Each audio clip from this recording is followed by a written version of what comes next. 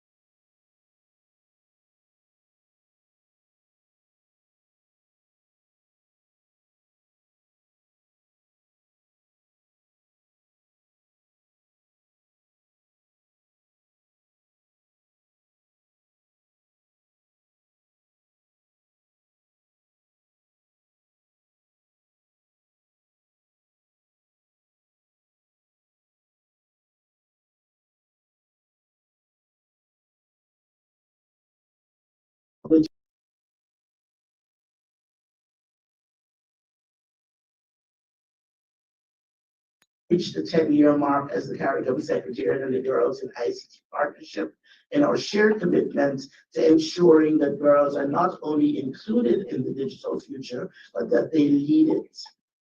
International Girls in ICT Day is a call to action for all of us.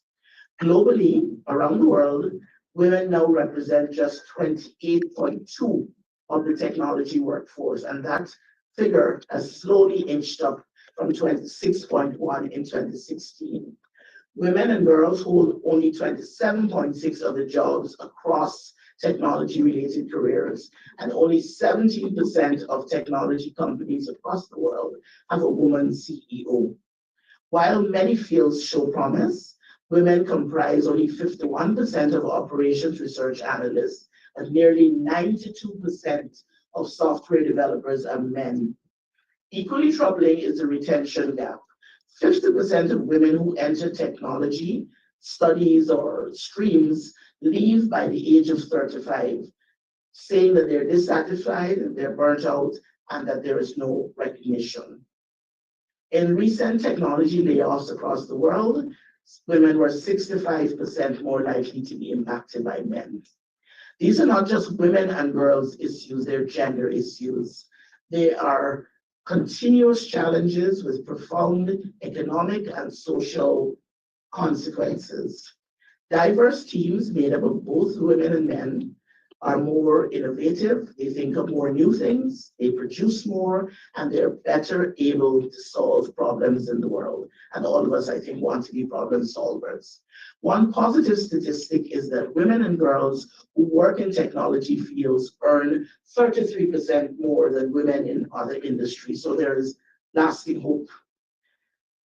The work of the CARICOM Girls and ICT Partnership continues to be grounded in the CARICOM Girls and ICT Partnership Action Plan, approved by CARICOM ministers with responsibility for ICT in February 2022. And the policy areas include fostering the partnership as a leading platform for contact on girls in ICT, raising awareness about the issues related to bringing boys and girls into ICT careers and supporting them as digital citizens, supporting more linking of ICT, science, technology, engineering, and maths and the arts, and also looking to see how we can integrate ICT and STEM into the broader education curriculum in CARICOM. I think we all agree that we are at an exciting place in world history, yes? Lots of things happening. When emerging technologies are transforming the world at a fast pace. Globally, 90% of the jobs in the next 5 to 10 years will require digital skills. This is why the work of this partnership and the observance today and other days are so critical. Today in the webinar and speaker series, we will hear from technology leaders, people who work with information and data every day, people who use the technologies to design. We'll hear from engineers, we'll hear from teachers and educators, and persons who strongly advocate for things which support women and girls as they move through their life experiences. The program is designed to inspire, inform, and to ignite new thoughts and new thinking within you and all of us. We will hear from these trailblazing young women, and in some instances, young men, who are having all sorts of experiences in robotics, artificial intelligence, looking at drones, and exploring how classrooms and careers are being shaped and reshaped by digital technologies. Their short stories today will show us all what's possible, and their insights and information will help to build the CARICOM single ICT space and underpin the CARICOM digital economy. As we strive to empower girls in the digital age through programs such as the one today, it is crucial to recognize and address that millions of girls worldwide, including in our CARICOM region, including in the rooms in which we're meeting today, remain disconnected from the internet. These girls and women and young men face significant barriers: lack of access to technology and information, economic constraints, and societal norms, which hinder and hold back their ability to engage with the digital world and engage with others in the digital world. In an era where digital literacy is essential for education, for jobs, for employment, and for empowerment, we must continue to prioritize initiatives that reach underserved girls and boys. For those of you, girls and boys, listening and participating today, you are part of the bold, new, talented next generation of leaders in the community, and particularly some of you want to be leaders in ICT and science, technology, engineering, and mathematics. The Caribbean community needs each one of you. We cannot do it only with men or only with women. We all need each other. Celebrate your right to make a difference in this world. Be curious, stay hungry for learning new things, and enjoy the proceedings today. For all of us listening and watching, let us use today to reaffirm our commitment to digital inclusion, practical and urgent as yesterday, regional development. Building CARICOM means building with everyone. Thank you again for listening to me. I welcome you to this exciting program today, and I wish you a thought-provoking and inspiring day ahead. Happy International Girls in ICT Day 2025.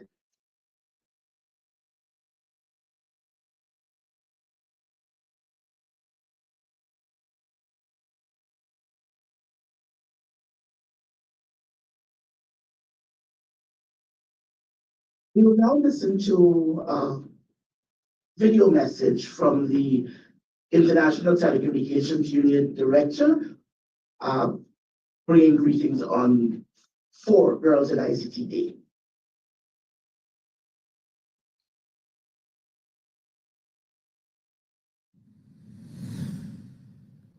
Greetings to all.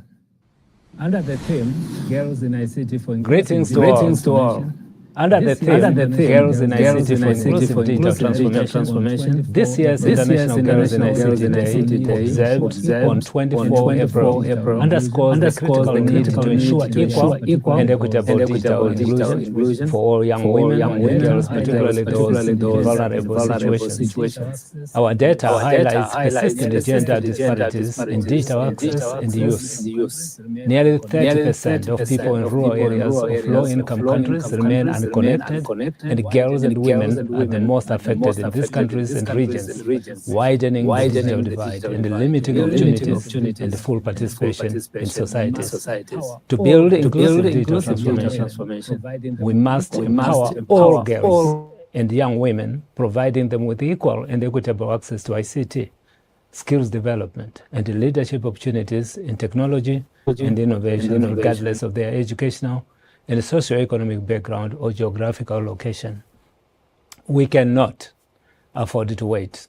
The time to act and make an impact on every young girl and woman worldwide is now.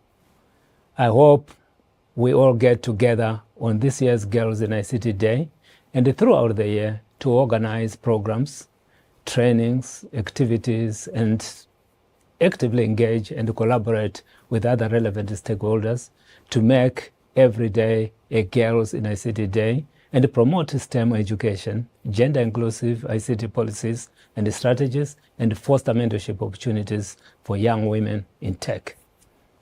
This year, for the first time, the global celebration of Girls in ICT Day will be co-hosted by the Commonwealth of Independent States, the Arab States regions in Kyrgyzstan and Mauritania. A live stream event will unite the efforts of the two countries to drive the Girls in ICT mission forward on a global scale. Recognizing the agency and importance of inclusive digital transformation, we stand together to break barriers, bridge the gender divide, and empower young women with the opportunities they deserve in the digital world so we can achieve inclusive digital transformation. Thank you, and happy International Girls in ICT Day.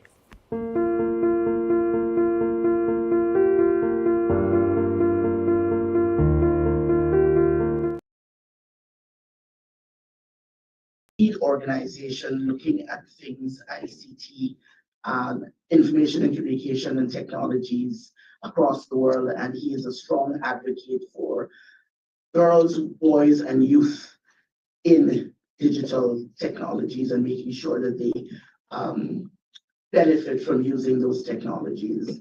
It is my pleasure now as we continue with a short opening ceremony, which will end with with some spoken word after our keynote address. It is my pleasure now to welcome you to address you briefly, the Dean of the CARICOM Youth Ambassadors Program, Ms. Vanessa Burke, who is the CARICOM Youth Ambassador from Cayman Islands.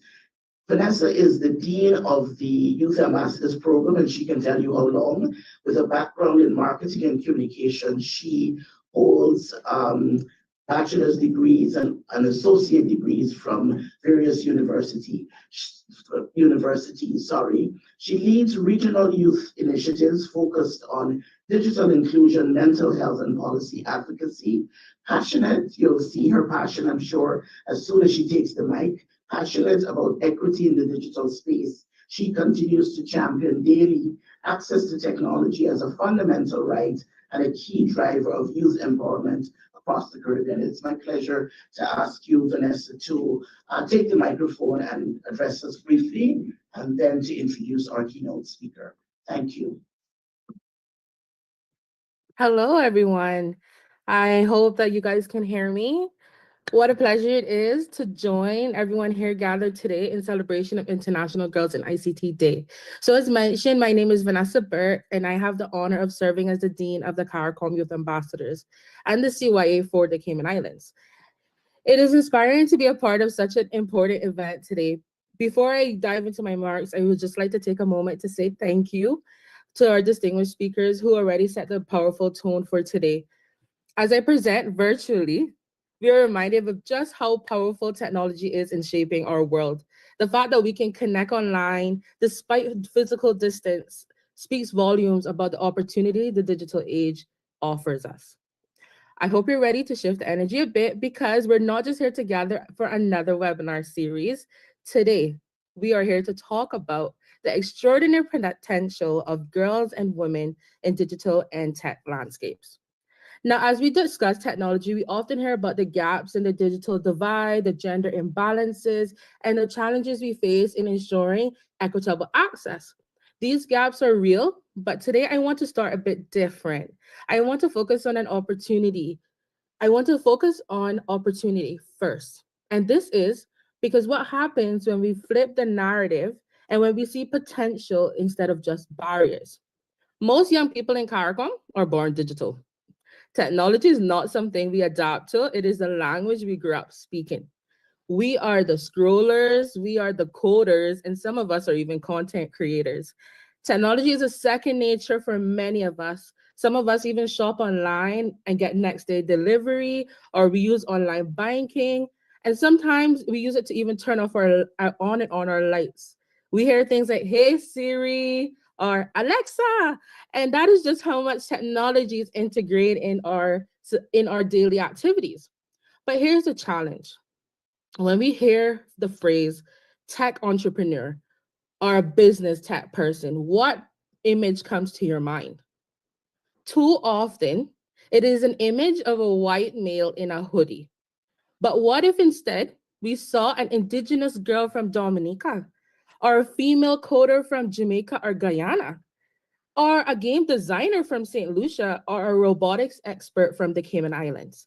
What if we truly believe that young girls could lead a billion-dollar tech company?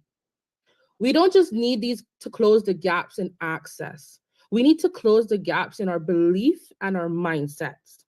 This is an opportunity we can all contribute to. Yes, there are gaps. Access to technology is not a privilege. I champion the idea that it is very much a right. And when the right is denied, we risk deepening the disparities and that young people are trying to overcome. Too many young people across the Caribbean still lack access to consistent internet access and even a basic device. And so without the necessary digital tools, connectivity or digital literacy are the many different things that are excluded from our life opportunities, hindered the advancement of our young people. Digital exclusion leads to social exclusion. It limits education, economic mobility, and self-expression. And in today's world, to be offline is to be left behind. So that's why digital inclusion must be at the core of everything in our development agenda, because when we invest in our digital rights, we invest in the potential of every young person to lead, to create, and to shape a better future. So let's be clear, the gaps mentioned aren't just physical, they are cultural, structural, and sometimes internalized. Too many girls still doubt whether they belong in this space. Too many are taught to shrink and second guess themselves, to take back seats instead of leading from the front. So that is why we need a comprehensive approach. Representation matters, visibility matters, and where girls see other girls from diverse backgrounds succeeding in tech spaces, they believe they can too. So this is the essence of International Girls in ICT Day. It is not just a campaign, but a movement supported by the CARICOM Girls in ICT partnership. We're not just talking a movement that is just any old thing. We're really looking at things from coding camps and hackathons to this even regional webinar. And so when we are empowering girls with the digital skills, the confidence, and the networks, they thrive. So through initiatives like this and the action plan that Ms. Jennifer would have mentioned earlier, and the Caribbean Single ICT space, we're aligning these efforts to broader regional goals like SDG 5 on gender equality and SDG 9 on innovation and structure. So even with the CARICOM Youth Development Action Plan, which is what guides the CYA program and youth development across the region, there is a whole section of digitalization and technology. It is a central focus because when we recognize how critical the sector is in equipping our young people to navigate the digital world, they can then even move forward in our everyday physical world. So this is where I call on all of you, young, old, and all in between, to achieve inclusive digital transformation, which is the theme for this year. We must first adopt an inclusive mindset, one that recognizes girls and women not as exceptions to tech, but as essentials to tech. One that values their contributions, amplifies their voices, and creates spaces where they can shine. The future is digital, the future is inclusive, and girls are central to both. So let us transform the digital land space with girls, for girls, and through girls. So let's code equity in every system, wire opportunity in every policy, and program inclusion in every space. So together we can build a digital world that leaves no girl behind. So as we go through today, you'll hear from women across the tech space who are breaking barriers and building legacies. Remember to keep your minds open and shift your mindset. With that, we're going to move now to a powerful real world example of what it looks like when women lead in tech. It is my honor to introduce our keynote speaker for today, Miss Samantha Sims, founder and CEO of Information Collective and Nord Digital Law. Ms. Sims is a digital compliance attorney, strategist, and global thought leader shaping the future of ethical technology. Through her How to DPO Like a Boss program, she has mentored privacy professionals around the world. She's also the Caribbean Chair for Women in AI Governance and was recently featured in Forbes for her leadership in data ethics. She's bold, she's brilliant, and she's blazing the trail for the next generation of women and girls in ICT. So please join me in welcoming Miss Samantha Sims. Thank you. Thank you, thank you, thank you. It is so wonderful to be here, everyone. And you'll hear from my accent that I don't have a Caribbean accent, but I am Caribbean through and through. I am raised within the Caribbean diaspora. I'm from the UK, but raised very, very much in the heart of the Caribbean community. And in recent years, I made the leap and came all the way to Jamaica to really embrace my Caribbeanness. And so it's such a pleasure for me to be here in front of you today, because this is such a special moment. We are at the just the pinnacle of explosion in technology. And I truly believe that our region has not always been nurtured and taken into account and included in these conversations. I see some of the most powerful women in tech and STEAM more widely coming out of this region. And so it's great for me to be able to stand on this platform with you. I'm going to share today some slides around my journey in tech or journey in STEAM. So if you just give me just 1 second as I upload those, and we will get started.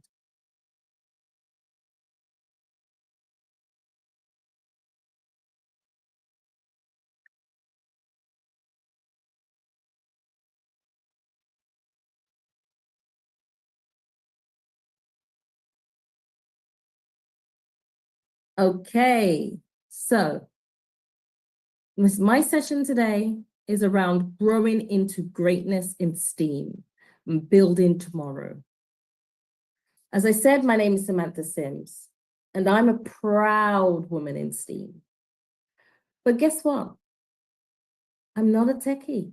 I can speak tech, but I'm not a techie. What I am is I'm an attorney.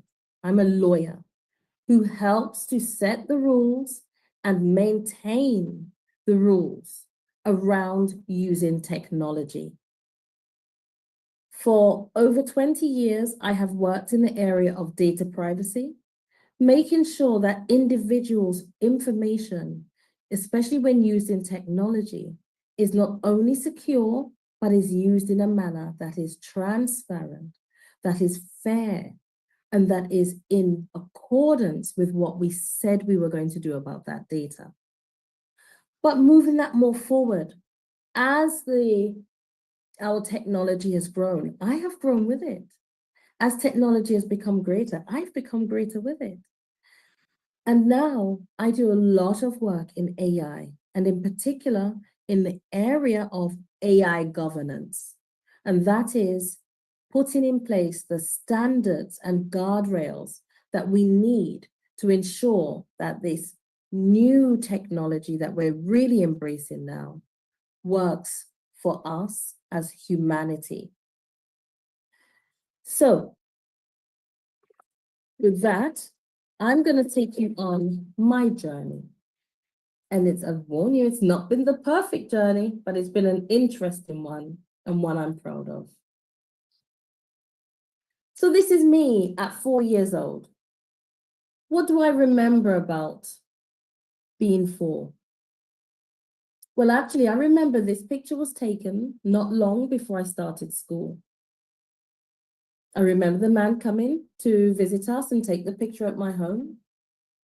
But I also remember that this picture was taken not long before we got a television, or around the time we got a television. And what I remember actually from that time, not long before I started school, I remember having a dream. I remember that dream being that I was at university and that I was living in the university halls of residence. I don't know where that came from, but I had that dream and I stuck to that. I knew I was going to university. From this age, that seed had been planted, and I continue to believe in that seed. I knew that I was going to be educated in something. I knew nothing of what it would be. And why I think this is important is that in tech as well, in particular, what we see is people who have a dream. Every app that I work on with my clients, because I help my clients to build apps, has started with a dream, has started with someone who created something in their mind that they thought could make the world a better place, or even could just make money, but they thought they had a solution to a problem. It was a dream. And as they move forward, they stuck closely to that dream. They continued to push through. And there are certain common values that I call the greatness values that I've seen in myself and I've seen in others who are on this STEAM journey. Because an area like science, technology, engineering, maths, it's not always tangible. It's not always something you can feel when we're creating. Actually, we have to believe that we are going to get to an endpoint that might not seem realistic in the world today, in the world that we're living in right now. So I want to share with you my greatness values. What is it that I believed throughout my journey at school from the age of 4, going right through to my time at university and into the workplace that led me into STEAM and also, I think, propelled me more widely?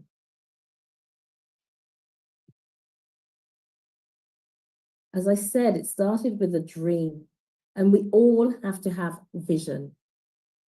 Vision is extremely important because it allows you to step into your power of imagination. It allows you to create something, for you to be artistic and for you to have a longer term approach to your thinking about and whatever it is you want to do. And why vision is so, so beautiful for all of us, whether we're in tech or in any other area, is that it means that we continue to step out purposefully with intention and not just moving with vibes, with impulse. Yes, we need a little bit of vibes in there, a little creativity, a little impulse, of course. But when you step out in intention, because you know what it is that you want to do, what you believe in, it will be incredibly important foundation for your journey. The other one is belief. You know, it's all good to have vision, but if you don't believe it can happen, it probably won't. And that's the other thing that makes people in our area particularly great, is that belief. When I joined the area of STEAM, one of the reasons why I was able to navigate a legal career within the tech area was because I was one of the only females in that area amongst a lot of, as was described earlier, white men in hoodies, maybe, who were into tech and were very articulate in their tech knowledge, very conversant with how to build technology. But what they didn't have was the ability to actually translate that into something that others understood. And so when I would speak to them, what I had to do is actually listen, learn, and have the confidence in myself, the belief in myself, that I knew, I understand what they're saying. Without understanding the actual technicals, I know what they're saying, and I can actually translate that to others. Not just translate it. As I've gone through my career, I'm able to understand that technical and apply it to my broader purpose. And so I think that belief was so important to me because it gave me the courage to step into rooms and speak where actually some would say, I probably wasn't supposed to be. You know, why is the lawyer speaking about something that's not really just purely legal? I was also extremely motivated from very young. I just knew that from the age of 8 that I wanted to be a lawyer. It didn't matter what kind of lawyer because I didn't know much about law. In fact, I didn't even know any lawyers, but I was motivated. I was so driven that even when the times got rough, even through times at university, when I found certain exams a bit more difficult, I just knew that I was going to stay that course. So even when your journey gets tough, look for your inner motivation again. That's your fire burning. That's the thing that is keeping you going. And then those of us in this area, we have to be curious. We have to ask those questions. We have to keep learning. You're never going to know everything, and that's okay. But challenge, always challenge. I would push back when I talk about my journey into this area. I used to push back on some of the things that the tech guys would say. I'd be like, but that doesn't make sense. I wasn't supposed to be the one that would highlight that. But I was pushing back and challenging the status quo. And what did that do?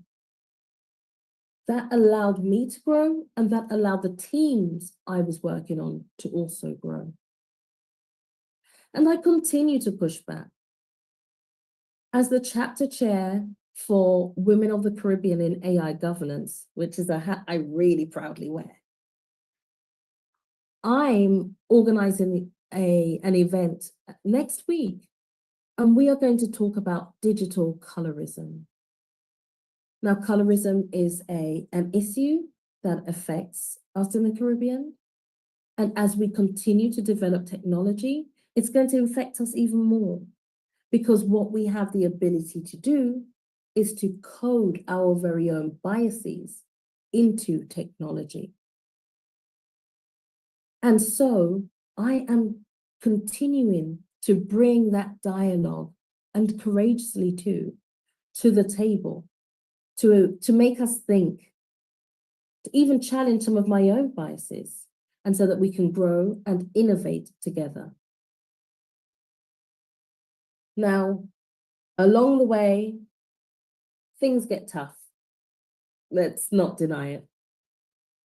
I remember a time when I was already working in tech, and I wanted to qualify as an attorney in New York.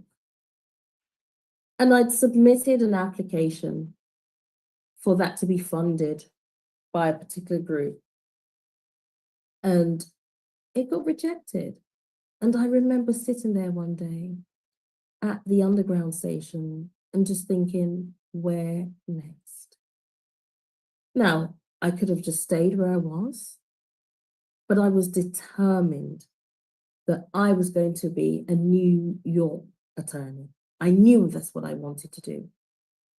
And so I had to have some grit. I had to dig deep. I had to keep persevering, keep persisting to ensure that I was going to get my chosen outcome.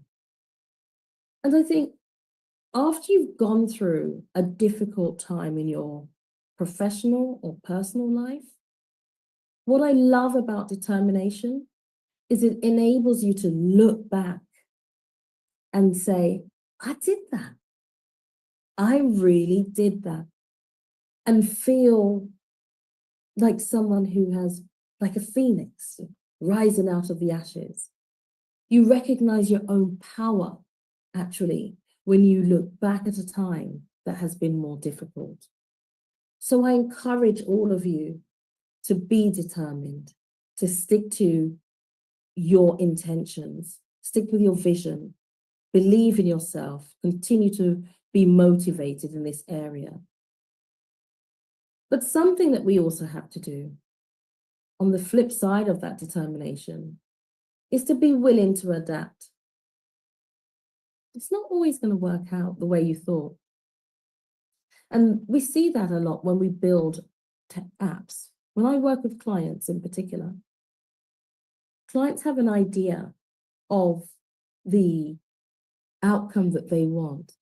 They have an idea that, for example, a lot of my clients say they're going to use an AI solution to power a particular app that they're developing right now. And I have to explain that if we do this, it's maybe more challenging from a legal standpoint. We might not be able to comply with the laws around data privacy or wider digital compliance. And it's necessary for us to be able to pivot. And this happens all the time in life. We have to be able to respond and be willing to understand that it won't always go our way. There will be disruption, and there tends to be new opportunities coming out of disruption. I know for myself personally, as the CEO of the Information Collective, which is a digital compliance consultancy, during COVID, a lot of our clients who were large multinational organizations were not reprioritizing data privacy. So it meant that the work that we did wasn't really getting through to them at that time. So what did we do? Well, I dug deep and I repositioned us. And I repositioned us to the place where I really wanted us to be, working on tech that was going to have social impact. And in particular, we supported Black tech entrepreneurs who were developing applications that were going to help in the areas of health, education, even boosted the Black economy. We worked with our clients to really drive home social impact at a time that was quite challenging. And that created so many new opportunities and so much growth for me and for the wider Information Collective.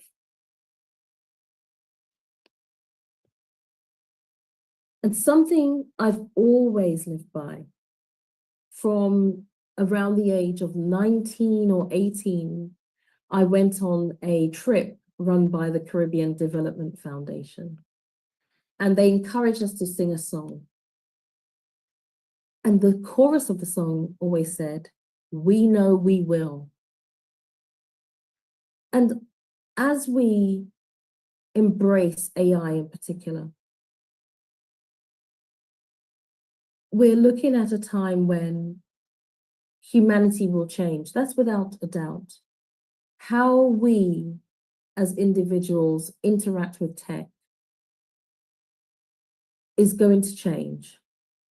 If you think about, for example, just generative AI like ChatGPT, just this year alone, in these last 4 months, there has been an explosion in the use of generative AI.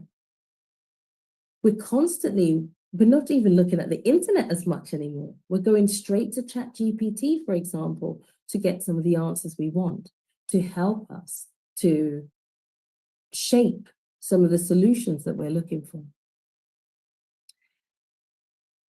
However, that does come with some threat.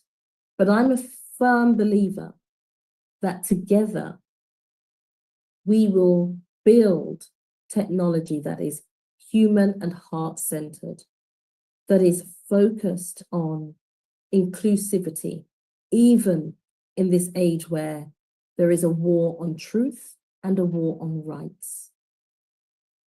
Even where there is a challenge in other countries to the role of what it means to be a woman and some of the choices we can make as a woman. Our voices still need to be heard at this time. And that's why I'm so proud of the work we do in the Women of the Caribbean in AI governance. What does it do? We're amplifying the voices of women working in that space. And especially for me, we're lifting those voices of women in the Caribbean. And people might think, well, what will you achieve? Well, I know what we'll achieve, and I know we will. I truly believe we will. So as I continue on my journey, And we call it this journey of greatness because greatness is not about perfection. It's not about perfection at all. The journey into greatness is really about stepping out in purpose, being authentically courageous, staying true to yourself and your purpose, walking with integrity, leading with our relationships, embracing the heart and humanity, remembering that any solution we build is for the people. So any tech that we continue to build and into bringing our ethics and integrity, it has to be for humans. Never lose sight of that. We have to embrace the leadership. Embrace being a leader. This is a lesson that I've had to learn in the last 10 years or so, that I am a leader. And with that comes a lot of responsibility, a lot of challenge, but we have to embrace it. And yes, here I am. The 4-year-old has grown into a leader in tech, actually, but not through a traditional journey.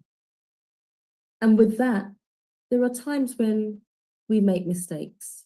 We get it wrong with the products we make. We may have data breaches. We may just get it wrong within ourselves. And so we have to have grace. And that's just grace for yourself as well as for others. So I encourage everyone today to go boldly and go greatly into our journey into greatness as Caribbean women in particular, ensuring that we are present, we are at the table, we are holding those conversations. And if you're not invited to the table, create your own. Thank you very, very much. It has been fabulous to speak to you all. And if you'd love to stay in touch, this is my website. Thank you.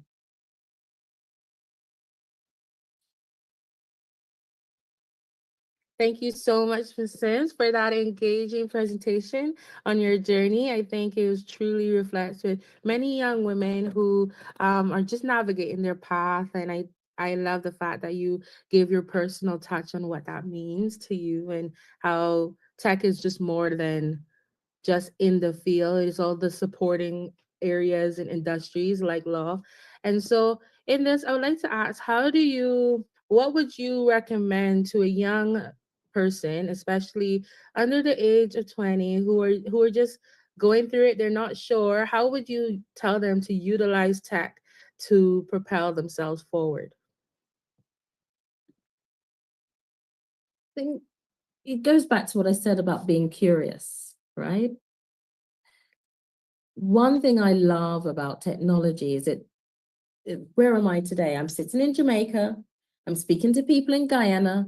We're powering through on Facebook. We're on Instagram. So firstly, embrace the interconnectivity in tech. That's the very first thing that I would always encourage people. Secondly, try to learn what's happening, not today, but what's going to be happening in 2030. And see how you can understand that 2030 world, and also try to learn to use the tools that are going to be important in 2030. The rapid expansion actually means that maybe we have to look at just 2027 because things have changed a lot recently already. But that's what I would say, is to really try to understand tech itself, and then use the technology available to you to speak to others. Make sure you're speaking with others, embracing others. And also, and I keep talking about this, We are heading into the 5th industrial revolution, which is about heart-centered technology. Technology that works symbiotically with human beings. We're already seeing it. We all have our phones in our hands all the time. But continue to remember the human element when doing so, as I mentioned before. So embrace tech, but also embrace it in a way that allows you to still have interpersonal exchanges. Thank you for that. We have some larger rooms joining online. I see quite a few boys and girls. And so I would like to extend this opportunity to ask, does anyone have any questions they would like to ask Ms. Samantha? Does anyone have any questions? Just identify to your room person, your room lead. No? Ready? In this room.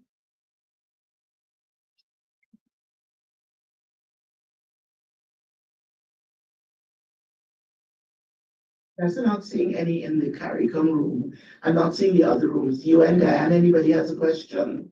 And Barbados, any question there? I can ask a question if I'm allowed, Vanessa. Go ahead. Thank you so much. I have to tell the whole world that you answered and responded yes in less than 10 minutes. So I salute you and I really thank you for that. Samantha Sims Esquire, thank you ever so much. I wanted to, we talk a lot and about persons having the power in their hand, etc. We're actually in a room in Guyana where a lot of the young people here don't have the power of the technology in their hand. So I listened to your talk to us very carefully and I'm now remotivated. How do you help them in this room move from the dream to the 2030 world that you talked about a minute ago? I think having the technology in your hand is not always the blessing, actually. And I know it sounds like a weird thing to say. I remember being younger and my friend's dad said, a mobile phone is an infringement on your liberty, because we were just getting mobile phones then. And I smartly said, your dad's infringing your liberty. But what have we come to find? Actually, I've committed myself to working in an area that gives us liberty within the technology, right? So the first thing is, I would say, if you do not have access to technology that others may have, do not see that as a hindrance.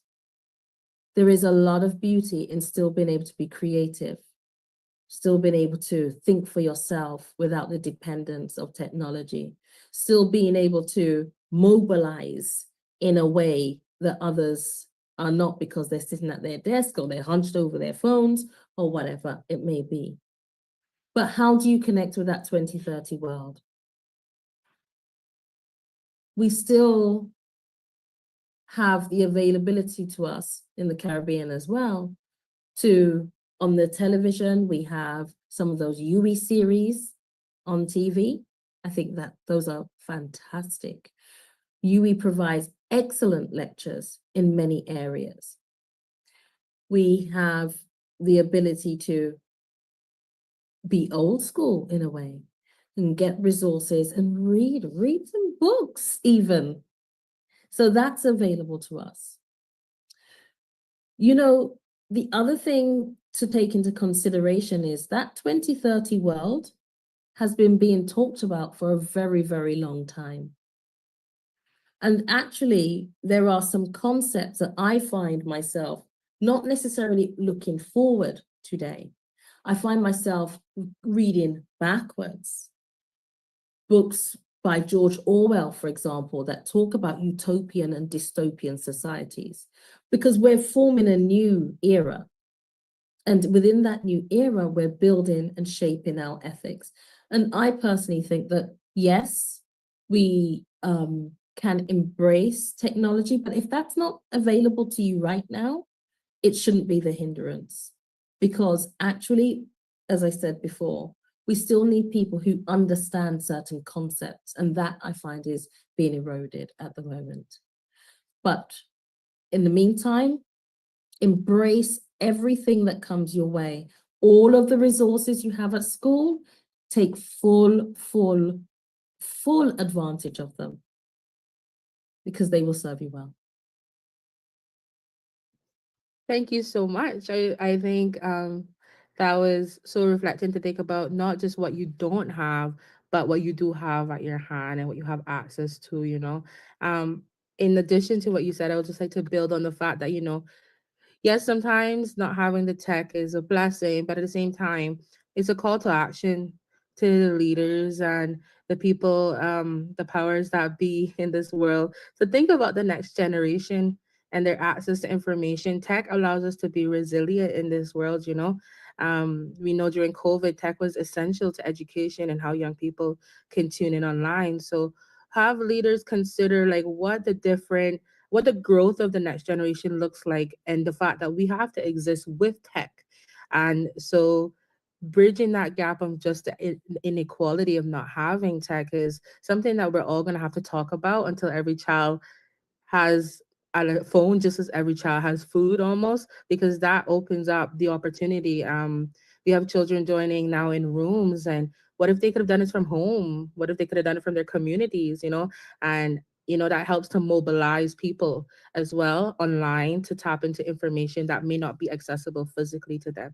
So yes, I do agree, when you don't have it, sometimes that creates the hunger in you to go and build on what you have to seek a better world. And sometimes it just means that we need to take better actions as leaders in our world to ensure that young people have access to the tools and resources they need to not be left behind.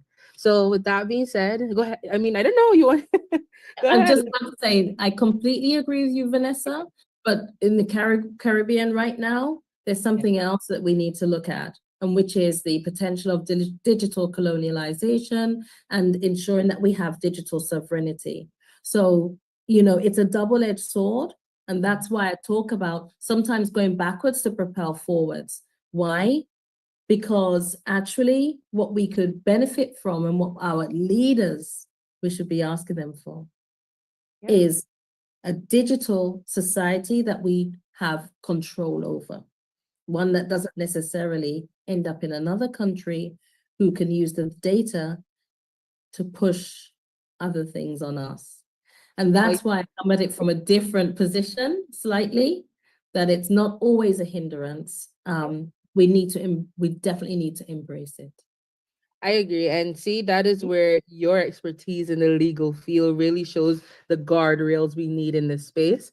I wish we had more time. We actually have to hop off, and because we have another segment coming up. But I hope each of you are inspired by Ms. Samantha Sori and her expertise in explaining like not just what the digital landscape is right now, but what it needs to be and what it will look like, and how can it work for the advantage and the benefit of the Caribbean region. So thank you so much, Ms. Samantha, for your insights and your story. And I'll hand over back to Ms. Jennifer, who will then take us into our next line item. Thank you so much, and take care. Emojis online, etc. I think this was an excellent way to start our day and to set the basis for the conversations we're going to have and the things we're going to hear. Thank you again, Samantha. I don't know if you can stay with us for some of the morning, but thank you ever so much, and we will certainly reach back out to you for future things and talks and insights, etc., as we move forward. There's a young man sitting next to me who was taking copious notes, and he'd like to know if you could share the presentation so he can get that big slide with the values and what they mean, etc. So you're already planting seeds for us for today. So if you don't mind sharing your slides with us so we can share them with them so that they can discuss as they go back to their various homes, etc. after today. Totally appreciated, Samantha, and we can't thank you enough for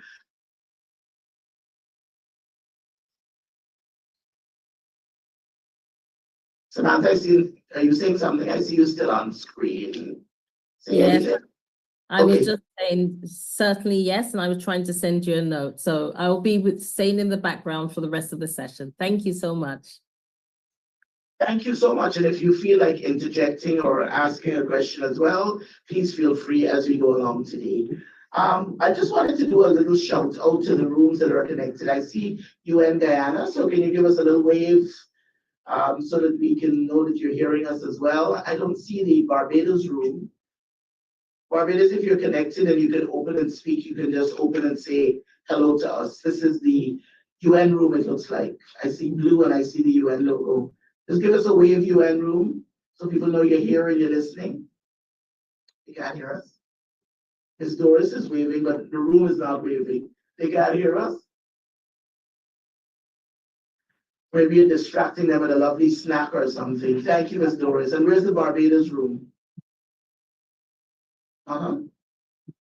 Okay, we're going to move. We're closing up our opening ceremony now, and we asked one of our colleagues who is tremendously talented in spoken word to just give us a spoken word today to encourage us and move us along in our session. Unfortunately, she is not feeling well and couldn't be with us online, but she sent a video, as women are usually always prepared. So she sent a video, and I ask you to sit back and listen and enjoy the theme and the sentiment in this spoken word. I think it is entitled Education. So let's all listen and hear what we can learn from. Good morning, and welcome to session 5 of the Writing for Publications Bootcamp. We're happy to have you guys here with us today again, and today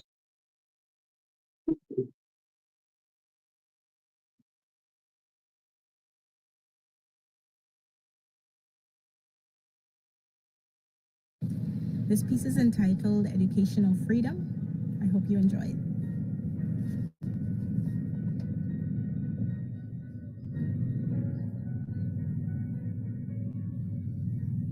Your participatory contribution is welcomed. Please, any volunteers? I'd like someone to come right on up here and tell me, can you teach a fish to climb a tree or a monkey underwater to breathe? Absurd? I agree. To even consider the possibility of such unnatural reorientation, so why then do we project such outrageous expectations upon our children? Chalk and talk, it's my way or walk. That's systematic education in my day. Sit still, be quiet, ears open, regurgitate exactly what I say. Leaving school as academics without the skills to build relationships. Grade A is worth applauding, but common sense absconding. No time to be rounded. The subjects are compounding. Linear learning leads to lean, limited living. Wake up. Who are we kidding? A new dawn has risen. Will we continue to define our children by their grades? Standardized assessments as the singular measure of success has long outlasted its fruitfulness. You see, students don't need to be lectured to. The roles of teachers have changed, no longer the centers of knowledge, but rather facilitators of the same. Lectures by script readers from book to board to brain. These vessels you're entrusted are coming preloaded and plugged in. Prepped by Google, armed with the internet, it's all an Alexa away. So what must teachers do in the face of such change? Nurture students to be well-functioning 21st century citizens. Some contents and discipline are enduring. A significant percentage is the same. It's the methodology that needs to be reframed. Don't grab a board, get a pad. The World Wide Web is not the enemy, it's a friend. The lids of the boxes we've placed our children in are in shreds. Reach for STEM, reach for ICT, reach for TVET. Rather than repetition, promote learning and innovation, global awareness, environmental literacy, entrepreneurial orientation. Smartphones are valuable tools if used as such, not distractions. Just imagine the collaboration, the creation. Oh man, Teach students to be independent and think solutions. Let them wield the power to graduate from consumers to producers, blogs, vlogs, infographics, DIY material, tutorials, handouts and worksheets. I'm not saying it's useless, but where's the competition? The freedom of creative learning breeds intrinsic innovation and motivation. Take steps to make the classroom learner centered. The outcomes and impact will be much greater. Great teachers, what makes good teachers great is not merely their ability to edify. Great teachers notice when there's a struggle. They put fear aside to try. They don't just know the content, they know their students. How many of your students have talents? It would be an injustice to mankind to mold the Bob Marleys of tomorrow into mathematicians, or to create the Chronixes into cast of cardiologists. Consider the sculptors, designers, the dancers, poets, artists. Are we cultivating these gifts? What of the Steve Jobs, the Bill Gates, the Mark Zuckerbergs? Are we feeding their appetites? Are their skills being nurtured? The Bolts, the Gales, the Laras, the Blakes, and other invaluable sportsmen and women. So will we continue to tell a fish that he must grow limbs, or a monkey gills and fins? I hope not. I pray not. Rather, let's use technology, let's use ICT to catapult their gifts. Blessings. Thank you. Who enjoyed that? Good. So much I were able to hear and enjoyed it, and got the sentiment of that message that education is not only computers and books and exercises. Education, whole basket of everything, and the teachers remain central to ensuring that we all get educated in the best ways we can. So thank you. This brings us to the end of our short opening ceremony, and we will start our today's talks and webinars with, okay, we're going to start with Ms. Erica Simmons, who's going to speak on AI and everything, but I will ask her moderator to introduce her and to take us through the beginning of the second half of our program. Thank you so much, everyone, for joining us for the opening, and we hope you'll stay with us for the rest of the day until we conclude. Thank you. Good morning, everyone. Can you hear me clearly? Yeah. Yes. Excellent. So just to remind us that we are observing International Girls in ICT Day under the regional theme, Girls in ICT Building CARICOM. And so we will begin this session by introducing our moderator, who will moderate the session on AI in everything and staying safe and smart in the digital world. And so our moderator for today is none other than Ms. Tatiana Norton, and she is an engineering technician at the Ministry of Public Works, and she has made many contributions in this area in terms of infrastructural development, and she is versed in engineering and project management, ensuring the successful completion of community projects. She's the holder of a bachelor's degree in engineering from the University of Guyana, and she's a dedicated youth leader and advocate. And before I allow Tatiana to join, I'm going to ask the UN Guyana participants to give us a wave offering. We want to, yes, so they're still there with us. Thank you so much for joining us. And now I am pleased to hand over to Ms. Tatiana Norton. Thank you so much. And I am thrilled to be here to be your moderator for this interesting session that we will have with Erica. And our topic is quite an interesting one. And I do hope that you all listen in and grasp some sort of new information. And if you do have your questions also, do remember you can ask them, you can send them in the chat, and we can hear from our professionals here. Give me a moment. So our topic today, it's AI in everything. And honestly, what a time to be having this conversation indeed, from how we communicate and learn and how we shop, drive, and everything we do generally day-to-day basis. AI is all around us and in almost everything. It's reshaping the world we live in and creating new opportunities that didn't exist a few years ago. But with all of these new innovation, new technology, and all the new everything that's coming up, there's a lot of big questions that we must ask and we need answers to. And most importantly, we want to know how girls like ourselves can step into the space and lead in AI and technology.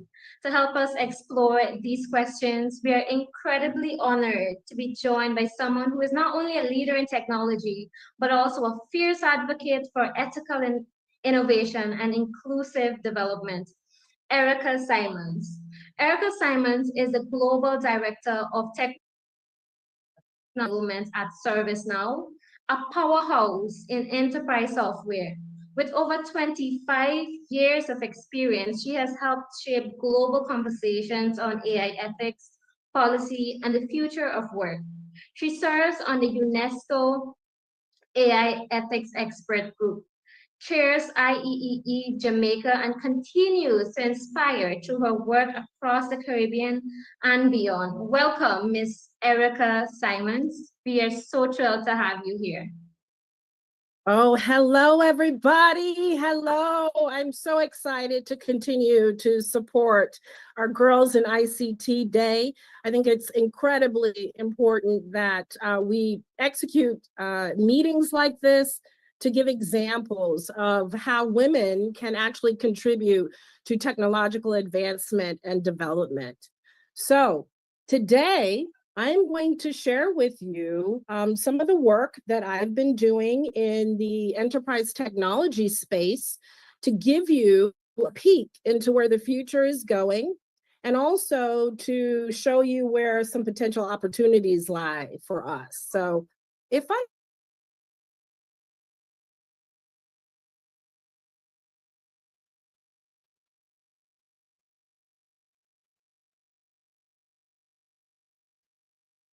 a proud Caribbean, West Indies girl. I'm from Jamaica. And I'm a social scientist, really, by my education. I have been working in the enterprise software industry for, it's 30 years now. And today, I work with ServiceNow, and I work with our global partners who are creating new technologies for some of the largest companies in the world. And today, our focus is all around what we're calling AI agents. So write that down. If you have not heard about what an AI agent is, I'm going to give you a quick overview today, but I do want you to pay very close attention to what's going on globally, because I think we'll have ripple effects for us here in the Caribbean. So I'm going to share my screen. And let's see, sorry about this. Let's get this out of the way. I am going to give you a pitch that is just like a pitch that we use to sell with our largest companies in the world. So you'll get to hear how we're positioning AI. So everything now in enterprise software is really around AI and AI agents now. So let's talk about what that is. In the corporate sector, we throw up these safe harbor slides, which means that there might be some information in this presentation that might look like it is investment advice, but it's not. It's really just ServiceNow's positioning of AI. So I want to tell you that we are actually in phase 4 of AI in terms of its deployment in enterprise software. In the beginning, we used to just have chat bots that we could ask questions and they could just come back with responses. In 2023, we went to a predictive workflow situation. So an AI agent or AI could then predict the outcome of a query using information that it had collected. In 2024, last year, the industry released what we call conversational workflows. So these are like your chat GPT. So now we can conversate with the AI agent. We can ask it a question and we can have a dialogue. Where we're going this year and beyond is into a place that we're calling agentic AI. Write that down. Agentic AI is going to bring in and usher in a phase where these AI agents can now work together collaboratively to execute tasks on our behalf. So we're moving from a single agent just operating with me into stringing together multiple agents that can solve an actual problem. So I'm going to give you some use cases so that we can look at it. But pretty much what we're talking to our customers about is if they are not implementing AI today, they're putting themselves at a competitive disadvantage because there are first movers in industry that are using these systems. So when we talk about AI and an AI platform in the business, let's look at these functional departments in a business, okay? So I have my IT department. I have my customer relationship management department. These are the people dealing with customers. I have a security and risk team that I work with, and human resources that are part of a company. So these are all functional areas of a company, and let's look at how AI might impact some of those areas of a company and some of the productivity levers that we're bringing to our customers. The future now will be about having these AI agents, having data, and I believe I heard somebody talk about data and how important it is. It is right in the middle of this equation. So we have to figure out our strategy around data, how we're going to collect our data, and how we're going to create our own unique data sets for the Caribbean, right? So once we have agents and we have data, then we can actually get them to do something. And that's what a workflow is. We're going to actually get them to execute a task. And I want to show you now, this is a use case over on the right-hand side that is dealing with an IT incident. So we have an IT AI agent, and as a potential employee, I'm having a problem with my laptop. I can actually get the AI agent to service me and potentially take action on my behalf, all without using a human or having a human in the loop. Okay, so we have the agent. We're going to put in data now, right? Because data is the basis, it's the oil and gas of this entire whole AI ecosystem, AI industry. That's why we have to get really serious about how we collect, catalog, tag data, and make it available to other people that need it, right? And I think that there's some interesting licensing models that can be created around data. So think about that. So we have the data, and now we can actually take the agent through a workflow. So they can create dynamic workflows, including taking actions, accessing information repositories, accessing corporate rules, and all of that can be pre-configured within a platform such as the company I work at ServiceNow. So I'm not going to play this video. I'm going to move past that quickly. But when we think about a platform approach from an enterprise software company, here is our view. So at the core, ServiceNow manages the AI platform, and there's some important things that happen down at the platform level within solutions like ServiceNow. The platform level is going to govern the AI. Remember, we have AI that can hallucinate, and you can interrogate it and ask it to, potentially do things that are, against the rules.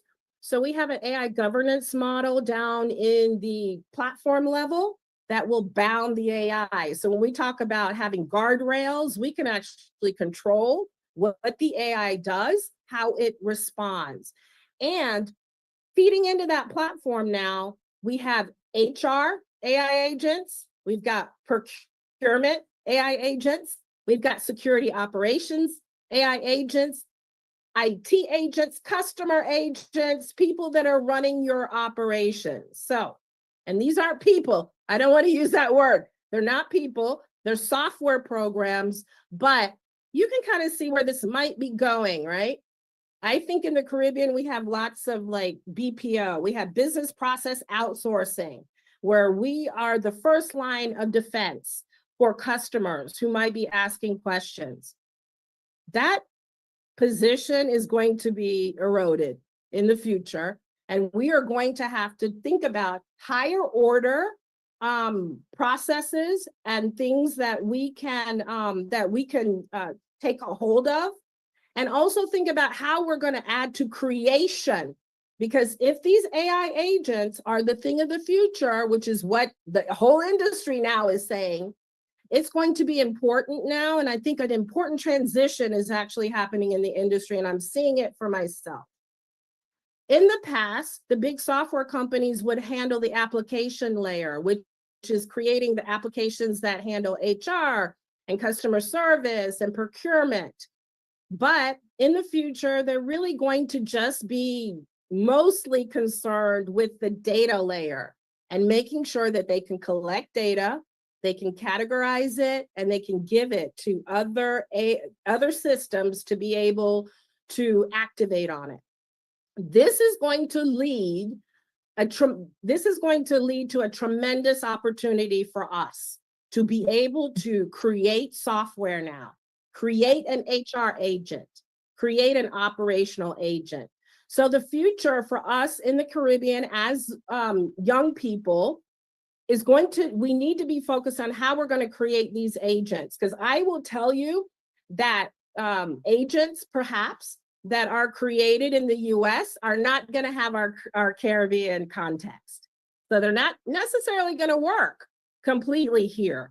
This is where I think you can come in. This is where I think we can come in and start to create software solutions and tools that are uniquely positioned for us here in the Caribbean. There's a lot of money and there's a lot of opportunity going forward in this space called AI agents. And I'm just going to pop over to our agent gallery, and I'm going to show you the types of AI agents that some people are actually creating here.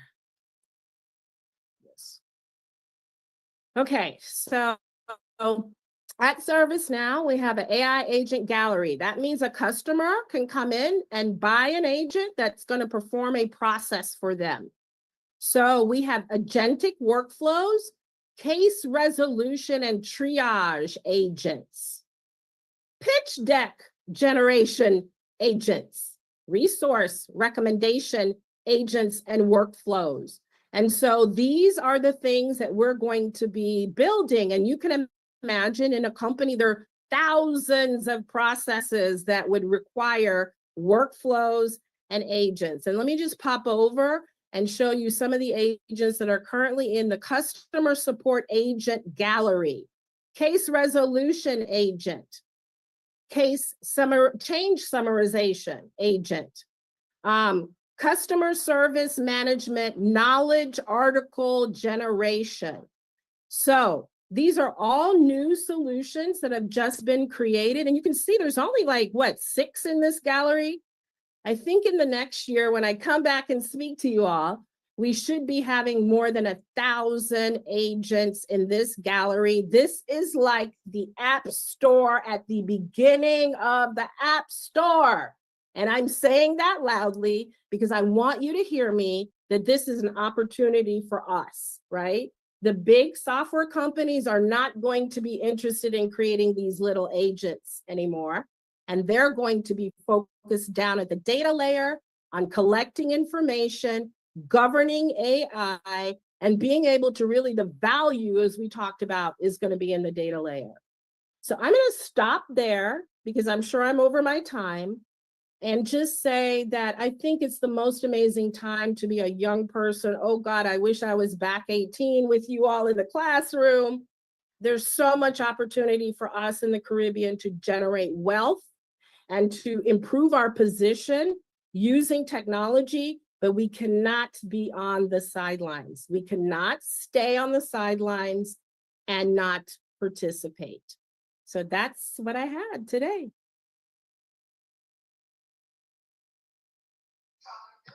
Thank you so much, Erica. I have one question. I would like for you to get feedback on your thoughts. So for young girls who are watching, and myself, who dream of working in AI or tech generally, where should they start, or what skills specifically or mindset should they focus on developing? Critical thinking skills are the skills of the day, and it doesn't matter what role you're in.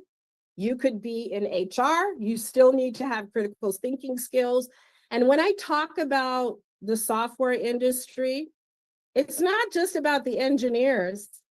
Yeah, they form the basis of the industry, but to make our industry run, we need lawyers, we need HR professionals, we need professionals in supply chain management, we need professionals in sales.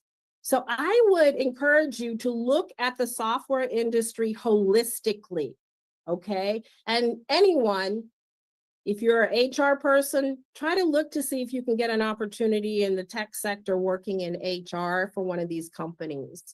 Even though you're not actually developing the technology, you will be getting access to everything that's going on. You will be getting access to the cutting edge. So I would say, don't close yourself in.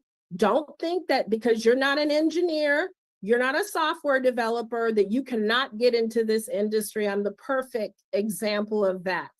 I'm a social scientist that was always concerned with people. My opportunity to break into the software industry happened 25 years ago. I want you to be very purposeful about looking for the top companies in the software industry, going to their websites, looking at the roles that they're hiring for. And you can take that action now. You can go out there and see, because it will help you to think about various things that you could get into going forward. So the software industry, lovely industry, high salaries, lots of really good money, and just being at the cutting edge of technology. For me, it's the ultimate industry to be in. Thank you so much, Erica. I really enjoyed listening to you. I take a lot from your energy as well. And yes, I'm motivated, and I'm 100% sure that the women and girls listening to you this morning are motivated and encouraged. Thank you so much for joining us. Thank you so much for sharing your knowledge. Bye-bye.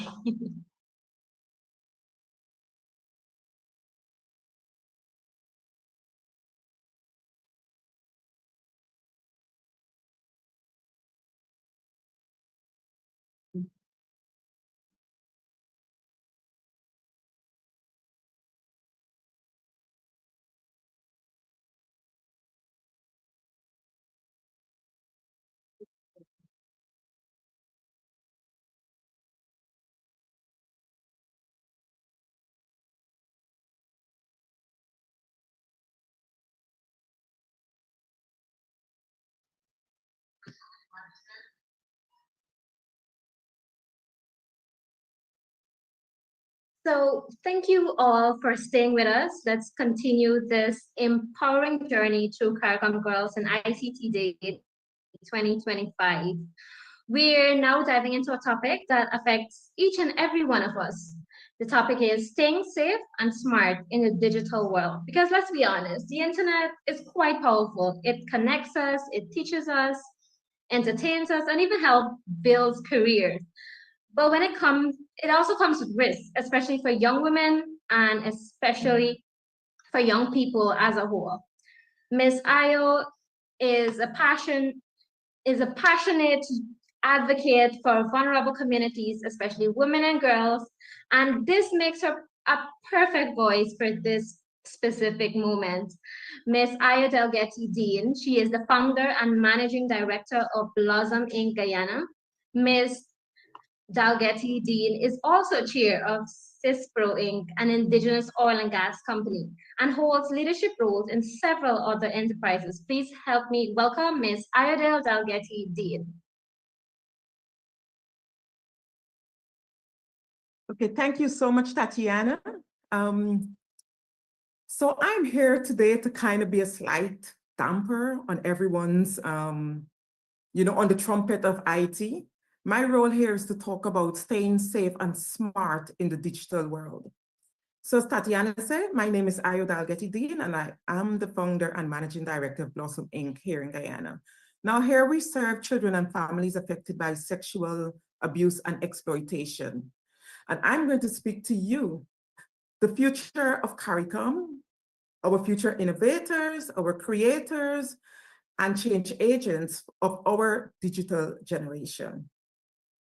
And I'm here with one message. Let's talk about how to stay safe and smart in the digital world. Now, let me ask you something. Have you ever posted something online and then deleted it, hoping no one saw it? Yeah, but here's the thing. The internet never forgets. At Blossom Inc., we've seen how quickly a simple online chat can turn into something rather dangerous. We supported hundreds of girls and young people whose lives were flipped upside down by something that began with a photo or a DM or a, hey, you're cute. Here's what I need you to know. The digital world is real life. Your phone is your classroom, your escape. Sometimes it's your diary, but it can also be your battlefield. So what exactly are we protecting ourselves from? Let's name it. It's online grooming. Predators pretend to be friends. It's revenge porn or image-based abuse. It's cyberbullying amplified by algorithms. It's doxing, and this is one I learned from my kids, having your private info shared publicly. And it's misinformation, shaping harmful beliefs, especially around identity, race, gender, and body image. And yes, people pretending to be your friend. We've had girls as young as 12 tricked into trust, told they were special until they weren't. And here's the truth. It is never their fault, and it's never yours either. So what do we do? How do we build a stronger, safer, smarter digital self? Let's talk about that. Yeah. Rule number 1, think before you share. Would you be okay with this post on a giant billboard with your face and name on it? If your answer is no, don't post it. Rule number 2, know your privacy settings. Your digital life doesn't need to be an open door. So just lock it, Rule number 3, screenshot everything. Evidence is power. If something crosses a line, take a screenshot. That evidence might protect you or someone else. Rule number 4, don't blame yourself. Bad things online are never your fault, and help to exist. You are not alone. Rule number 5, safe friendships starts with boundaries. Online friends aren't always what they seem. Trust is earned, so protect your space. At Blossom, we don't just provide therapy. We teach digital literacy, we support mental health, we prevent cyber exploitation, but here's the big picture. We need you. You are the builders of CARICOM. You, the young people, you are the builders of CARICOM. Not just users of tech, but protectors. Not just app creators, but policy changers. Not just content consumers, but community leaders. So here's my challenge to you.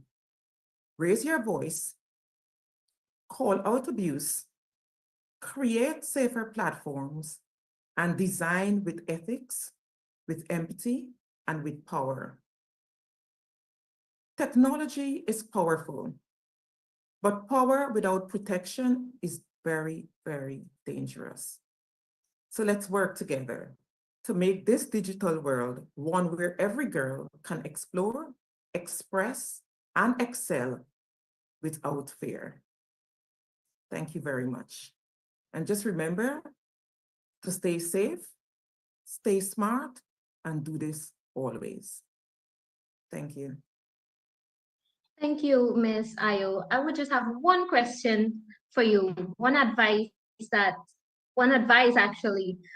What's your advice to a young girl or to a young boy who is hesitant to speak up? They might be feeling, they might be facing bullying online, cyberbullying, whatever the case is, but they're hesitant, they're afraid, and they're scared. What is your advice to them? If they're listening to this, if they're listening to you speak right now, what would you tell them? They know it's wrong, they feel threatened, they feel scared, but they're scared to speak up. I would tell them to find that safe person, find the safe person for themselves, and to ask for support from that safe person. So it might be an adult. Most times with young people, it's another young person, but that other young person will be the one that is strong enough to tell an adult or to seek the help that is required. But let them find their safe person and to speak to that person to help them. I think we cannot do things alone, and often we have to reach out for help. So it's find your safe person and seek help from there. Thank you so much, Ms. Dalgety Dean. Your insights and your advice have been impactful to young girls, young men out there listening. If you do have a question, please feel free to send it in the group chat and Ms. Dalgety Dean can respond to you, and everybody gets the benefit that way. We're dealing with time, so we'll move on at this time. Thank you so much, Ms. Dalgety Dean. We appreciate your time and your efforts. Hello? Welcome. Thank you. Oh, I think. Yes, hello, Ms. Dalgety Dean. Hello, hello. Hi, Nicole here, and thank you so much for this timely presentation on how to stay safe online. And I know that part of your work involves the child advocacy centers as well. I would like for you to just shed a bit of light on the forensic part, how important that is in capturing data from our youngest, most vulnerable children when they are abused, in order to have a conviction in a court of law. That important work that you do, if you can actually just share a little on your forensic, that aspect that Blossom Inc. is involved with in helping to get justice, access to justice for our most vulnerable. I thank you. God bless you and keep up the good work. Okay, thank you, Nicole. So here at Blossom, we do forensic interviewing of children who have experienced or alleged experience of something bad has happened to them. So what happens is that the police and the Child Care and Protection Agency would bring that child here to us at Blossom Inc. Here we have trained forensic interviewers, and those are staff members who are trained to speak to children in a sensitive, developmentally sound way about something that has happened to them. So what happens is that is video recorded. So our forensic interviewer will sit with the child, and then in a multidisciplinary team room, you will have the police, the social worker, parent, carer, observing the interview. Now, the forensic interviewer will kind of build rapport with that child, and she will also let her tell her or him their story in their own way. And her skill is to just to elicit the best factual information about what has happened. So we don't do a lot of why questions and things like that. It's just to tell me a lot more, tell me what has happened, and let them be descriptive and tell about the incident in their own words. But it must be factual so that we can get the information for the police so that they can go out and continue doing further investigation. So that's part of the work that we do. And of course, that's then followed through with trauma-focused therapy and then victim and court support. So we see the children and family throughout the whole of the court system or whole of the system from the time they enter Blossom to when the court case is finished. We kind of see the child and family throughout that whole process. Hope that helps. Because that work is very relevant if children are going to gain access to justice, as well as the victim support and the healing process. I think the psychosocial therapy is one that needs to be long-term and sustained in order to bring wellness back to that child and family. I thank you. You're welcome. Thank you so much, Tatiana and panelists for this very enlightening session. And please allow me to introduce myself. I am Akila Doris, Planning and Coordination Specialist with UN Women Multi-Country Office for the Caribbean. And I am pleased to introduce the next moderator for this session that will delve into how drones help us protect nature and taking care of our minds and each other. And so today with us, Mr. Shakim Howell is the president of the University of the West Indies Students Today, alumni tomorrow. And at just 23 years old, he's already made a significant impact through his extensive involvement in various leadership roles. At this time, please welcome Mr. Shakim Howell. Thank you so very much for that introduction, and good morning, everyone. And thank you for joining us today as we continue to celebrate young girls across the region, encouraging them to find their career paths in ITC. So today's webinar is a part of our commitment to girls in ITC, building CARICOM, aligned with the International Telecommunications Union's global team for girls in ITC's inclusive digital transformation. Together, we explore digital tools that empower and include girls across the Caribbean as we celebrate Girls in ICT Day 2025. For right now, we are going to now introduce Mr. Brian Smith, and he's going to be talking about how drones help us protect nature. And Mr. Smith is the operations lead at Dragonfly Drones and Geospatial Solutions. And he is a dynamic innovator who is licensed to carry pilot drones over the last 6 years, or what we consider UAV platforms. The operations leads him to lead multiple divisions like Terrafly, Cranefly, and Agrofly, specializing in engineering, media, and agricultural applications of drones. Mr. Smith also has a master's in natural resource management and is the pioneer of LiDAR, or AI, which is used for mapping environmental protection networks. And Mr. Smith will continue to educate us today on how drones can be used to help us to protect nature, and particularly here within the region. So Mr. Smith, without further ado, I just give you the floor. Thank you very much, Mr. Shakim. Can you hear me? Yes, please, Mr. Smith. Can you hear me? Yes, please, Mr. Smith. Great, lovely. It's a wonderful time to be a girl. I'm happy to celebrate with the ITU and CARICOM as we build girls in ICT and building the future of CARICOM. So allow me to share my screen. 1 second. Right.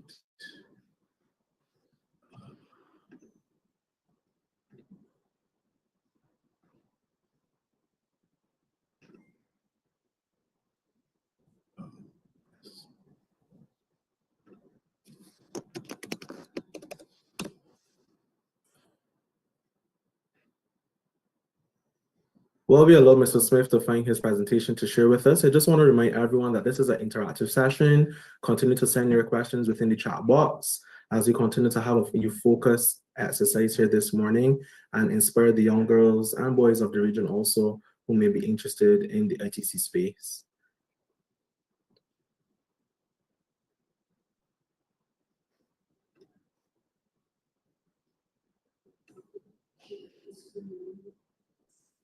Sorry about that. One moment.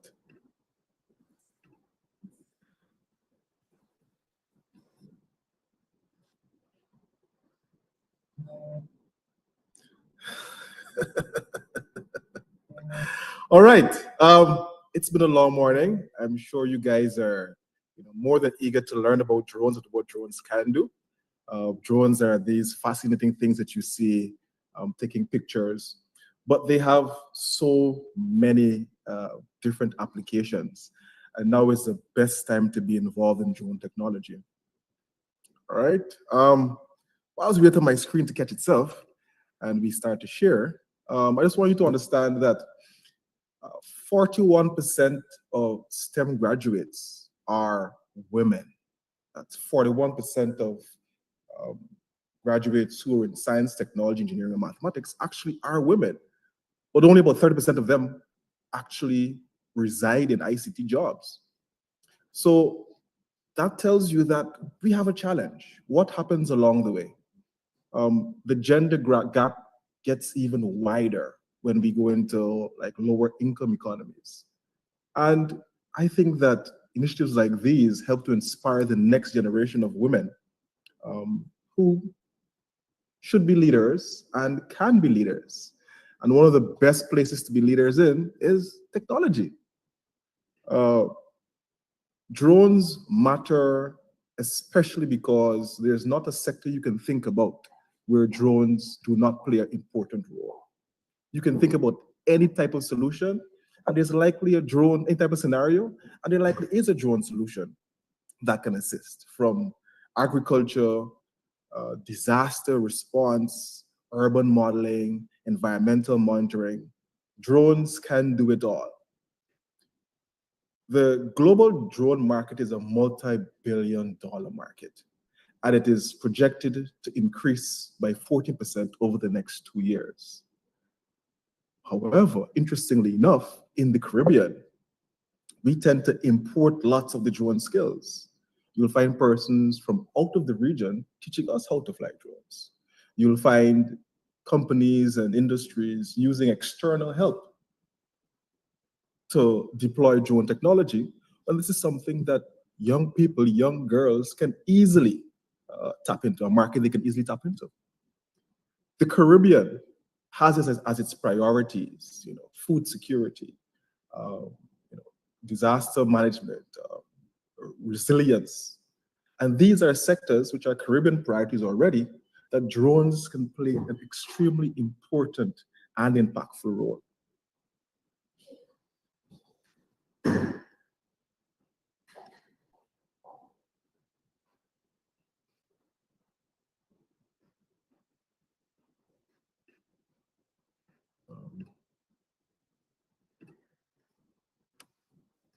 Not sure why I'm sharing. One moment.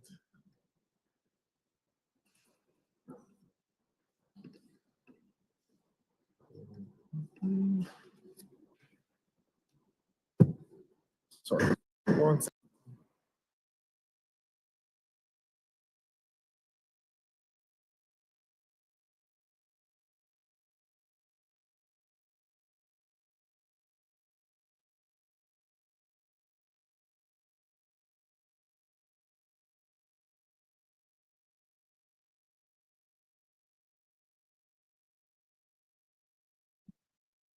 So Brian, could you tell us how drones are actually used to protect our natural environment here in the Caribbean?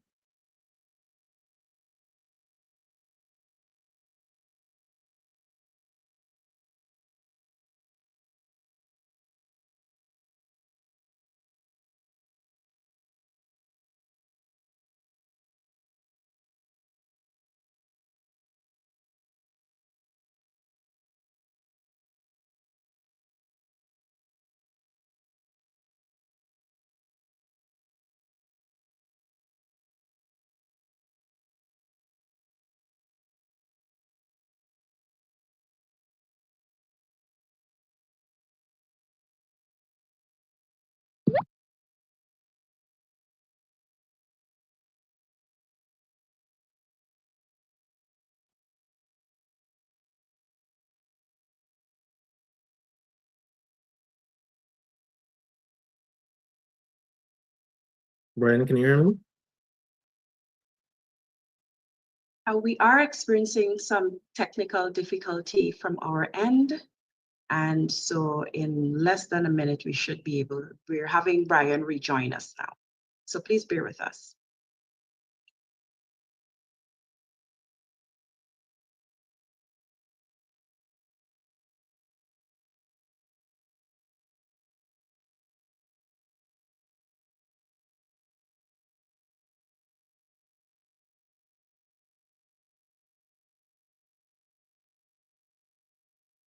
Shaquem Howell, are you hearing me?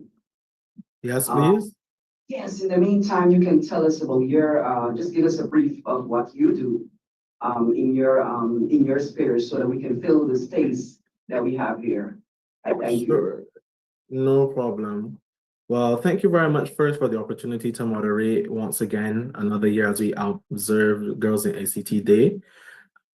I'm a young youth and social advocate hailing from the island of Barbados, and I started this journey in 2012 when I entered into my high school and became a member of the Barbados Cadet Corps and then the student council at the time. And now today I serve as the president of the University of the West Indies Students Today Alumni Tomorrow Vice Chancellor Ambassador Corps, which has been in existence for the last 19 years and is one of the youth umbrellas that work very closely with the CARICOM Youth Desk. And as such, the CARICOM Youth Ambassador Program has shaped many of our ambassadors alike. And I am one of the few persons that have had the opportunity to serve as a CARICOM Youth Ambassador and a UBSTA Ambassador across the region. And our immediate past dean, Renee from Trinidad and Tobago, she was also a CARICOM Youth Ambassador and a UBSTA Ambassador here at Cave Hill. And being able to have persons like her to look up to as a young woman trailblazing across the Caribbean, making an impactful mark, shaping the lives of young girls and women with their programs, continue to inspire persons like myself to continue my journey in being a youth and social advocate, being able to shine the light on some of the injustices that I see within my own particular home territory, but also across the wider region.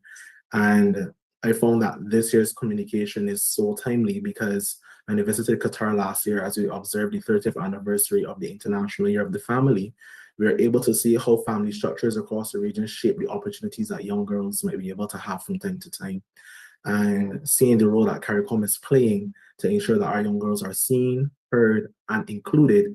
We're not just leaving our men behind, but recognizing that we have a role to play in changing these social cultural norms and ensuring that persons have access to education opportunities, to be able to be a part of STEM and STEAM, and have these creative avenues for employment available to our young girls is essential as we continue to develop our region's future.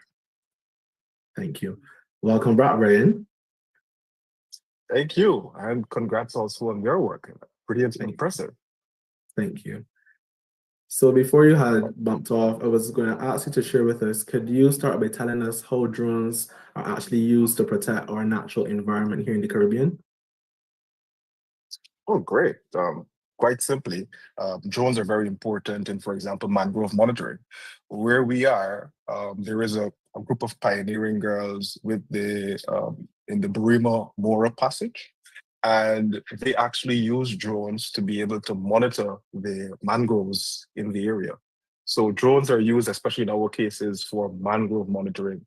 As you might be aware, mangroves play an important role in our city fence architecture.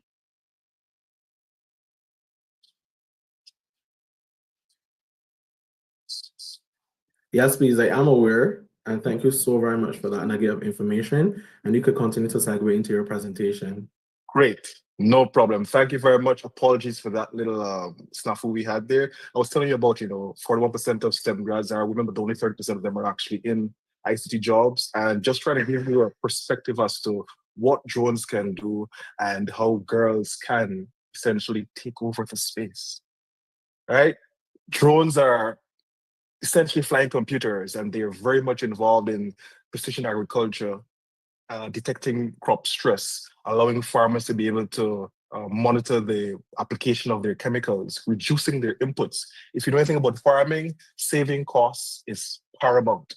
And drones are able to do this by using prescription spraying methods, disaster response, mapping flood areas, usually when a disaster happens, it's difficult to get into disaster areas. And the best way to get an area perspective, which gives you a macro understanding as to what the challenges are, where bridges are broken, where flood is impacted, where people are stranded, is using drones.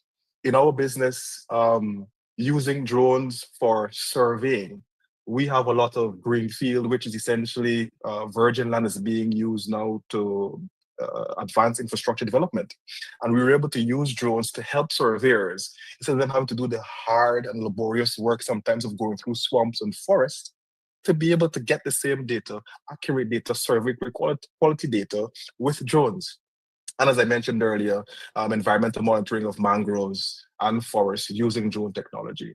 Drones are powerful enough to be able to detect different species of drones, be able to identify the different sizes of trunks of forest species. So you're now able to use this technology to now have actionable data to be able to essentially ensure you're sustainably managing your forests and sustainably harvesting your forests. All right. Spoke about the global drone market going to be 40% increased by next year, and the skills gap on the fact that the skills are being imported into the region when we actually can get this done. CARICOM priorities are ensuring we have sustainable development, resilient communities, and also food security. And what better way to do this than through drone technology? Girls at the controls, girls handling remotes, girls piloting drones, essentially builds CARICOM. So I can just tell you a little bit about how we use drones in our country. One of the early entrances is media, storytelling, the typical use of drones, taking wonderful pictures for tourism. As environmental advocates, in the picture there, you actually have our intern, Niara, who is actually a third-year environmental studies student, and she actively uses drones when we're doing our surveys. Urban policy, planning and data-driven zoning can be achieved by using real-time information that is essentially gotten from the drones and using drone technology. Indigenous conservation mapping. In our country, we have very large swaths of indigenous territories, and the best way to be able to map these territories is through drones. All right. You might be asking and thinking about the fact that the technology might look a little scary and you're not too sure, how do we get involved in it? Literally started from YouTube. Just going to YouTube and seeing how drones are being applied across the world. The beautiful thing about it is that we're not going to be the first. It's being done around the world. So literally you can go on YouTube and think about anything about drones and you can find it. Then obviously schools now have their STEM clubs and you can join the STEM clubs and talk about drones. We are always available and open to talking to young people about drones. We have this drone academy, Drone Kids, that we run. And we're always excited to be able to share with young people about drones and, all the girls too. Naturally, get yourself certified. Drones are very important tools that share the airspace with manned aircraft. And as such, you should ensure you're qualified to conduct operations in those manned aircraft. So you should get certified by your local certifying authority and ensuring that you comply with all local rules and regulations. GIS is the backbone of drone technology. GIS certification and understanding GIS, spatial analysis, being able to manipulate data is essential and critical. So if you think about the career right about now and not too sure what you think, what you want to do, GIS is foolproof. GIS has so many applications, from census data, from mining data, from environmental data.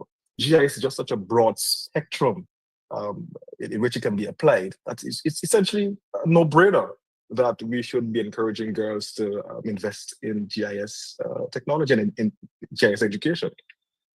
A career path.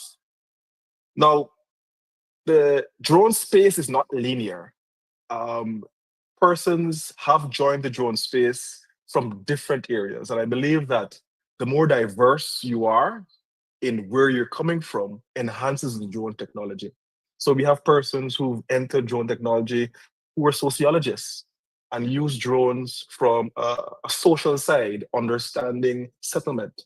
Drone technologists who come from the technology side, and they're looking at using AI for traffic detection, traffic management. So there literally is no field or area that you can think about that you can then dovetail it into drone technology.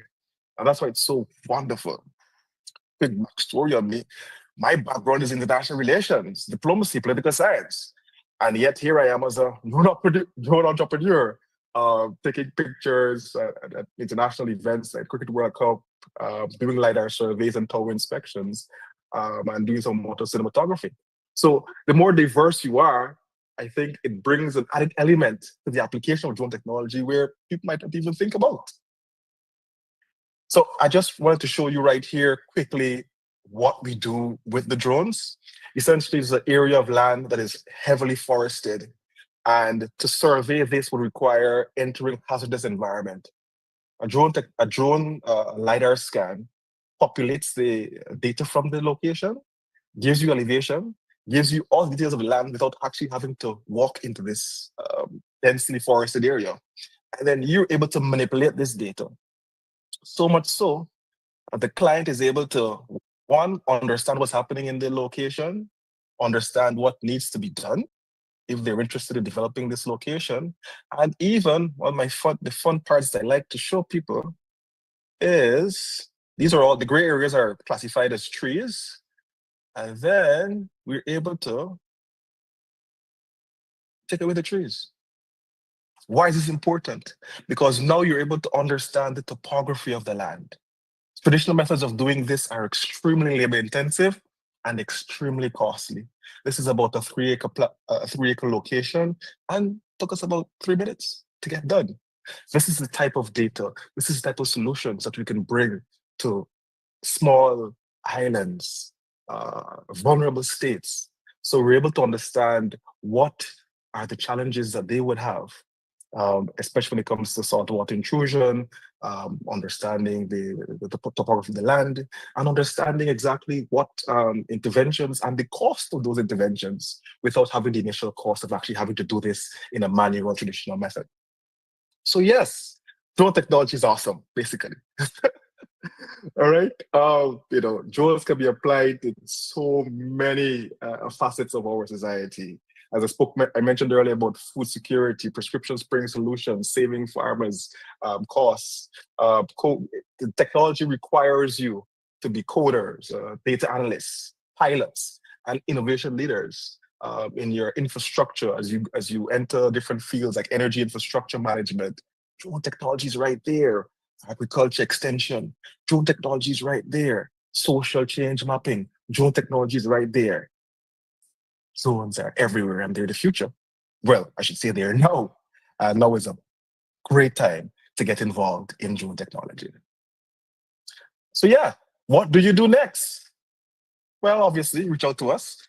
We'll be happy to provide mentorship or a pathway to how you can get involved in drones. Those who are here in person will have the added ability of being able to see some drones in action and elevate your knowledge on drones. Be curious. Go on YouTube. Follow TikTok. Look at drones being used in applications and spaces, in confined spaces. Drones being used in agriculture. Drones being used in cinematography, and get excited about drones. I clearly am. My name is Brian Smith. I'm the operations leader, Dragonfly Drones and Geospatial Solution. I am happy to be here, and I'm happy to be talking to you girls. I'm open for questions. Thank you so very much, Mr. Smith. Does anyone have any questions?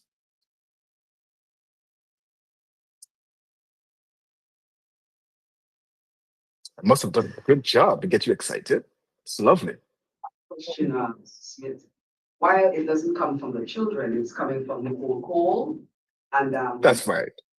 There's an aspect of the drone. Just like I struggled to sleep by me at 1 or 2 hours. I was paying attention to the country being gripped in a search for an 11-year-old.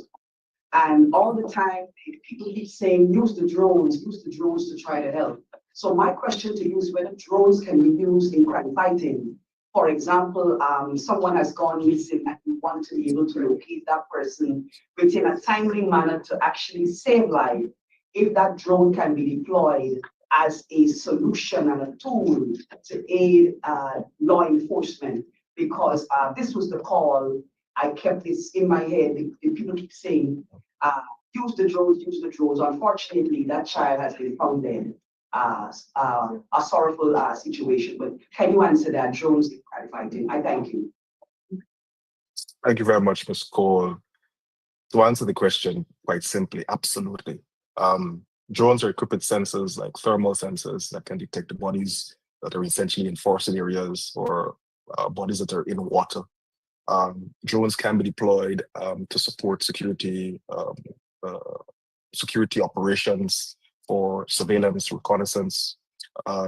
Drones are able to provide actionable intelligence to the security agencies. So yes, absolutely, drones can, and they actually are already being used for surveillance and also security reasons, applications.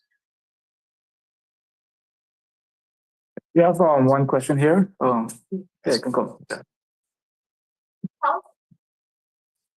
Yeah, let's come close. Hello.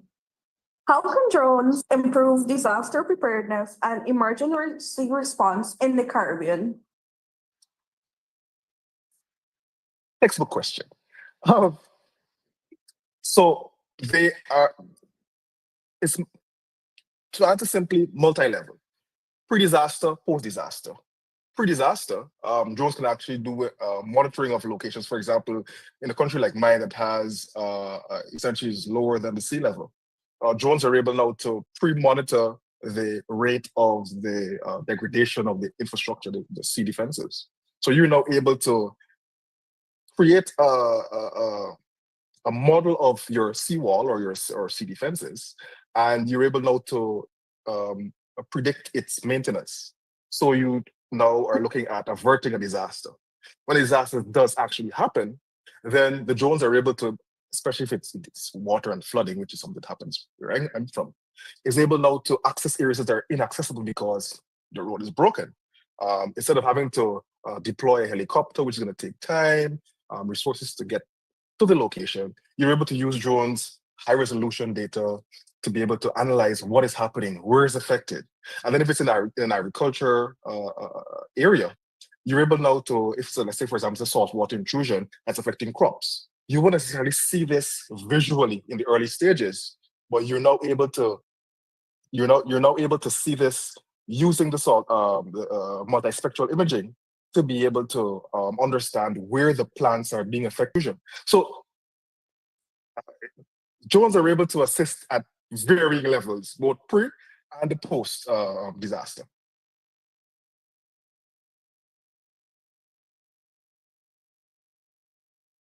Thank you so very much, Mr. Smith, for joining us today. Thank you, everyone, for your Thank you for having me. Yeah, just one more question from. If I may, Shaquem, Okay. there's another question from you in Guyana. Okay. Hi, what role can drones play in enhancing agricultural practice and food security in the region? Yes, well, I briefly mentioned prescriptions spraying. So the crop life cycle requires you to apply chemicals at different stages, or we say plant protection at different stages, from the germination, fertilizing, crop protection during when you have instances of insect intrusion, and then just before the harvesting for yield estimation. So along that life cycle of the crop, drones are able to play critical roles. One, I mean, and if you just move a little bit away from the drone application itself, but we're moving to a place where labor is a challenge in the region, and we have to now look at mechanizing our industries. Again, drone technology, where the tractor becomes automated. And then you move into efficiently applying or planting your whatever the produce is. Then you're able now to, again, fly multispectral, using AI technology, see your rate of germination, see predict how many seedlings or plants will be grown, and as such, a general idea as to what your yield is going to be like. Along the way, you're able to apply your plant protection and not overspraying. Because the challenge you have sometimes, especially in rural communities, is that you might have someone using a manual method, the wind changes, and then that drifts over to the neighbor's crops. And as such, the neighbor's crops are affected. Drones are able to precisely drop those droplets and limit that overspray on your neighbor's crops. So drones can play an extremely impactful role, especially in promoting food security.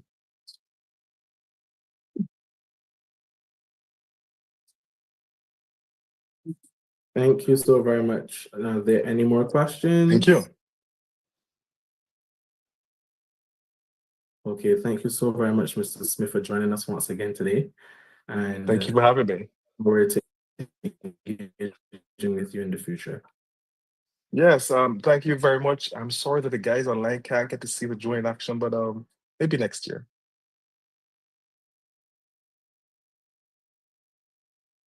Most definitely. Looking forward to it. No problem. So I now welcome our next speaker, who will be addressing us on the topic, taking care of our minds and each other. Ms. Yannicka Santra, who is a young influencer within the Ministry of Human Services and Social Security in Guyana. A passionate youth advocate and award-winning influencer from Guyana, Yannicka has led impactful workshops on mental health, gender equality, and early childhood education. She co-founded Unique Daycare and Preschool and co-created the Montreux Buddy Initiative, which provides mentorship for youth in state care. Representing Guyana at the 68th UN Commission on the Status of Women, she continues to be a force of compassion and inclusion. Let's welcome Yannicka as she continues to share with us today. Thank you for such a lovely welcome. Can you please indicate if you're hearing me well? Yes, please, I can hear you. Okay, great. So, hi everyone, good day. Today, as we celebrate the power of girls in ICT and their vital role in shaping the future of CARICOM, we must also recognize the importance of what lies beneath the code, the creativity, and the innovation, and that is our mental well-being. So behind every breakthrough is a mind that must be nurtured, and that is what I'm here to do today. So with a passion for empowering young women to not only succeed in tech, but thrive as holistic individuals, I'm here to remind us that building a strong digital future also means building strong minds. So at this time, I would like to share my screen with you.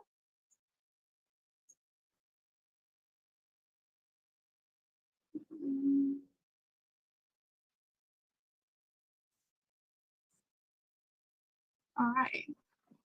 Can everyone see my screen? Just indicate for me, please.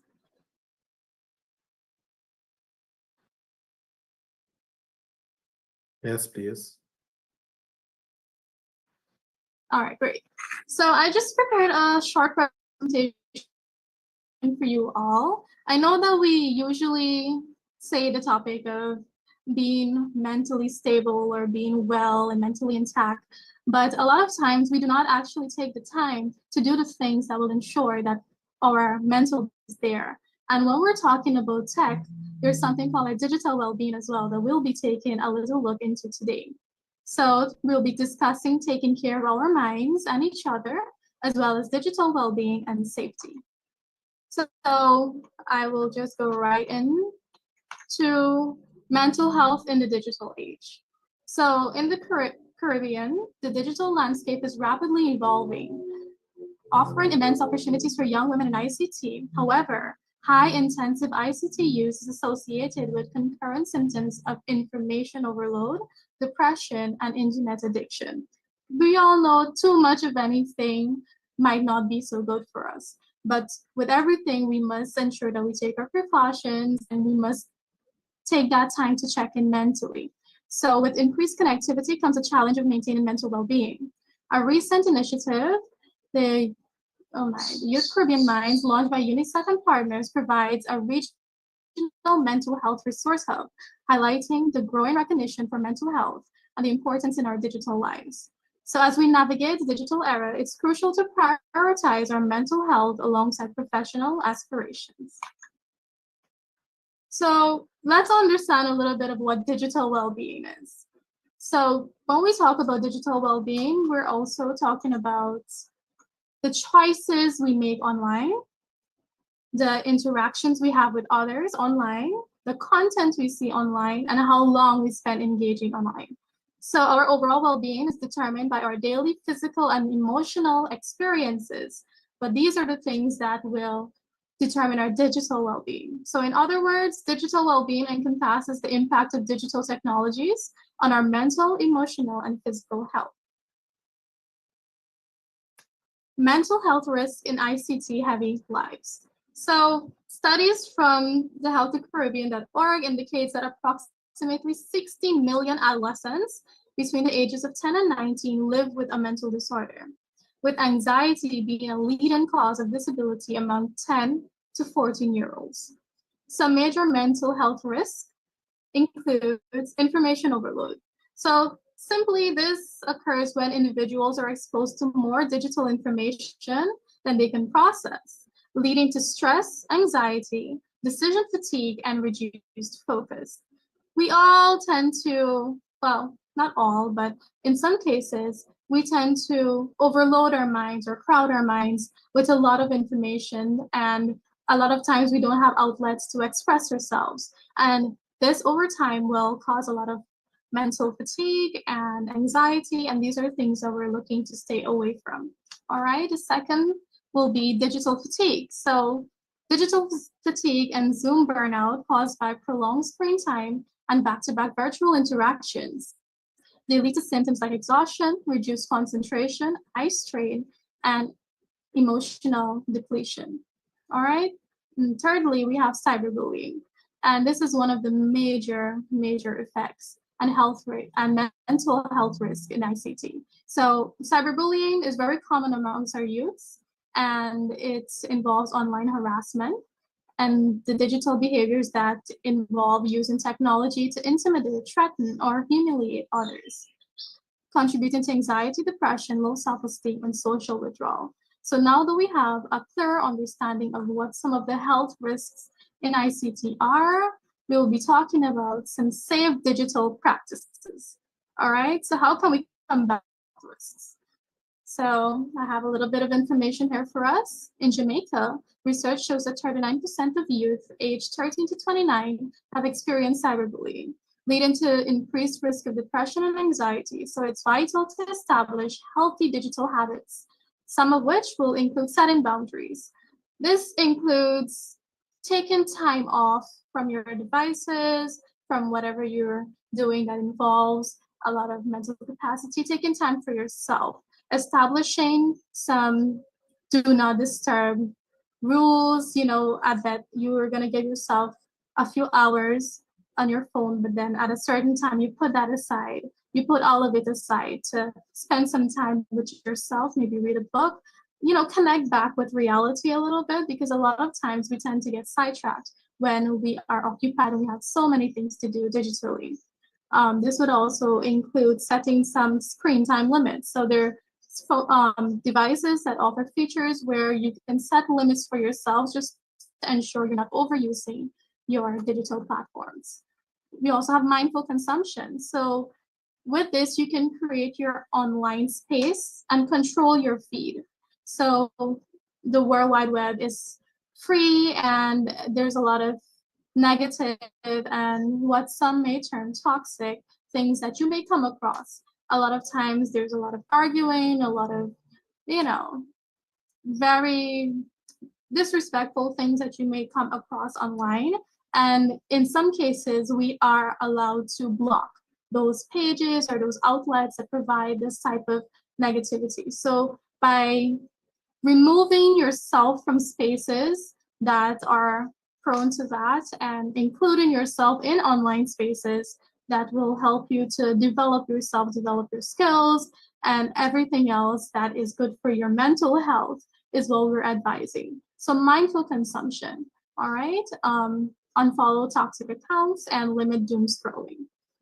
Thirdly, we have positive social connections. Like I said, instead of the social comparisons that we tend to do in this day and age, us youths and even our older generations and younger generations to come, there's a lot of social comparison that's happening currently. Everyone wants to meet up to that perfect or that ideal standard, and there's a lot of pressure online to be of a certain caliber, portray yourself as a certain online persona, and that in most cases that's not a healthy habit to follow. So we encourage you girls to form meaningful and authentic social connections. Align yourself with groups and with different agencies and different persons that will serve the purpose of uplifting you rather than depleting your self-esteem. We also have digital identity. So, like I said, undoubtedly there is a pressure to maintain a perfect online persona because of social norms and cyberbullying. However, you should be authentically you and refrain from oversharing on social media platforms. Utilize privacy settings and know when to step away from harmful spaces. You can also seek help. So recognizing warning signs like withdrawal, irritability, poor sleep, or spending excessive time online to escape your real life problems or stress are red flags that you should not ignore.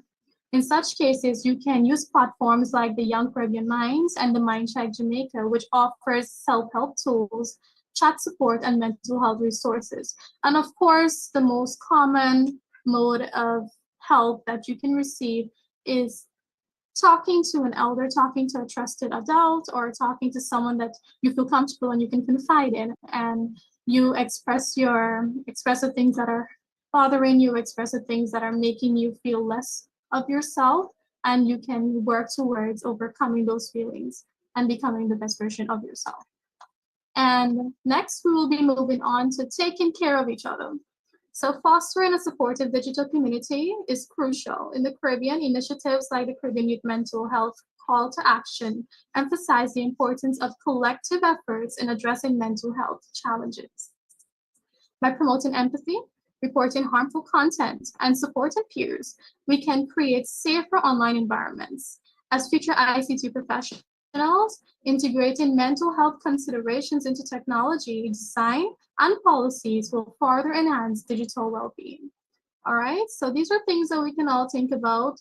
We know that a lot of times we might not place as much emphasis on digital well-being of ourselves and others around us. We might see it as secondary, but it is still important to keep yourself in check. All right, and we can take care of each other by being a digital ally.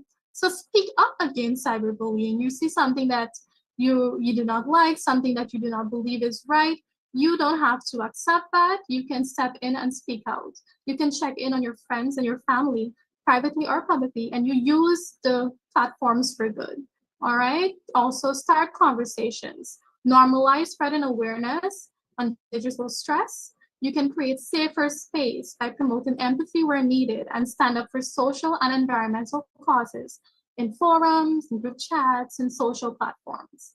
And lastly, you can create mental health friendly platforms. So being a girl in ICT, you have the unique opportunity to craft and develop programs that can be used as mental health friendly platforms. All right, so highlight roles of tech professionals in creating mental health friendly platforms and be creative, actually do something that can be able to help others and promote digital well-being.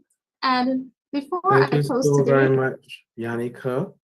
I just received communication that we have to jump straight to the panel discussion because we're doing it live on our bridging platform.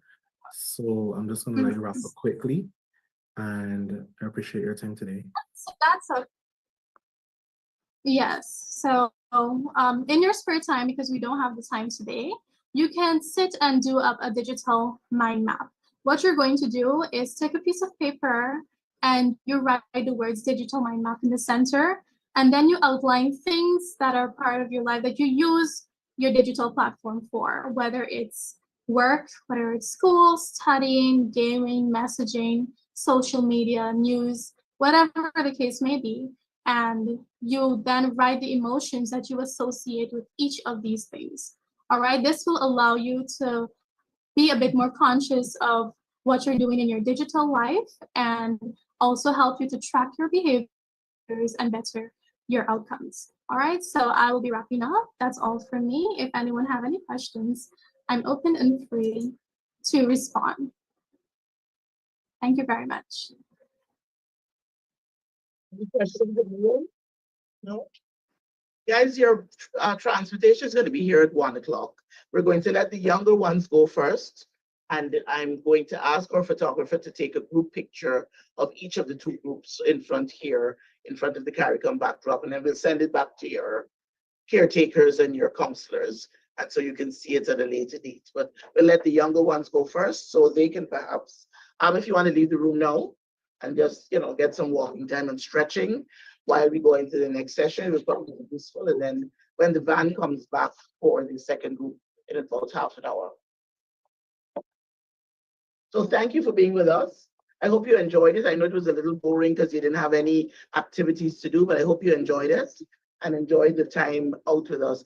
Teacher, 2 of them are sleeping. 3 of them, you're gonna have to lift them out. But you can walk out now so that we don't disrupt the other panel, and then All of us, I must say thank you very much for accommodating kids from the center. Yes. Because it is needed. Of course, and we will continue to do so. You're in our catchment area, so we won't forget you. Thank you, Ms. Hamilton. And you can take the kits with you. Somebody was asking me if they could take the kits. Yes, you can take the kits with you.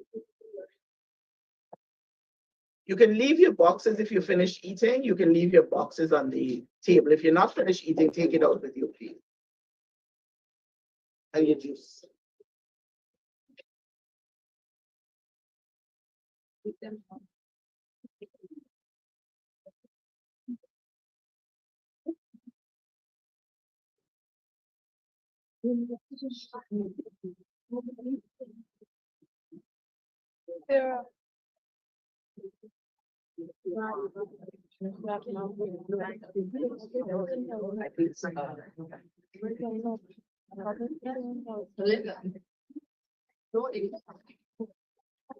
Okay, so just before you go, I just have one question for you quickly, which is how can we build a safer, more supportive digital space for girls and young people? Yes, certainly. So we can build a more safer space by having girls collaborate. All right, so we use our online spaces for good. We can create groups, we can create different modes in which we can communicate, share information, and support each other. All right, have persons align themselves with these groups and we share it, we make it wider so that girls can have that safe space online and they as well can gain from that. So that would be my little suggestion. Let's collaborate together as girls, form spaces within our little communities online, and make it accessible for all. Thank you so very much for joining us today as we continue to celebrate Girls in ITC Day 2025 and for all the phenomenal work that you're doing in Guyana and across the region. And at this stage, I now hand back over to CARICOM HQ in Guyana. Thank you, Shakim. Thank you, Unika, for that very impactful presentation. I know those joining us online and in the live stream had a lot of interesting things that they learned today, and I hope that they can continue to post questions on CARICOM social media and the YouTube. Ask any questions that you have, and we will take them. At this present moment, we will go swiftly into the next session, which is a panel discussion on shaping the future classroom. I have the pleasure of introducing our moderator today. He's at my left-hand side, Mr. David Leslie. He's a passionate professional with more than 2 decades of multidimensional experience at various levels and in different areas of the education system. Mr. Leslie, please take us through today. Thank you. Thank you so much, Ms. Alza.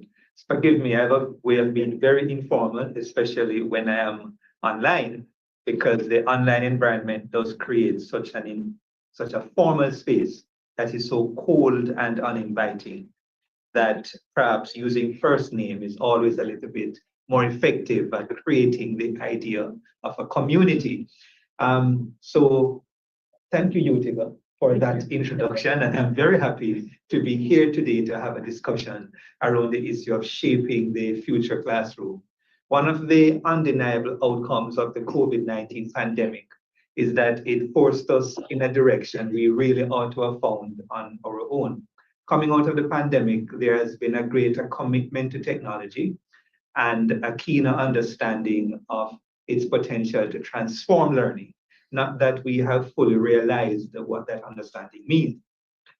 Learning in the future is one in which technology will define not just what we learn, but also how we learn. Old people like myself are learning to make peace with the fact that if information cannot be transmitted using a video that is no more than 3 minutes long, then children are not likely to pay attention to it. So we cannot stop the onward march of technology in the wider society and definitely in education. So I must confess that I have stopped screaming at my nieces and nephews to put down the tablet, which is what I was doing maybe 2 or 3 years ago. And rather, I have now tried to see how I can help them to spend their time on these devices a little bit more productively. And perhaps, therefore, there's a lesson in this, and this is something we can talk about some more today. Rather than trying to change the children to fit into the classrooms that we have, perhaps our efforts should be placed into seeing how we can change the classrooms to accommodate the children we have, especially as we march forward with the changes in technology. And so this is not just another discussion of technology in education. As the young people say these days, AI has entered the chat. Did I get that right? I hope I did. And this has disrupted significantly the entire environment of education in much the same way that the invention of electricity in the 18th century transformed all aspects of life. And so today we'll be talking about these and many other issues with our panelists. We welcome you from wherever in the world you are joining us from. And we want to advise that we would love to hear from you through questions, comments, etc. at the appropriate time. How will this webinar proceed? We have a diverse panelist of 5 exceptionally qualified persons. We will meet them in just a second, but just to kind of give you a sense as to how we are going to be managing this session. Each of our 5 panelists will be given 3 minutes or so to make brief presentation around a particular aspect of the digital transformation needed to secure the classroom of the future. And then thereafter, we will have some questions and answers. I have a few questions that I have noted here that I wish to ask the panelists, but we do want to perhaps give even greater prominence to the questions that you may have as you are listening to the presenters. And so we do invite you to prepare yourself to ask your questions, make your comments. I am inside the conference room here in Guyana, and we also have learners who are here with us live in person. And I also want to encourage the learners who are here to perhaps note their questions so that towards the end, as we take questions and comments from the audience, you too can perhaps pose a question or so. But let us quickly meet our panelists. This afternoon, we are joined by, let me begin with Dr. Darcy Wilkinson. Utica will just do a very quick introduction of each panelist as I call their name. Okay, so I will perhaps go ahead and do that quickly. Dr. Wilkinson is an assistant professor in the Human Systems Engineering program at Arizona State University and director of the Responsible Technology and Society Lab. Originally from St. Kitts and Nevis, she holds a PhD in human-centered computing from Clemson University and is registered globally for her work on ethics and fairness in AI. Her research bridges human-computer interaction and AI, focusing on mitigating algorithmic harm and promoting justice in digital environments. She is an affiliate of the Center for Human Artificial Intelligence and Robot Teaming and was named among the top 100 brilliant women in AI ethics in 2023. Dr. Wilkinson, you impressed me, and I'm very happy that you are joining us today.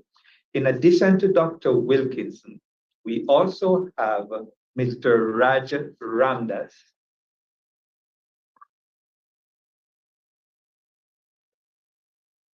Mr. Raj Ramdas is an electrical engineer and the director of Restore a Sense of ICANN, RSC International Limited, operating out of Trinidad and Tobago.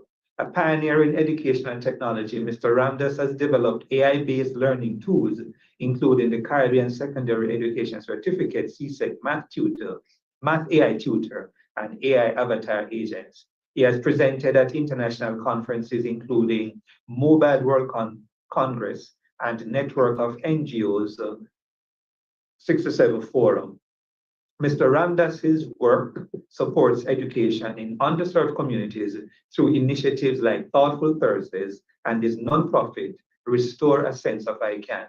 His team recently won the Amazon Web Services Innovators Award for Youth-Led AI and Climate Action Work.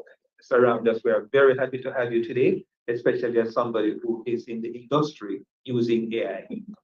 Let's quickly move on to meet Ms. Chavis Ferguson. Ms. Ferguson is an English language and literature teacher at A. Louise Garland Thomas High School in Providenciales, Turks and Caicos Island.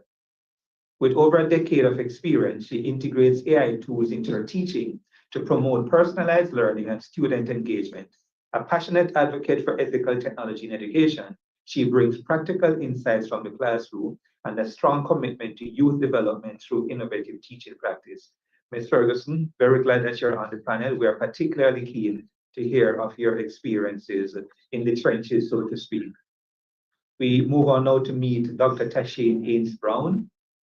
Dr. Haynes-Brown is a lecturer in teacher education at the University of the West Indies, Mona Campus, Jamaica, with over 23 years of experience in education. She specializes in pedagogy, teacher development, and digital learning. She has led professional development programs across the Caribbean and Africa, contributed to Jamaica's national open distance learning policy, and served in multiple academic leadership roles. A former visiting scholar with the Michigan Mixed Methods Research and Scholarship Program, she also led the Mixed Methods International Research Association Caribbean chapter. Very surprised, Tashane, that you have more than 23 experience in anything at all. But welcome, very glad that you're here on the panel with us, and I'm looking forward to your contribution. And then finally, we will meet Mr. Esquire Henry, who is a CARICOM Youth Ambassador for Antigua and Barbuda and an advocate for youth empowerment and environmental education. He holds a BSc in economics and accounting and leads local projects such as the Wetlands and Coastline Assessment and Management Initiative. His work blends education, sustainability, and community engagement, providing youth with hands-on experience in conservation and climate action. Through his leadership in Adopt a Coastline, he also promotes environmental awareness in schools and communities across the region.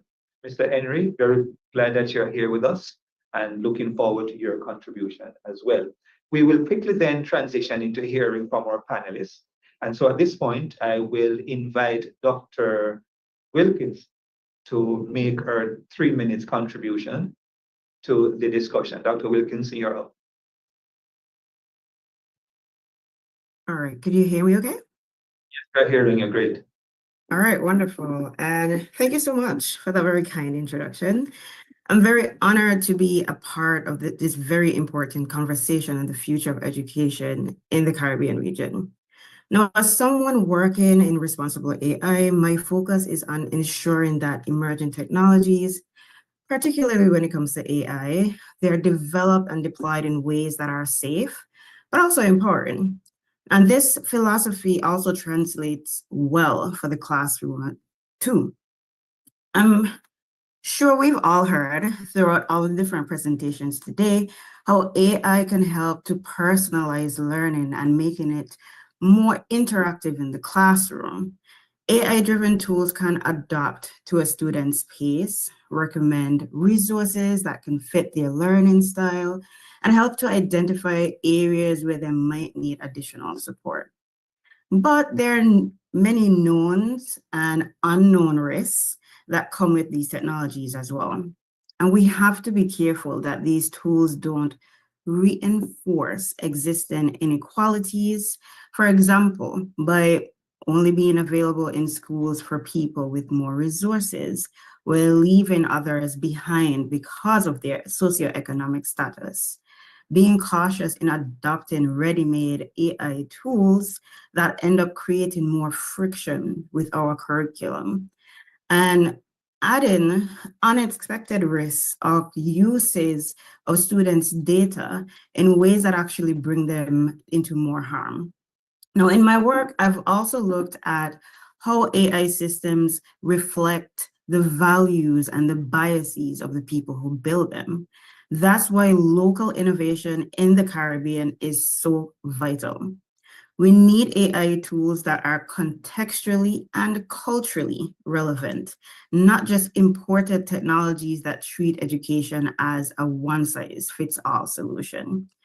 So regional educators and technologists must be a part of that developmental pipeline, not just the end users. In my work, I have found that for the Caribbean, trust is paramount. It is critical. Teachers need to be able to trust that these technologies support their work, not replace them, and not create opportunities where they're being monitored or even creating unwelcomed avenues for additional surveillance. Trust building starts with policy and training. We need to have clear frameworks to govern how student data is being used, who gets to make decisions about technology's adoption, and how we prepare educators to critically engage with these tools. So ultimately, responsible AI and education means creating pathways for co-creation with people who will be using these, the educators, students, and also with the community. So making sure we're designing with equity in mind from the start and never losing sight of the real relationships and opportunities that we are trying to nurture. And I look forward into diving into like a lot of these themes throughout the panel. Thank you. Thank you so much, Dr. Wilkins. Very useful observations that you have made, and certainly laid a good foundation for us to explore some of those issues in further detail. Mr. Ramdas will now take the mic and share his perspective for about 3 minutes. Mr. Ramdas? Okay, hi, good afternoon, and thank you very much. I must say congratulations first to the CARICOM team. I've been on the session since morning, and it has been a fantastic choice of sessions so far. So congrats, team. Two quick things. If it's okay, I will take from the moderator and say, hey, let's be informal. And was really interesting that when someone younger than you says something like old man like me in technology for himself, right? So put me in a spot here. First thing is to segue from Dacia, first name Dacia, to segue from Dacia and what she's saying. I mean, that is paramount in terms at the level of we can't just dive into technology. And the thing about it is AI and the implementation of AI and technology is actually moving faster. And here's a big problem. It's moving faster than the ability of our decision makers to implement decisions and policies. So if you're talking education in the Caribbean, we have all these silos that perhaps exist nowhere else in the world. We have an examination body that perhaps 17 countries subscribe to, could be more. Each of these countries are politically controlled differently in 3 to 5 year cycles. And then these decision makers have to sort of come together in terms of policies and curriculum and all these things to try and work together. So what happened is our children, our students who are part of the system that we're trying to serve, they don't have this challenge. They went ahead with their ChatGPTs. They went ahead with their Google AI. They went ahead with everything. And really, what we have happening is putting cars in the hands of kids without training them how to drive. They're bumping a few walls here and there, and a lot of confused, and this is not meant to be a negative statement, but a lot of confused decision makers wondering why the car's hitting the wall and will hurt our children. So that is just the intro in terms of what the education system is. Now, the reality is just as disruptive, and I love his analogy again, as electricity was to human, AI, I think, is tenfold in terms of disruptive. For years, I mean, literally donkey years, educators, students, parents, observers, they've complained about the education system. What are we putting out there? How relevant it is? But it was really difficult to turn that big ship. Number of reasons. Here comes AI. And one of the things we have to understand is we cannot take AI, plaster our analog system to see where AI could fit, and then say we're into technology. That happened during COVID. During COVID was a knee-jerk reaction, and coming out of COVID, a lot of institutes had to go back to analog because their system was not sustainable design.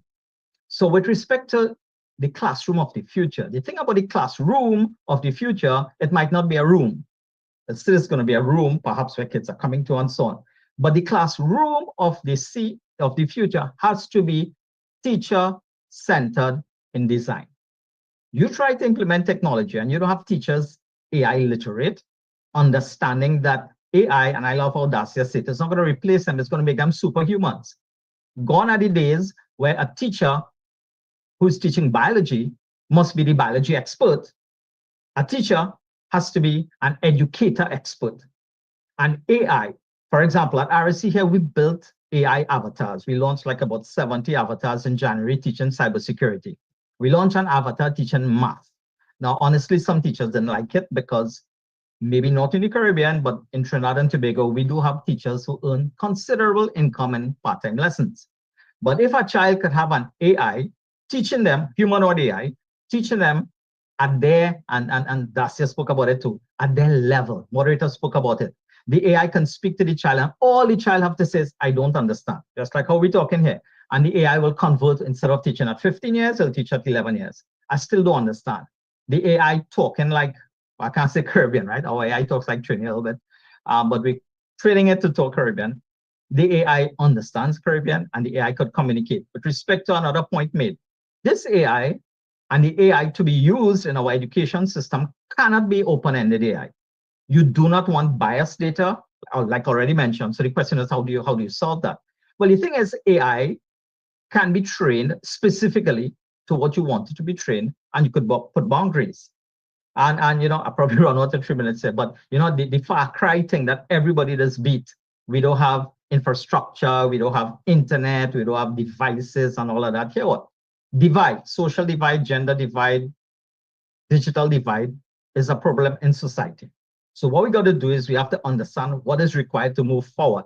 A challenge in the Caribbean is that, let's take from 2005 to like 2015, when the big thing is make the Caribbean export of digital technology through animation and lots of grants and all kind of thing happening in different countries. Where are we right now? Because I'm making a harsh statement here, because sometimes we get confused between social intervention and digital and economic intervention. There's a difference, because we got to allow our people, our students from the Caribbean to become digital income earners. And those who could become digital income earners, because it's real easy. We don't have geographical boundaries again. And they can help pull the ship forward for those who want it. But the quick question on digital. I heard somebody recently say, Raj, you can't put out avatar because it's digital divide. Well, hear what? You do not need internet to use AI. We could talk about that some more, but AI could work without internet. I think I ran out of 3 minutes, sorry about that, but there are lots to discuss in this particular topic. Over to you, Mr. Moderator. Thank you, Raj. I was just about to jump in and remind you that we only have 3 minutes. You're Trinidadian, and forgive you, I shan't hold it against you. Yeah, so you did make some good points, and one of the fundamental points is that policymakers are invariably behind the AI curve because of how quick the technology is transforming.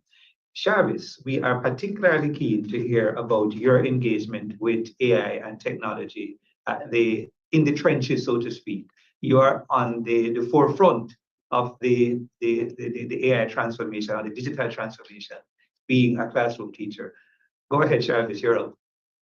Well, good morning, everyone, or good afternoon. Thank you for having me here. I'm very excited to share about my life in the trenches, as you called it.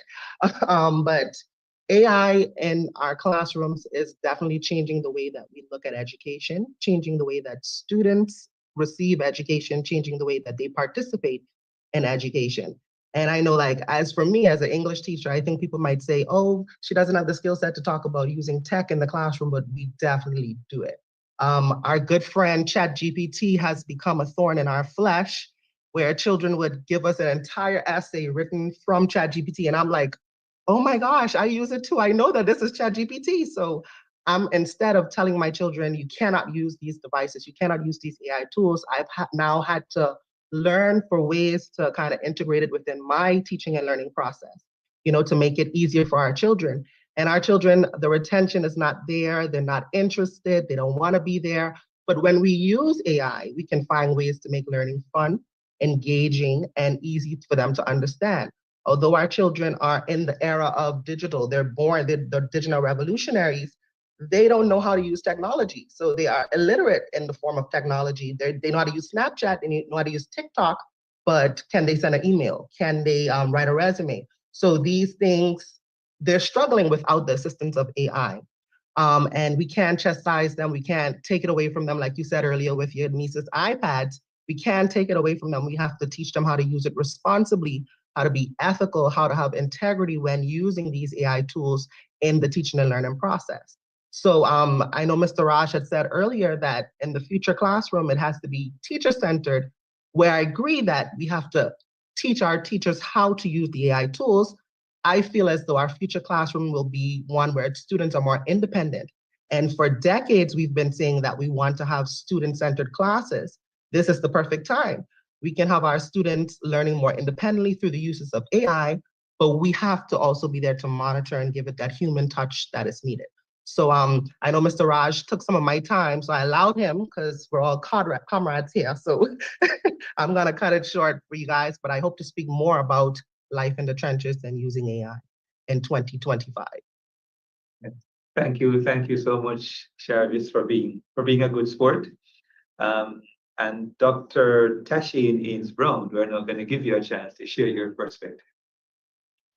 All right, thanks for having me. I would join Sharice in the trenches as well. Being a teacher educator, I also have to work with the future teachers. And one of the things that I know is happening, because of course, I love research. I went into the field early to find out what's happening in terms of teachers' perspectives on AI, their intention to use it, and how are they using it.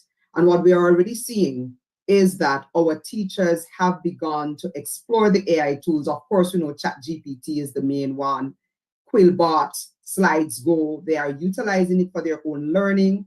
They're already using it to generate their essays. They're already using AI tools to create PowerPoint presentations, etc. So they're already using it for their own learning as teachers. But the biggest challenge we're facing right now is, we're all on the fence concerning what should be considered ethical use of AI, what isn't. And when we explored that with the teachers in the research, what we already are finding is that many of them have what I would like to call questionable views on what is to be considered ethical use of AI. They are not so clear on the boundaries right now. And there are persons also who have negative perspectives and attitudes towards AI. And because these are our future teachers, if we don't address those concerns, begin to help them to shape the future thinking about how AI will and should be used in the classroom, we are going to have a challenge there. So I see a lot of potential for AI use in the classroom, but it hinges on our ability to prepare our future teachers and our current teachers also for this new wave. I hear people talking about the future, but for me, I'm going to join with Dewey and say the future is here. Yeah, we live in a world that is ever changing, and so when is there ever going to be a quote unquote future? We're always living in the future. And AI is moving at such a rapid pace that our courses and our programs in our teachers' colleges can't pivot fast enough to cater to all of what we need. Just getting a new course through the system is taking months and a year or two. By the time that new course goes through the system, of course, we know that it's already outdated. So we have a lot of things to think about in terms of how we prepare our teachers for life with AI. Yes, thank you, Tashin. Some very useful points there, and the value of integrating the changes we want to see in the classroom in teacher training is something that we can't overlook, even though admittedly, very often in the past, that's one of the areas that we have overlooked in terms of ensuring that we make the changes, not just in the classroom, but at the teacher training stage and level. And finally, Esquire will share with us his youthful perspective on digital transformation and AI, etc., in the classroom. You know, I'm so happy to be on this panel because so far we have discussed training teachers, but I think another important discussion that we must have is how are we going to train students? Because I can look at it from a student perspective, having done my bachelor's, you know, fresh out of COVID. It really showed the importance of managing AI use within the classroom because all of us are impacted. Funny enough, even being a student, you have to wonder when some of your colleagues will just send you a script straight from ChatGPT and how that would affect and impact our grades. And you know, I think it's so happy to have this discussion because definitely AI is very useful in how we complete our task and work. And one of the greatest benefit that it has is the ability to teach us so many things. And for me, I think AI should certainly serve as a base. It should serve as a base, but not the end mean of completing an assignment, not the end mean of completing a task, but rather a guidance forefront. So for example, if a young person, and I know that we have young persons in the room right now, if you're tasked with writing a speech, I'm begging you, or writing an essay, I'm begging you, don't just put the prompt into the chat GPT.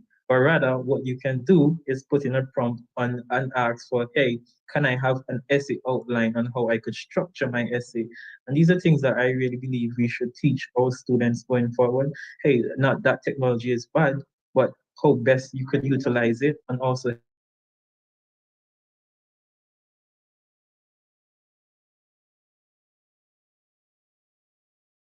there are spaces of biasness, and if you want to ensure you minimize those in your work, you have to ensure you place the correct prompts as well. Sorry? Oh, you're back.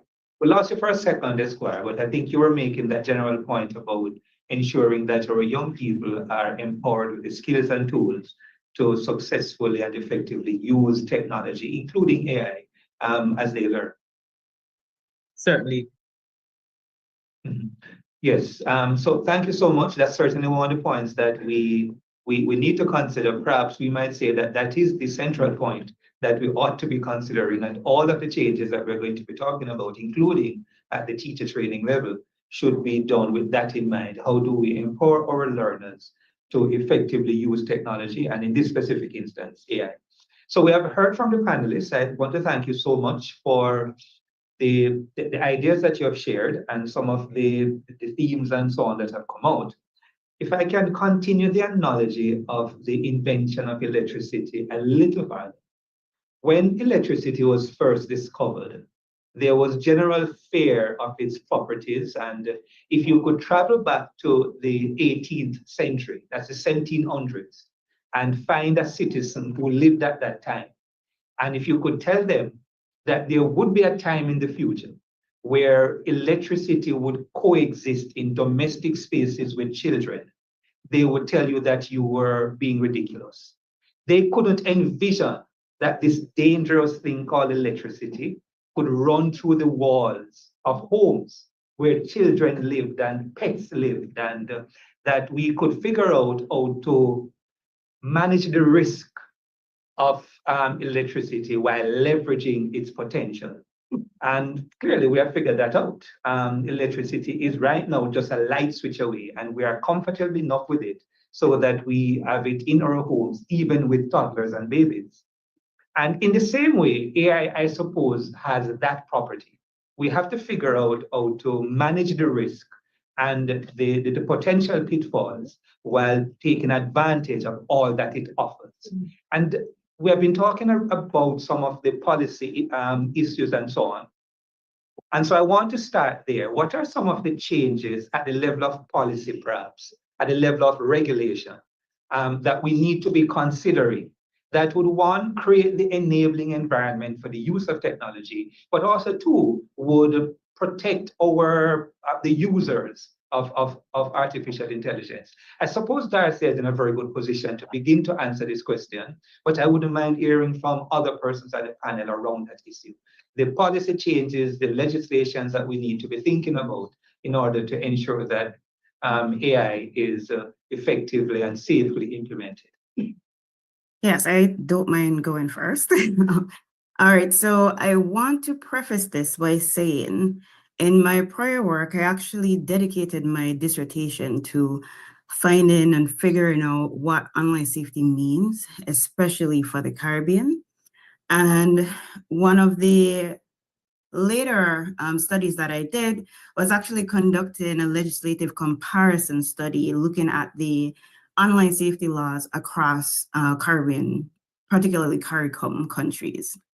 Now, one of the clearest findings coming from that research was that while many countries actually have privacy laws on the books, the actual scope and enforcement of those laws vary widely. And when we think about them, especially within the context of AI and education, there are some limitations and certain things that might be outdated that need to be spoken of. So if we are serious about introducing AI into the classrooms, we have to be really critical about governance and data governance in particular. We are talking about very incredibly sensitive information.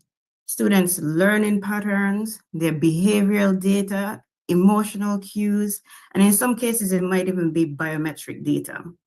Now, if we're not careful, we run the risk of creating systems that are actually exposing our Caribbean students to surveillance by companies outside of the Caribbean, and all without their informed consent. So, for example, let's say you have an instance where students are using some AI generator to upload their own picture.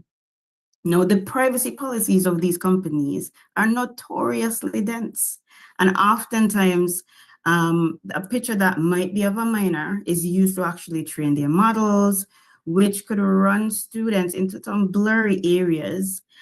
So they end up giving up the right to their likeliness, all for a funny picture. And I think this is more prevalent now because I remember having these discussions with people. I remember one instance from Trinidad where we spoke about some of the implications for deep fakes in 2020.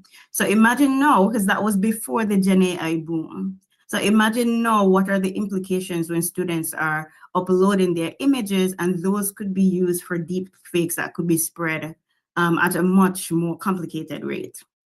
So then I think this leads us to ask a few questions. Are the current privacy laws in the region adequate for protecting minors' data, and especially when it comes to AI-enabled environments?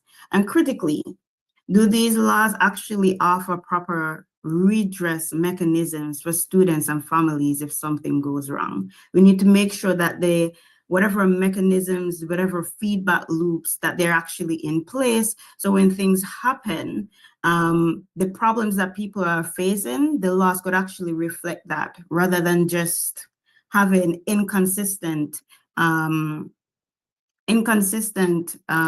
rulings. So one person could be charged $5,000 for an infraction, and for someone else, like, it doesn't even really matter. So for CARICOM countries, in a lot of cases, when we look at these questions, the answer might be no when we talk about whether or not the laws currently are adequate. And for some other countries, we might have some laws that exist, but they don't necessarily extend to the type of protections that we need. So we need to make sure that the laws, they could differentiate between general data protection and being a bit more contextually sensitive to the data generated in educational settings. And I think there is quite an ethical gap that we cannot ignore here. Like what happens to students who are actually harmed by AI systems, but they fall through the cracks because there are actually no legislation in place to help them. So whether it's either through AI systems and we end up having that impacting grading or different data leaks, we need to make sure that we have legislative frameworks that could actually help people. And I would argue, especially for CARICOM countries, that we want to be able to dwell on a couple of reflections. We need to be able to think about requiring clear consent mechanisms, especially for minors. If we want to lean on different mechanisms like those from Europe, where they had the GDPR and it kind of mandates how companies should act when it comes to the Caribbean. Also thinking about how we could have data minimization, but also data transparency, making sure that parents, students, and educators could actually understand what is being collected and how their data is being used, and introducing some opportunities to have regular audits so we make sure that these tools are actually working how they should be. Thank you. Thank you. I think I've been calling you Darcia. Please forgive me. I'm now looking at the spelling of your name and I see it's Daricia. Daricia. Please forgive me. As somebody whose name is commonly maligned, I stand with you in ensuring that your name is properly pronounced. So please forgive me. Daricia. Yes, thanks. Which I must admit is a much better name than Darcia. And I apologize. Darcia right now. No worries. Right. So I want to continue with this a little bit more. What I want to hear from maybe Sharvis, Raj, and Tasheen, who may be working at a level closer to the ground.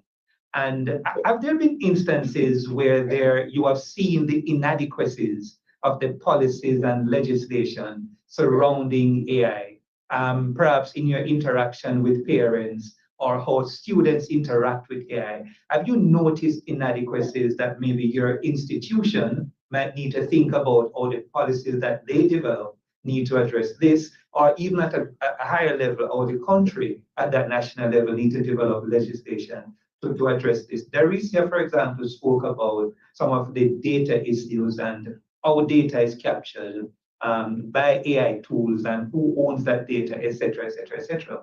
But as you have been interacting with students and parents and learners, have you noticed gaps that perhaps we need to be looking at? And what are some of the policies that at the level of your institution, perhaps, we need to be considering? For me, one of the challenges we face right now, we have a mechanism in place that allows you to identify the percentage of the documents that your students produce, for example, that is AI-generated content. But in terms of how that borders on plagiarism, the lines are still blurred where that's concerned. There is also now the option to write your work and have Copilot, for example, rephrase everything. Now, when that goes into the software, it will detect that entire document as being AI generated. How do we balance that kind of thing? And there are, lecturers are divided on issues such as these. You have some persons who say, well, I need a full rewrite. Some persons say, well, it's a zero. And so the lines are still blurred in terms of policy on that. And that's because things are happening so quickly. Because Copilot, for example, wasn't around at the start when, or very, very prominent, I should say, at the start when everybody was using ChatGPT. So now you have AI generated content, then you now have AI modified content. What percentages will we accept? How will we navigate that? So that's one of the things that I know for a fact we are already struggling with. And I think that connects, of course, to how can we now do assessments in a more authentic way? But that's another side of it. Thank you, Tasheen. Go ahead, Travis. And I wanted to add to that. So I just recently had to do my SBAs with my students for CXE, and it's my time to wonder, can I accept the work that they give, knowing that it has been so heavily influenced by AI? So to mitigate that, I've been making them do work by hand in class in their books, and that's the way that I can check their that they're doing it in an ethical way. So like Mr. Esquire said earlier, I try to use AI for them as a tool, a research tool, a tool for them to edit, a tool for them to brainstorm. But where does the line blur if we don't have the policies in place to say that we will be able to accept the students' work? I know for my school, before when it was the COVID lockdown and we just got into technology, we created a safeguarding policy for technology, but how AI is developing so quickly, I think we're not there yet, but eventually we will get there through funding and through ensuring that our children and our teachers are AI literate. So that's a big thing for us as well. Thank you, Travis. Esquire, we are making a big deal about data issues and so on, but do you care? You're a young person using AI. Do you read these end users agreement and get concerned about stuff like who is using your likeness and speak to us, not just from your perspective, but we're putting on your shoulder the weight and speaking on behalf of a youthful population that you represent today. Are we making a big deal out of something that you and the persons in your generation perhaps don't care about? No, certainly it's something that we care about a lot, especially the point that was just mentioned, because when some of us utilize AI to edit our work, it's not that we are fully using AI to create the work, but we just use it as a tool to edit the work. And then when you submit in an app like Turnitin, and then you get high AI percentage, and then you begin to be concerned when, okay, I know I wrote this myself, I just edited it using the software. And so that's a very valid point and something that we need to have urgent discussions on and policies implemented. Additionally, so I think one of our panelists mentioned earlier, when some persons, a very popular thing in AI now is creating those animated cartoons. And to create those animated cartoons, we are all uploading our pictures in ChatGPT and those other softwares. And I don't think much persons are paying attention now where the pictures are stored, but eventually it's going to be something that's going to be very important for us, especially when persons are able to create AI generated videos and have those videos have you say any statement that they type in prompt. And so those are some concerns we are beginning to pay close attention to, because of course we would not like to see ourselves saying something that we did not say, or because we uploaded our picture to create a fun animated cartoons. And so it's very concerning, and from a youthful perspective, these are discussions that we need to have urgently to ensure that our data are safe, because of course, young persons who are not in these spaces would not have the level of understanding of the consequences of doing these actions. And so we need to make sure that those of us who are capable and able advocate for persons who are unable to do so, and ensure that policies are urgently put in place to safeguard our image and safeguard our content. Raj, I know you are using AI to offer services. Would you welcome greater regulation, or do you think that that might cut into the business model that you have? If you don't feel comfortable getting into too much details here, that's fine. But just give us your perspective as somebody from the industry making use of AI to offer services. Well, two quick points. It wouldn't affect my business model because all our products go there free anyway. We're a nonprofit. But let's talk as if it was a business model. Regulations and proper use of AI will actually enhance a business model. It's not going to pull it down. Because you could put how much legislation you want in place, end users will use AI. So we got to understand how to manage the use of it. We can't stop it. It's like when Trinidad and Tobago tried to stop the use of high sugar drinks in schools, so the canteens couldn't sell it. And all the kids will go by the gate and buy it from the vendor by the gate, and parents will put it in a bottle so because my child can't exist without this particular drink. So the thing about it is we have to encourage use of AI, but we have to understand, like most of the speakers spoke about, is how to ensure that our end users are educated and experienced enough so that they can use it properly. Legislation will perhaps catch the horse when it bolts, but you'll have 500 horses partially dying, but it didn't bolt yet. And the system has to deal with that. We have 108,000 kids who write CSEC every year in the Caribbean. We have to be cognizant of the numbers and how to control it. But if I could segue quickly to one thing, Tashane ended up with it. Policy change is required in legislation, yes, but it's also required in the use of AI. You can't set up a system to catch a child cheating with AI and want to punish him. You will lose that case in court because you see Turnitin has 0% transparency and 98% accuracy. You can lose the case in court. What we need to do is change our assessment strategies. Our examining bodies, CSEC, have to come out and say, you know what, we will allow AI for SBAs. Teachers already worry about that. And change the assessment strategy to formative assessment across the life of the child in the school, that AI will now enhance what they're learning, how they could use it. It's like in the 60s and 70s, there was a question, 407 times 62, and you work that out and you get 5 marks in maths. Then they allow calculating the exam. You can no longer have that question. Change the assessment strategy. Yeah, and I suppose that there's a lot of head nodding to that, but what does that look like in the classroom, I guess is the question. Jarvis, you mentioned earlier the intellectual laziness. I'm describing it in that way. You never use that language. But the intellectual laziness that comes from simply being able to type a prompt into AI and get a well-produced, high-quality essay without having to do any work. Do you worry that what Raj is suggesting and what you nodded your head to might be something that might deepen the intellectual laziness or might change too much the way students think of learning? Is that something to worry about, or is that something we should welcome? And even as I'm asking Jarvis this, I'm going to encourage Darisia and Tashane to jump in on this as well. I think the change is something that should be welcomed because we've been doing something for so long and the results are still the same.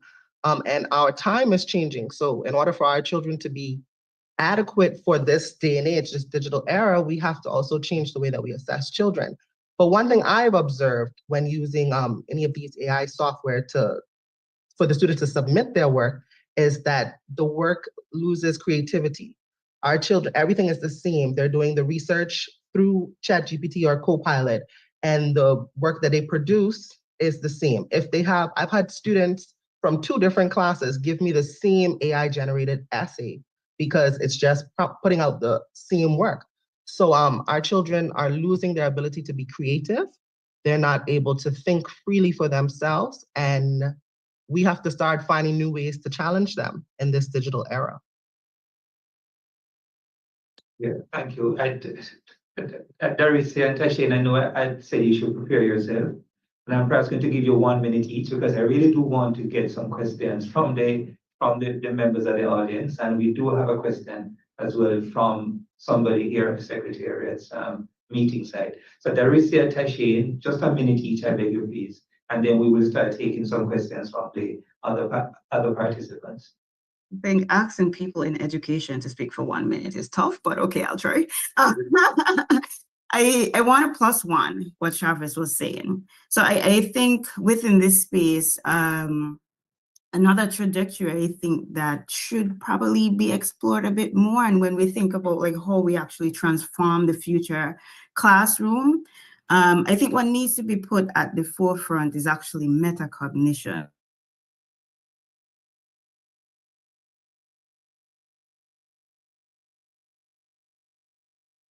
Did we lose Darisia? Yeah, I think Darisia is frozen. So let's jump over to Tashane. She will come back in a second. I hope, Tashane. Right. For me, I think we will have to rethink traditional schooling as it stands. It has been one of the main barriers to student-centered learning over the years. And the assessment is heavily tied to traditional models of schooling. And if we are to move beyond where we are today, that's going to be a big part of it. We will have to fix this whole idea of how we do school. It can no longer be traditional schooling.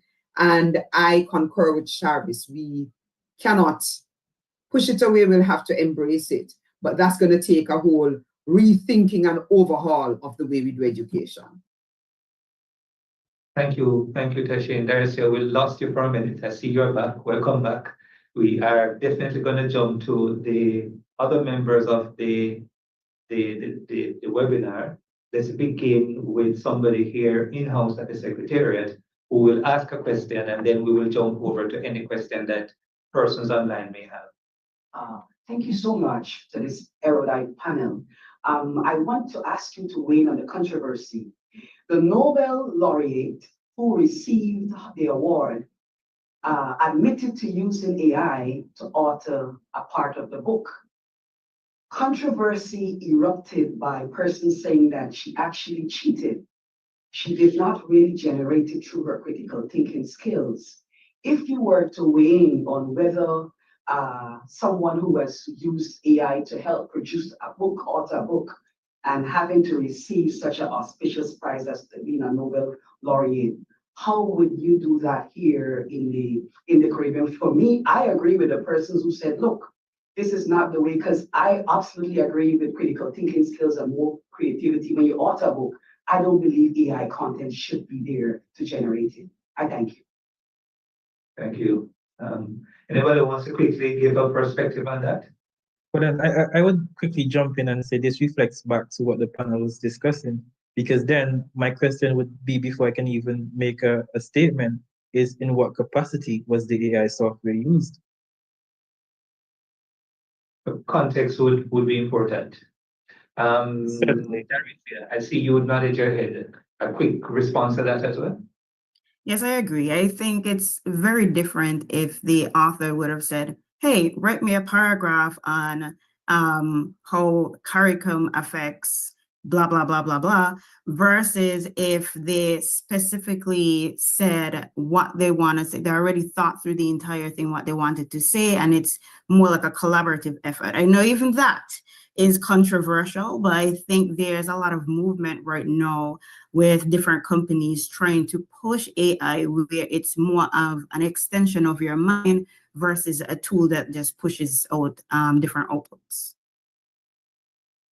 And if I may add quickly, I would argue that the quality of what is produced has a lot to do with your own thinking and what you put in as a prompt. So I am more leaning to the side of, if the author would have utilized it in a particular way, and when you read the book, you were fine with it, I'm not going to say that person shouldn't, because you would have had to have thought this thing through properly and put in the right kinds of prompts, which takes a lot more thinking than simply copy pasting and putting in. So for me, it's more than that. Thank you, Tashi.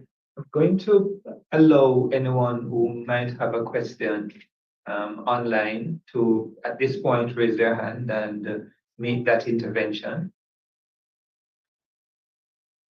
Yes, go ahead. I'm seeing one hand up. I'm not able to see your name. Dr. Mansing. Dr. Mansing, I've been advised. Dr. Mansing, go ahead, please.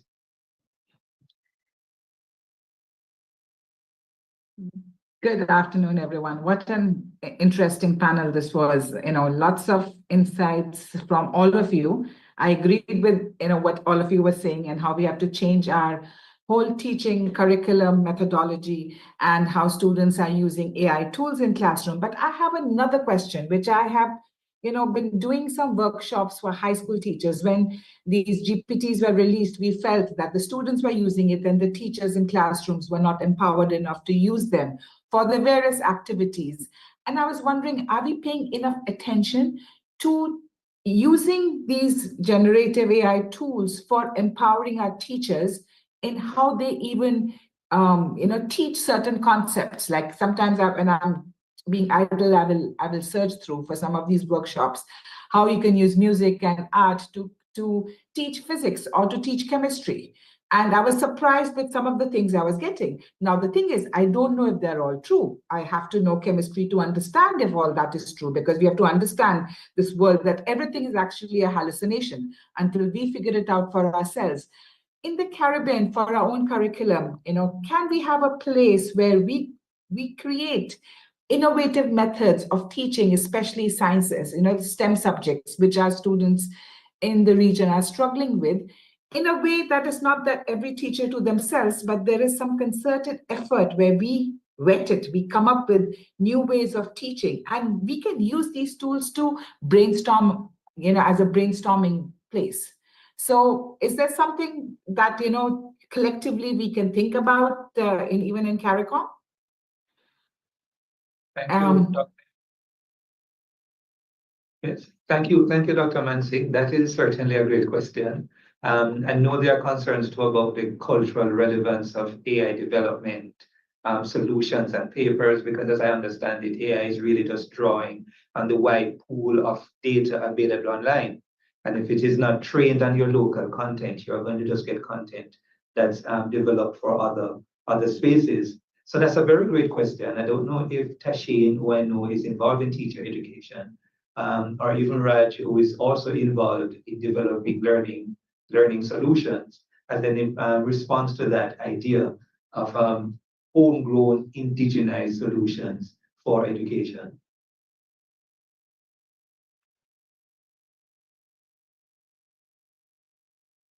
That's Tashi not unmuted, but so I'll just hop in. That is not just a nice suggestion and a nice idea. Honestly, it's a requirement for AI to be successful in the Caribbean.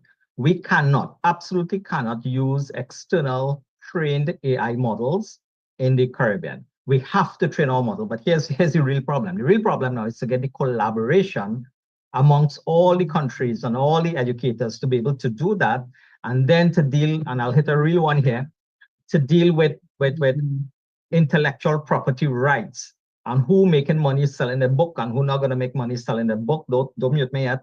But the reality is that is going to happen also, and we need to be able to deal with that. CARICOM can play a role there, as does any other Caribbean body. But we have had such a very poor track record from my own experience of making use of open educational resources when we do create them. Quite a bit of those exist online, developed with teachers in mind, very often developed by teachers in the classroom, but the take-up for that tends to be very poor. Is this something that we need to be mindful of as we think about homegrown solutions and so on? To what extent, and I saw Teresa making the universal sign for money, the kaching sign, that this kind of endeavor can be very expensive and ultimately can be fruitless. Is that something that we should be concerned about? And how do we mitigate against the investment not bearing fruit at the end in terms of usage? So I was actually snapping my fingers like that. The points Raj was making. I just wanted to be like +1, like it was just like really singing to the choir. But yes, really important question. I think a lot of the points that were raised, and I really want to touch base and really circle back on the point raised by Dr. Mansing. I think in the Caribbean, we have a lot of space for opportunities. No, even in developing some of these new opportunities, we think about some of the applications. No, like I know there are teachers who use AI tutors. I don't know if you've actually witnessed students using ChatGPT, but you could also have personalized GPTs. Everyone is using the same curriculum for CXC. And how students are using this is not just text-based. They're using the voice aspect where they're actually having conversations with this system. If they don't understand one particular aspect that was taught in physics last week, they ask the system about that particular topic. So I think the opportunities here is just like how we create opportunities for knowledge transfer and how more regional level opportunities might exist for knowledge transfer. Just like how we're having this free webinar right now, and I'm in Arizona, but speaking to everyone, there are people across the diaspora who would be willing and very much happy to see how they could contribute to making this work for the Caribbean space. And that way, we already know this is quite a financial investment.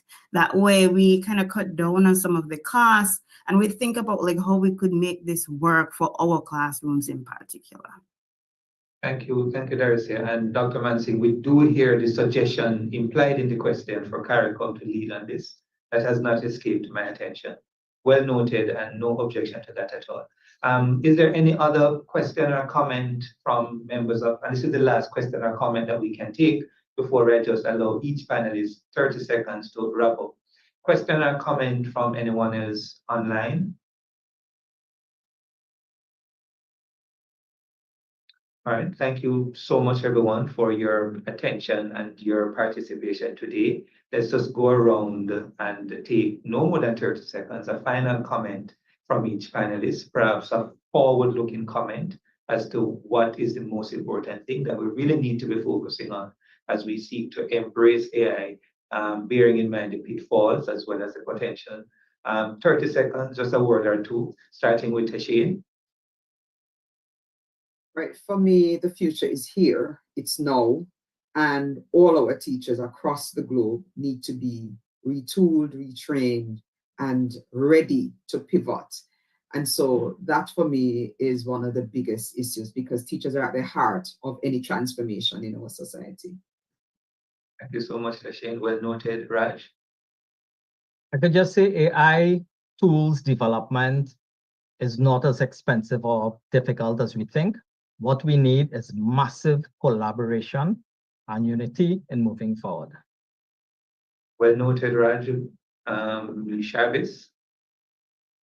I just want to say, as an educator, we have to learn to not be so fearful and just try to adapt in this ever-changing world. There are so many tools out there, so many free tools that we can use to make our teaching and learning process efficient and effective and easier for us. So I want to encourage all educators to just ride this wave. It's going to be a wonderful experience if we commit to it. So just want to tell them try. Thank you, Chavez. Darius here. Yeah, so I think we've all had really important discussions about this investment that we'd like to make about our future classrooms. But I want to also encourage us to think about what would be our return on this investment. So if we are making these investments in the classroom, what exactly do we want to become of it? Like, how do we want this to actually change how people are actually thinking, and how we would actually help our future workforce to be developed in ways that would connect back directly to our communities. Thank you, Darcy. And Esquire, we end with you.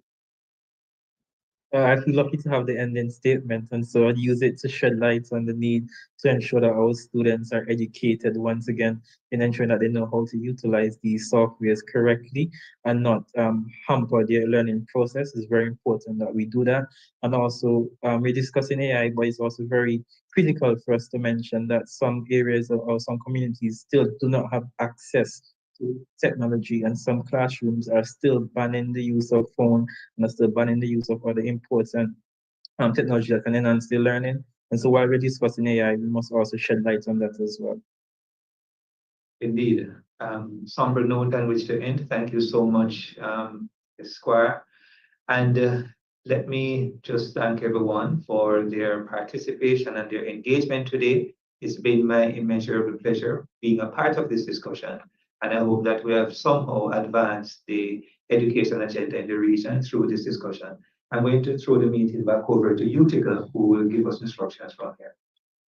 Thank you, David. I hope I'm pronouncing that correctly. And if That's not, right. you can give me a note after.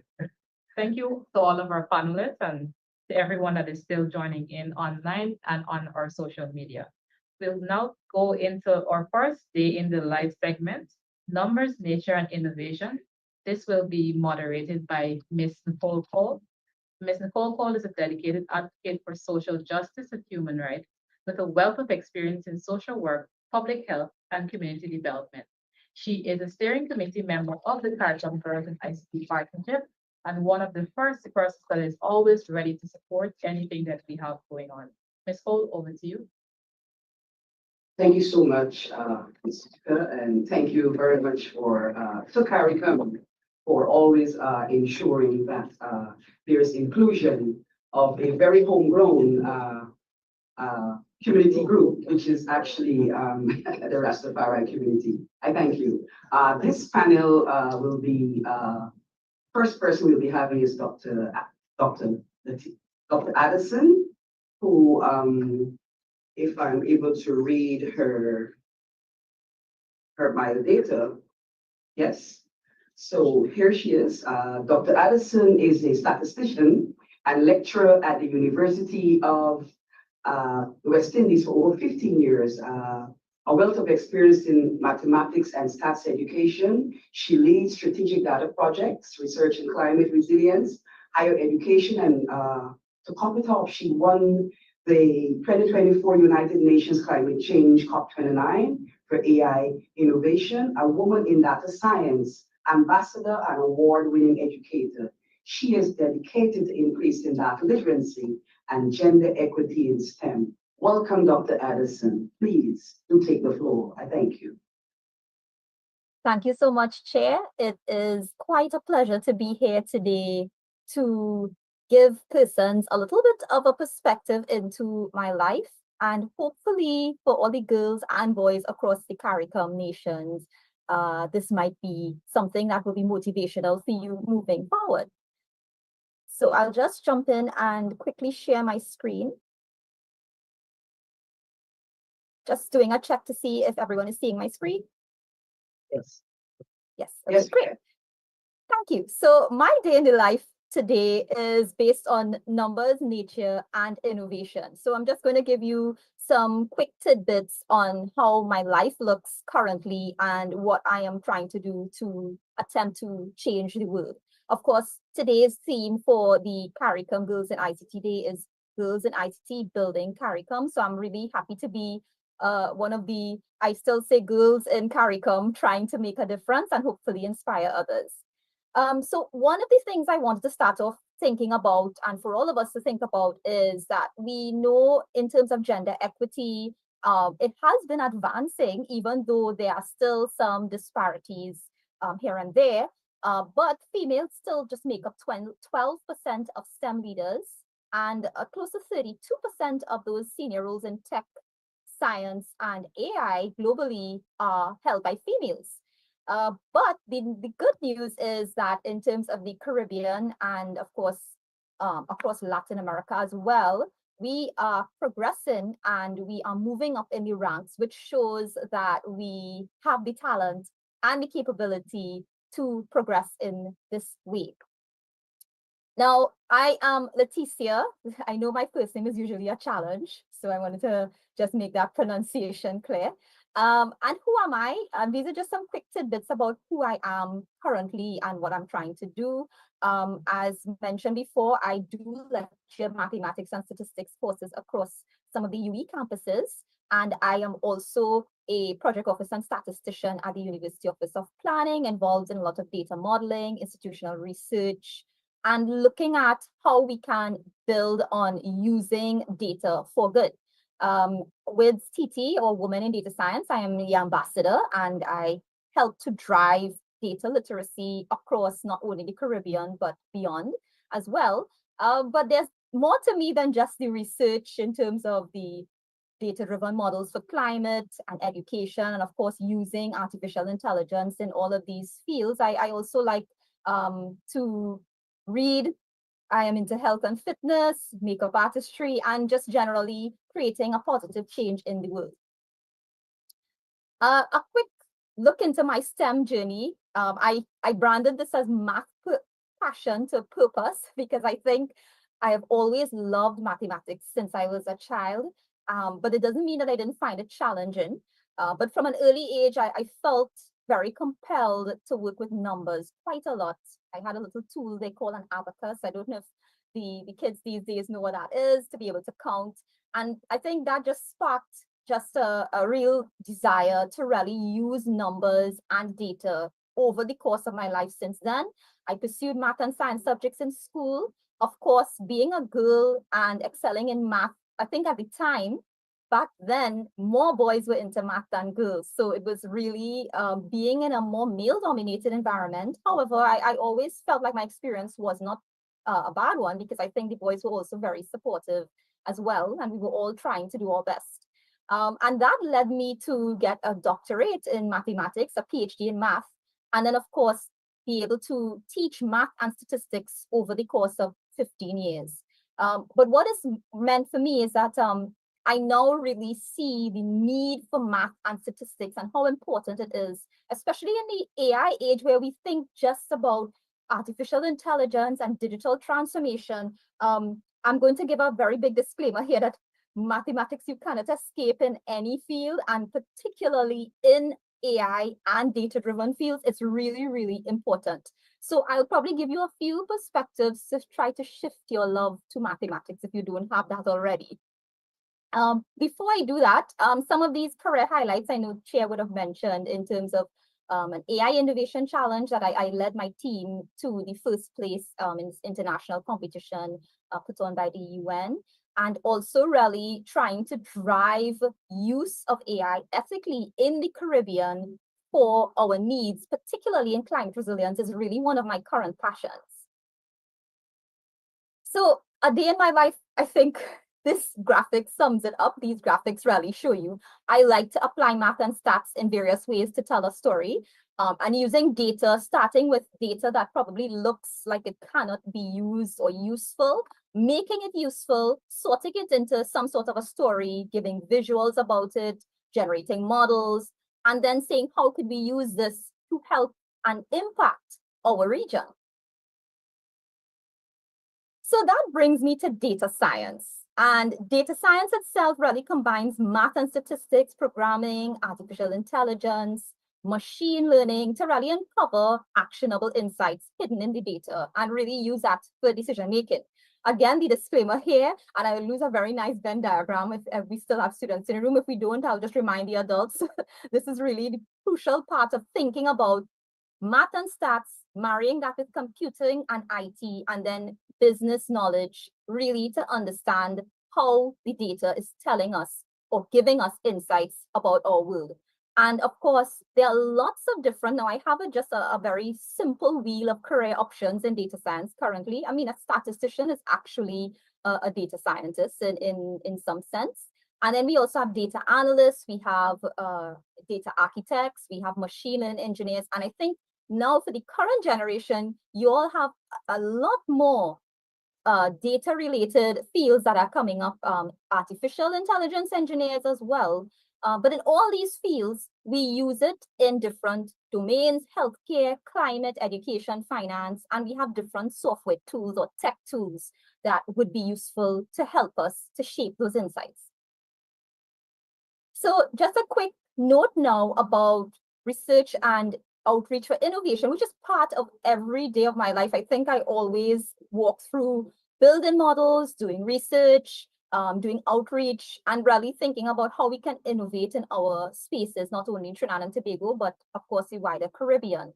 And that involves a lot of educational outreach, community, and support in terms of different projects across the board. So one of those projects, and I know we would have just mentioned this, which I would like to just give you a little bit of an insight into what it meant. AI for SIDS was the winning proposal in the AI Innovation Challenge in 2024. And believe it or not, I was actually very apprehensive when I saw this challenge come up. It was a challenge I saw on LinkedIn, and the imposter syndrome inside of me said, I wonder if I should enter this challenge, because I felt very intimidated because it looked like a very global challenge. So, you know, your mind makes you think, how do I measure up?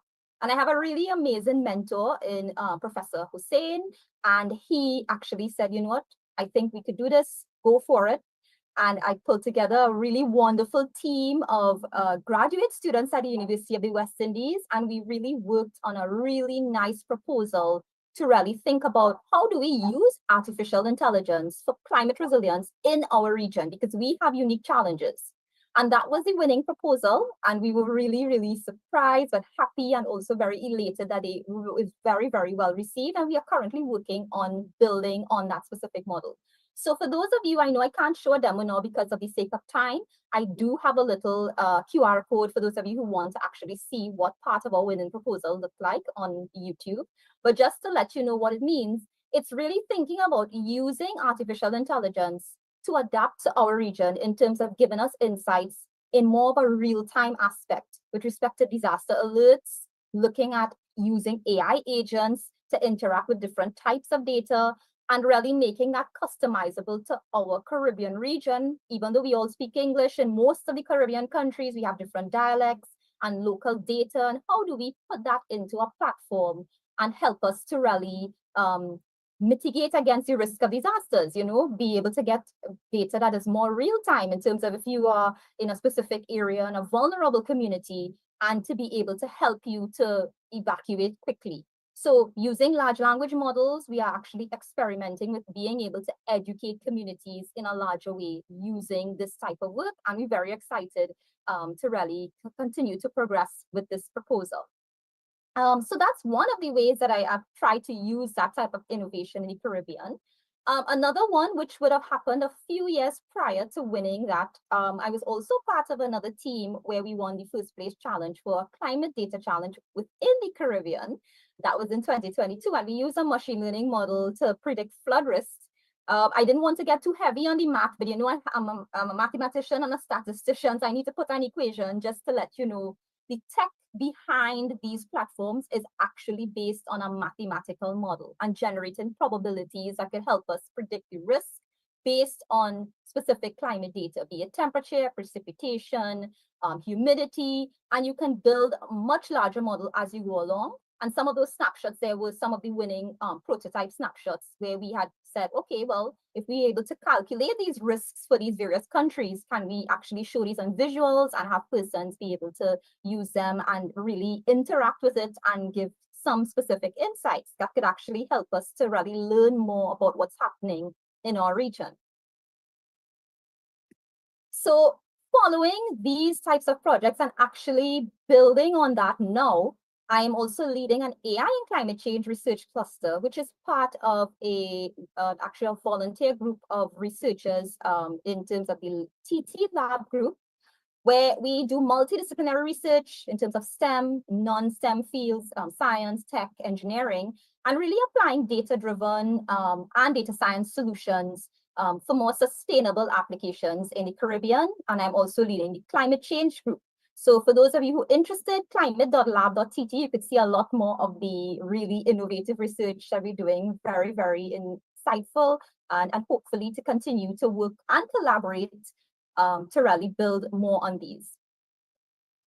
And then we think about not only the research, but also in my life, I'm also really helping to drive the data science literacy at every level to inspire and empower not only girls and women in the field, but everyone. And I think everyone deserves to feel like they can be at a point where they can learn and grow and have resources and be inspired, motivated, and supported about the power of data and how you can use data to build these stories. So with tt.com, for those of you who are interested to see what we do and to get involved, we really try to produce a lot of webinars and workshops to really help support those in the region and also globally as part of the Global Women in Data Science organization. So even though in Trinidad and Tobago, we are open to all. So this is also something that's really dear to my heart. And I think one of the reasons why I got into this is because I myself, when I was at the age of thinking about going from statistics to data science and all these things, I wanted to have like a supportive group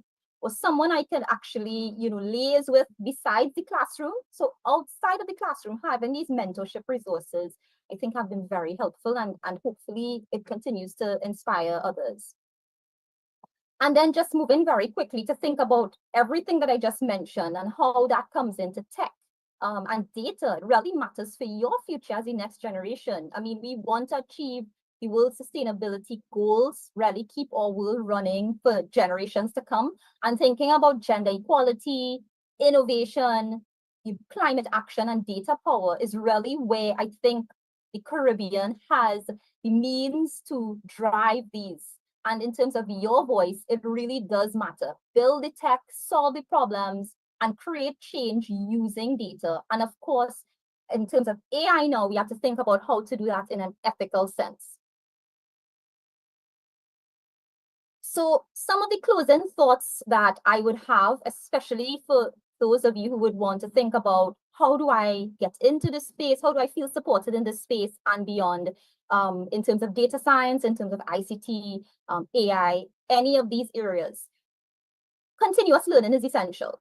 So online platforms, YouTube, there are also courses like on Coursera, Data Camp is another one, edX, Udemy. There are a lot of different resources, and I think this generation has a lot more resources that a lot of us had in the past. So you are very, very blessed and fortunate. You could learn anywhere, anytime.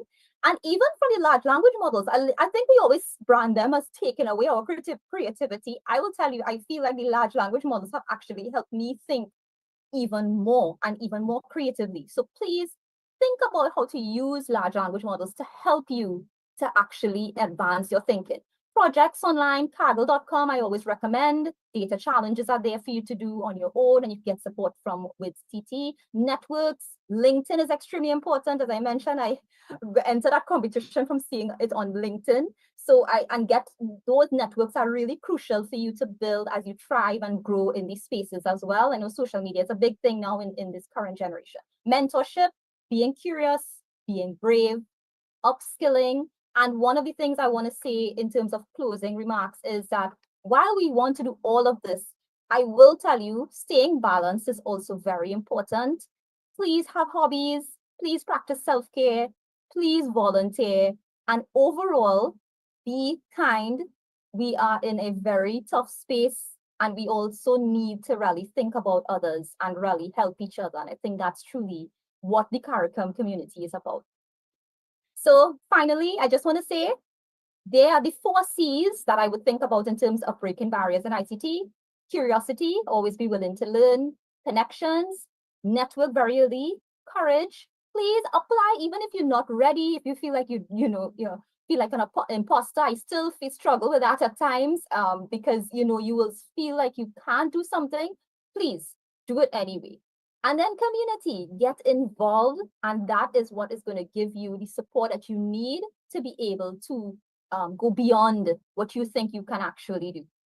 So I would like to end by saying, I think our CARICOM future is very bright. I am extremely excited to see where we go as a community, and girls and boys, I think we could all work together with everyone in our region. The collaborations are important for us to make our region and our world a better place.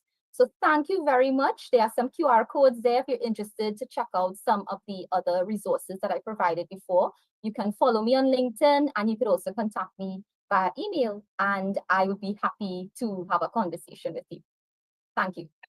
Chair, back to you. Thank you so much, Dr. Addison, and once more, congratulations on all that you do and all that you're doing. But I would like to, first of all, apologize to our audience. We're a little behind time. However, this is your time to ask this erudite professor questions, a mathematician who's actually a girl. I'm so proud, so thank you. Are there any questions from you in-house or colleagues online? Anyone there, please? See anyone raising their hands? Akila, do you have anyone there? Okay, if I may, Dr. Addison, because I was proud to actually have you sign on to my recent certificate of completion. I think is Power Python BI. And Yes. If you may shed some light on that tool, one of the things I think I asked when you were doing that presentation on the 5th of this very month, Yes. was whether that tool could be used to disaggregate. I think I gave some stats on Guyana's child abuse stats. And Yes. I asked how Power Python BI can help to disaggregate these stats and give more insight into the data. Can you shed more light on that tool specifically? I thank you. God Sure. bless you. No problem at all. And very quickly, just to say, for those of you who may not know, Power BI is actually a business intelligence tool very similar to Microsoft Excel. And that tool can actually create really wonderful visualizations and also aggregate the data in such a way, group the data, so it's easy for persons to see different trends. So in terms of child abuse data, now I haven't seen the data set, and sometimes you need to clean the data and see if it's in the correct format. But if it's in the correct format, then we can actually use that to create visuals that would be powerful and you could aggregate and disaggregate as necessary. So the tool is very, very versatile, and you could also include software like Python to be able to actually do other actions that Power BI itself can do. So it's actually like, it's a very versatile tool now. So I would say that it goes beyond just what Microsoft Excel would do, where you could actually create even more powerful visuals and see what's happening within the data in different ways. So we could talk further on that offline about the data set, and I'd be happy to give you some more insights, but I definitely highly recommend persons to go from not just Microsoft Excel into Power BI, Python as well, which is really one of the most highly used programming tools in the data space currently. So very much. Do you see anyone, Utica online, who's gonna ask any more questions? Just permit me one more, Dr. Addison. I liked what you're doing with climate change. If you were to share your most recent innovation, something that has really made you motivated and excited about what the AI is being used for as it relates to being able to detect, because we know here when we saw Beryl formed in the Caribbean in June, it was really, really surprising to many persons to have a hurricane form that, and we know what Beryl did to our islands. If you are to share what you are doing with AI and climate change, I thank you so much. God bless you. No problem at all. In fact, it's so interesting because we are in an age now, especially with the current project that we're working on, where we're recognizing it's not just that we can use some of the historical data to give us some visuals and create some future trends. We can also use historical data along with data in real time once it's available. I know in the Caribbean, we still have a problem with the availability of that data, but satellite data, data from river gauges, data from social media in terms of persons who would have been saying they were in a region that was affected and these things. And really building on these types of scenarios. I think we also had someone speak earlier about looking at drones and using that type of data to help with climate adaptation, mitigation, and resilience. So what we're doing now is actually using all those different types of data that we have, thinking about how to work with real-time monitoring gauges and these types of things, and then be able to educate the community faster. So as you said, with these types of hurricanes and storms that come up so quickly, we want to be able to help the community to adapt quickly. So if you get an hour notification or a half an hour notification that some torrential rainfall, flash flooding is occurring, you can secure life and livelihoods a little bit faster than you would have, without having those real-time updates. And using AI now in terms of agents, the AI itself will be learning from our data, and we know that Caribbean data is different from foreign data. So we have a unique perspective now to think about how we can have better data collection practices and actually be able to build models and train models on our data to make better modeling aspects that can help give us those insights. So we are currently in that phase and incorporating large language models as well to be able to help persons in the community, and also not only large language models and tech, but still be able to use SMS notifications to people outside of the area where there is internet and those things. We want to still be able to meet every different person in society, be it the farmer who's trying to help his crops, be it the homeowner who doesn't want to have loss of life and livelihood, and then even the stakeholder who wants to make predictions in the ministries. We want to be able to use that AI for good, and I'm very, very excited to see how it progresses, and hopefully work with more of the Caribbean governments to try to scale such a tool and be able to use it across the board. So anyone who wants to talk to me further about that as well, please feel free to connect with me on LinkedIn. I'll be happy to have more of a conversation on that. And thank you so much, Dr. Addison. Because of time, I know we have to go to the next panel, but I hope you stay with us maybe to the very end. I really love your innovative, the 4 C's, all that you do. And I want to thank you for what you do and ask God to continue to bless you abundantly. Thank you. I appreciate that. Thank you very much. God bless as well. And thank you for having me. To our next panel. And I think this is going to be how smart robots are transforming everyday life. This is from the TouchStar robotics team. And I think we're going to have Miss Is it Tiana? Miss Tiana Ford, who is an intern, that's our robotics team. And I think we're going to have Miss Pilgrim, who's also an intern. I think Miss Tiana Ford is actually a computer science student and Flutter developer, passionate about coding and mobile app development. And we have Miss Pilgrim, who's also a front-end developer and a knack for building intuitive user interfaces. And she started this field during her secondary school years. If I were to ask the panel of interns, please, it's your time now. Thank you. God bless you.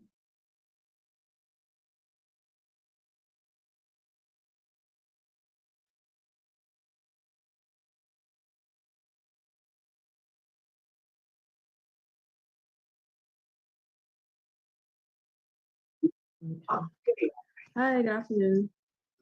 Good afternoon. Sorry, one moment.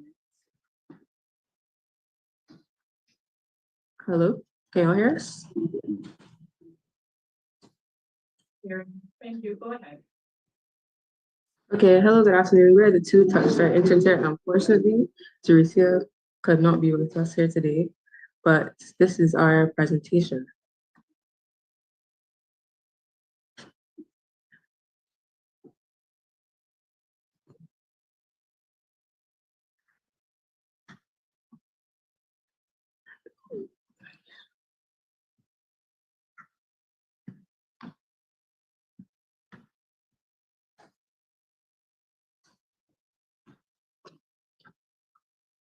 So today we'll be talking about the importance of robotics in STEM education and exploring the Wonder robotic arm and its real-world applications.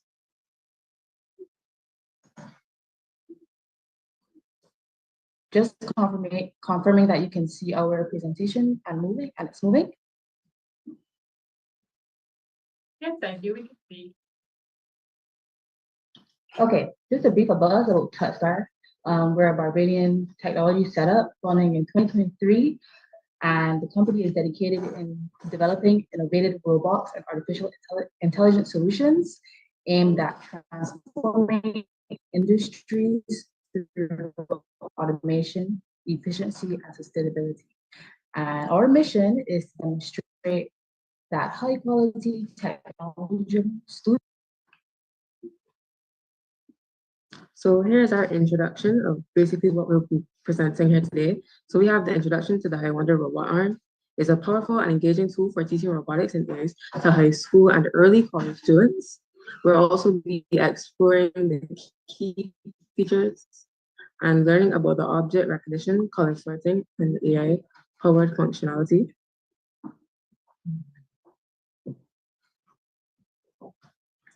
And discovering the educational benefits, hands-on learning, real coding experience, and increased interest in tech careers, and to understand real-world relevance. So how the Wonder arm can prepare students for the workforce of the future. Excuse me. So just a brief introduction about the arm. It offers a powerful and engaging way to introduce high school or early college students, or in our case, secondary school students, to the world of robotics and AI by providing hands-on learning. Be closer, hear you better. I thank you, Star.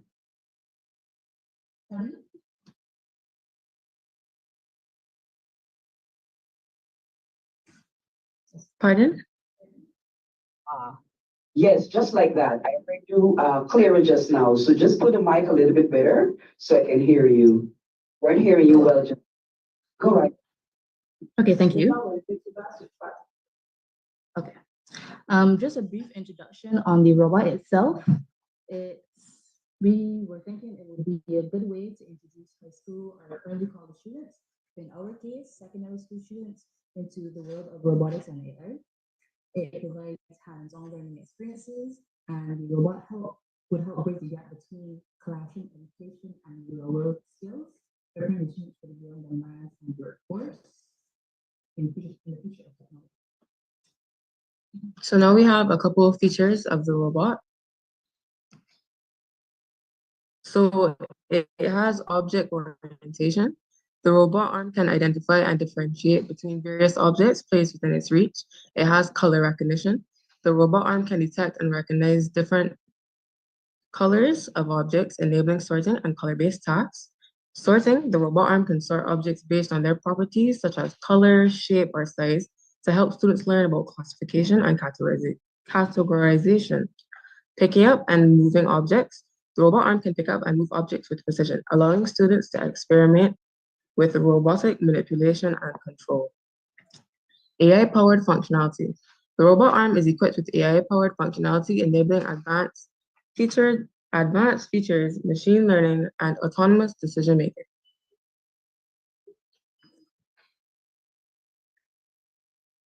So there's been a few issues on our end, and we're not sure we can show the video at this moment. Maybe at a later date or maybe a time, but we are not available. But we were features in real time of us showing you different things in robots can do. It's not working in business right now. Touch star. We haven't been able to hear you, but like how you're moving, like when you come closer and you bring the mic to your mouth, we get to hear you better. Oh, yeah. Thank you. Okay, I think that was my mistake. But as I was saying before, I'm not sure that we can show you the video right now because we're having some technical difficulties on our side. Maybe at a later time or we'll be able to show you the video.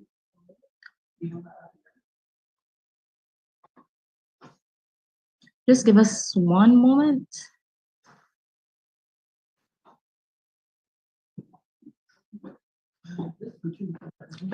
We'll be moving on for now.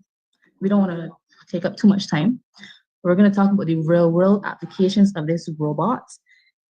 To start, I would say that we can use it in warehousing and logistics.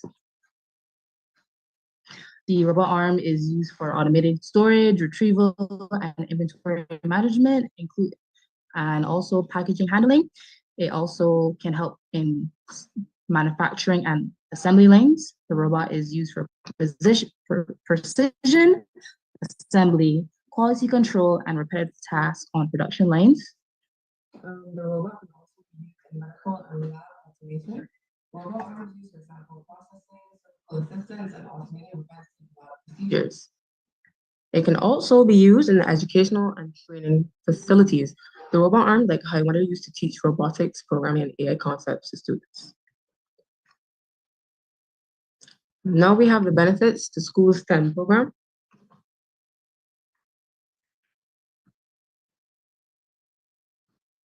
Right. So the benefits to school STEM program.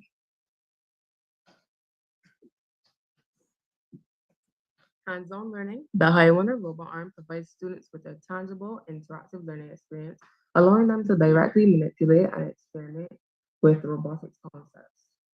Then we have engaging ways to teach AI robotics. The robot's arm advanced features such as object recognition and AI-powered functionality offer an engaging and immersive way for students to learn about principles of artificial intelligence and robots.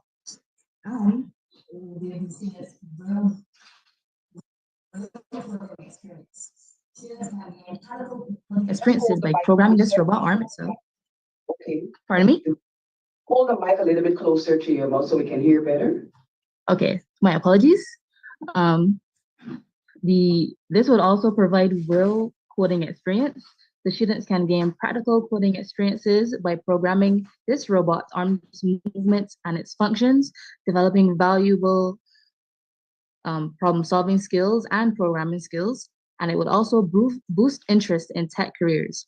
Hands-on experience with the Highwonder robot can spark students' interest in technology-related fields, encouraging them to pursue careers in areas like engineering, computer science, and robotics.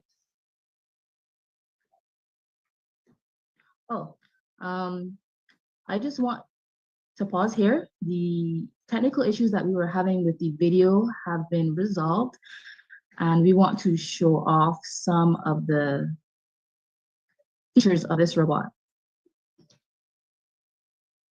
Just give us a moment to share our screen. Sure, go ahead, Touchstar. We're with you. Okay, y'all should be able to see the screen now. So basically, this video will just be showing us some of the robot's features in action. So the first feature here we have is gesture recognition. The robot can pick up on various gestures such as numbers 1 to 5, an OK sign, a hand heart, and a fist.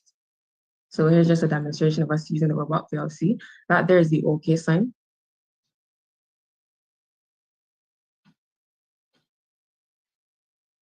This is the hand heart.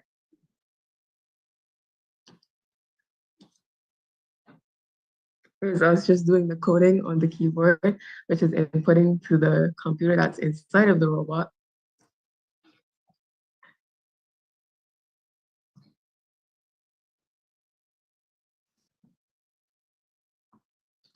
Here is a letter recognition feature, which picks up on various letters in the alphabet. As you can see here, it's picking up on the G and on the Q.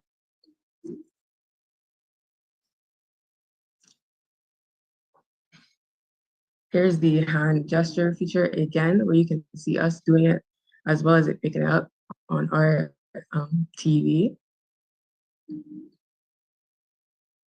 And here we have the suction feature, which could also be used in real-world applications, such as in warehouses where they have heavy objects which need to be moved around and maybe too much for humans to handle. So it'd be good for an upscale version of this robot to be able to help in warehouses and stuff like that. Here we have the hand tracking feature, where the robot can basically track your movements.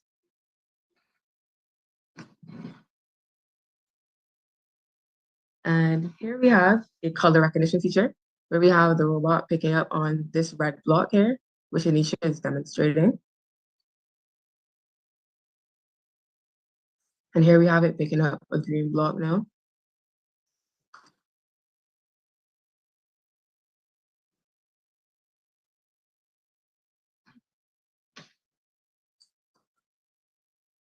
And now the blue block.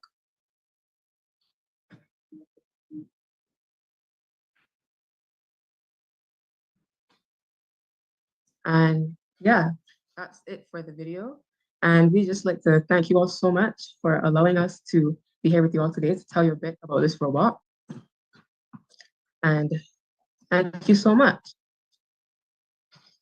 Thank you very much, Touchstar Robotics, to Ms. Ford and Ms. Pilgrim out of Barbados.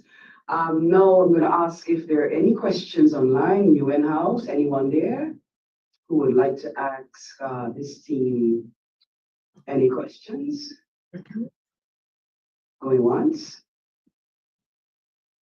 Going twice? Okay, of course, I'll use a bit moderator privilege. I'll just ask you a question pertaining to how is the impact in schools with the robot? Is this robot, has it taken off within your education industry whereby persons are actually, the children are excited to get involved? See, when you put your hand there just now, I put my hand up like if I was in front of the robot, right? So I hear, I'm not there, I got a little bit excited about what I saw there with the different signs. Can you say what impact it's having within your education system there in Barbados? Thank you.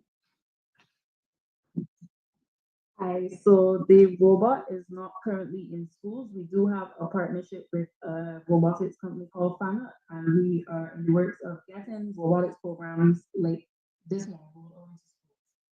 But currently they aren't in any schools.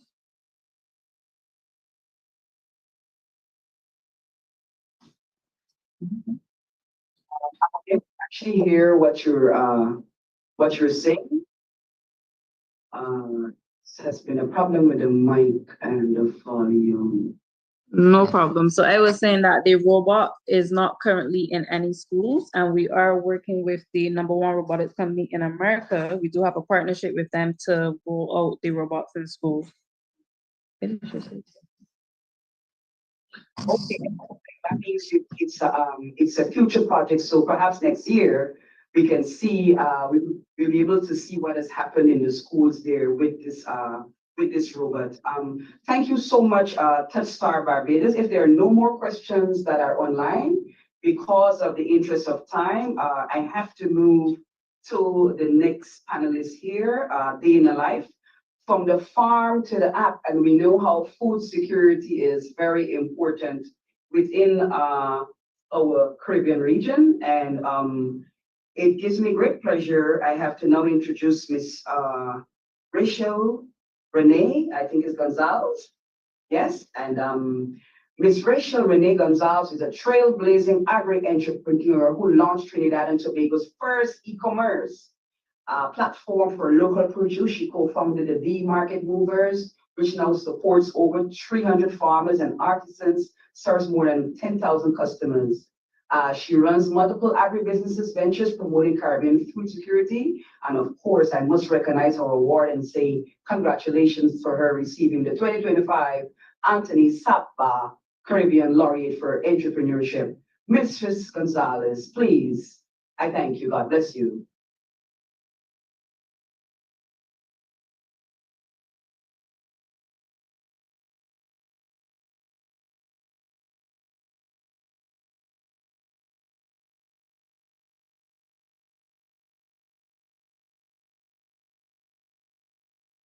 Hello, this is time for Mrs. Gonzalez. This is from the farm, or Anthony Sappa Award winner for 2025. Is she there? Yeah, sorry. There she is. You had me Hi. worried there for a moment if I had to send out an SOS for you. Sorry, I was on standby for the time. I had to start and I had something else. So I just had to close off on that. I'm so sorry. But I was listening in and I'm so excited to be here and just to share, a day in the life of and what that really means for me as a Caribbean entrepreneur who is in tech and, but also trying to bridge it with agriculture, which is sometimes not always compatible. But I'm going to share with you all just how my food journey started.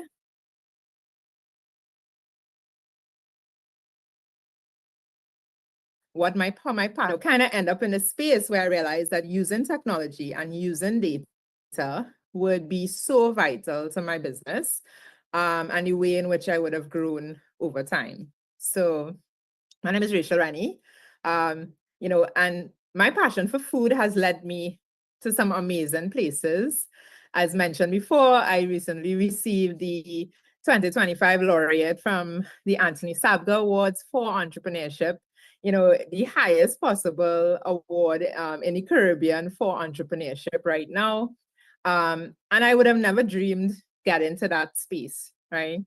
I've spoken on international stages, really taken my journey to another level. And it didn't start just at this point. I've been able to speak on TEDx stages, telling my food story, sharing what I do. And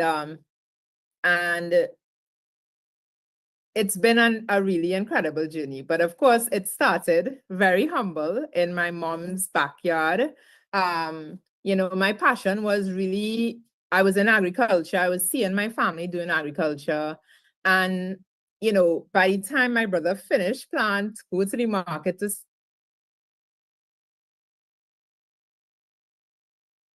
sell, and knowing that, it wasn't ours at a profit, we wanted to find a way to bring value to the farmers, to local goods, and bring it directly to the customer. And that's how our passion and our business model started.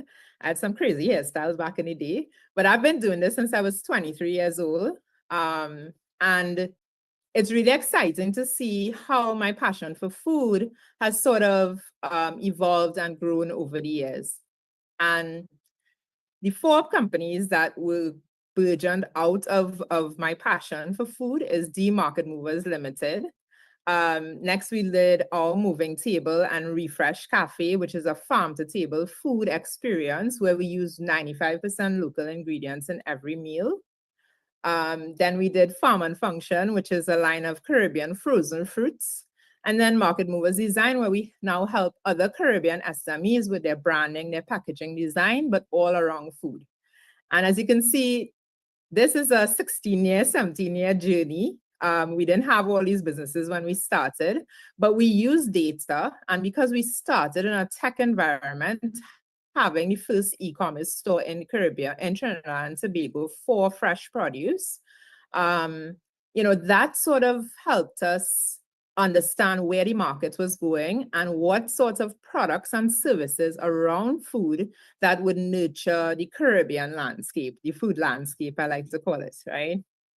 So Market Movers, you can literally shop online and have locally grown fresh produce delivered straight to your door. You can order on your phone, your tablet, it doesn't really matter. And, our team has grown really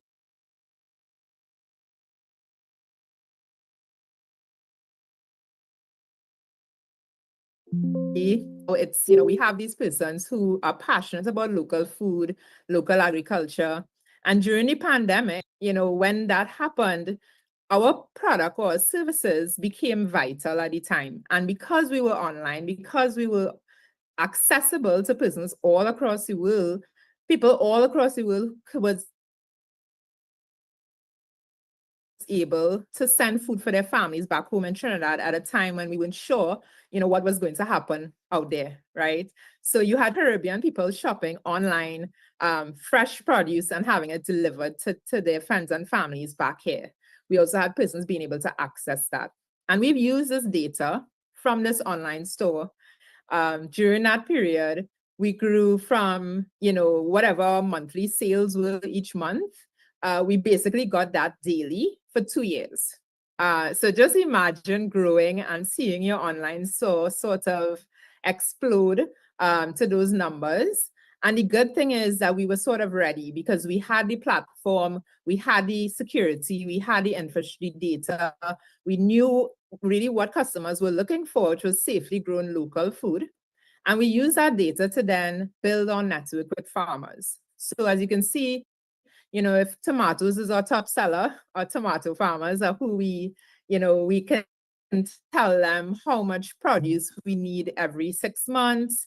We can negotiate and have contracts so we get fixed prices. We can show them where the demand is or what the new items they can grow. So for instance, it was because a foreign customer wanted for their mom who lives here. And she knew about kale in the States and these other places. And she wanted that available. Pretty soon we asked the farmer to start growing it. And you saw where it became a market, it became a segment. Mushrooms, there's all these local foods that have sort of burgeoned in the Caribbean, and we're able to grow it here naturally. So you can literally buy a breadfruit on the internet and have it delivered to your door. Sorry. And even as we use the data, we realized customers were even more busy. They didn't have time to cook, but they wanted meals to go that was still healthy, still wholesome. So that's how we launched the Refresh Cafe and our online food. So we do wellness meals to go, and persons can order online or come in the cafe and pick up, food that was grown safely with no pesticides in the leaves and in the lettuce and things like that. So understanding the data and seeing where customers, every time we survey them, they would be asking us, do you have meals to go? Can you just make this for me? Can you cut this up for me? And just to give you an idea, and I know the previous speaker was talking about data and turning it into visuals. And I think that's like the best part of ICT for me, because the data really does show you a picture. And if I was to look back, we were told that Caribbean people would never buy food on the internet. We've now sold over 1.5 million pounds of local food on the internet. We've done over 500,000 deliveries. We've had millions of unique visitors to our website.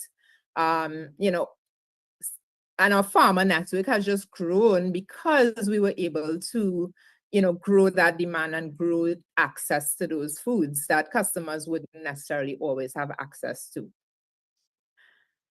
And moving forward with that, when you look at that impact on, the sustainable impact, a lot of the foods that we sell, it could have been wasted, pawpaw, all these things, we are able to find access to markets, more access to markets, and really show the consumer, that they can get these products conveniently anytime online.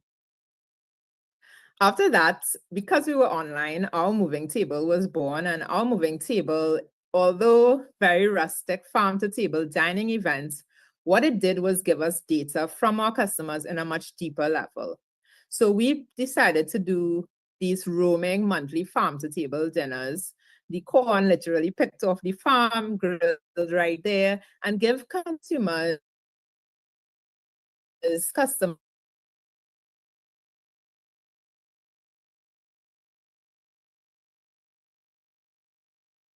the ingredients were coming from. And what we found is that this formed a deeper connection with our customers, and they were able to see firsthand the beauty of local food, local ingredients, that we have local cantaloupe and honeydew and different color melons and our local chocolate, and all these things that bring value, but in a fine dining, farm dining experience. Again, we've served thousands of farm-to-table meals, brought healthier foods closer to the consumer, and we use that data to then tell the story around our food story. So to tell you another story, Farm and Function, how that came about, unfortunately, a customer of ours contacted us and said that, her husband was diagnosed with cancer. And the doctor said he had to make smoothies. So this was like 10 years ago. Most of us didn't really know what smoothies, in the Caribbean, we know it as punch. And we realized that when we cut up the fruit, she asked us to cut it up and freeze it to make it more convenient for her. And when we cut up the fruits, her consumption increased. She was blending it all the time, not wasting her fruits, using it every day in the smoothies. And pretty soon we realized that there might be a market for this, right? Where you can take Caribbean frozen fruits, blast freeze it in chunks, and it can be used to make smoothies, cocktails, desserts, and preserve the shelf life of the fruit. When we first launched, we launched with pawpaw, and that was the main reason was there was large amounts being produced, and then it was a high wastage product. And we would see it in the markets where it's being dumped, and farmers would tell us the losses. And we realized that there might be a way to extend the shelf life for 18 months, freeze these fruits at the peak of ripeness,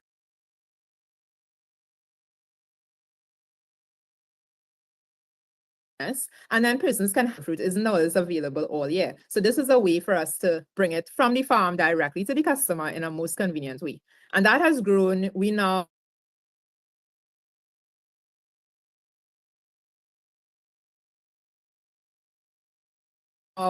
we take compost for the farmers. So showing that circular economy, using the waste to add value. These are some of the core principles of our companies. But with Farm and Function, to take that simple idea of, a customer calling one day to now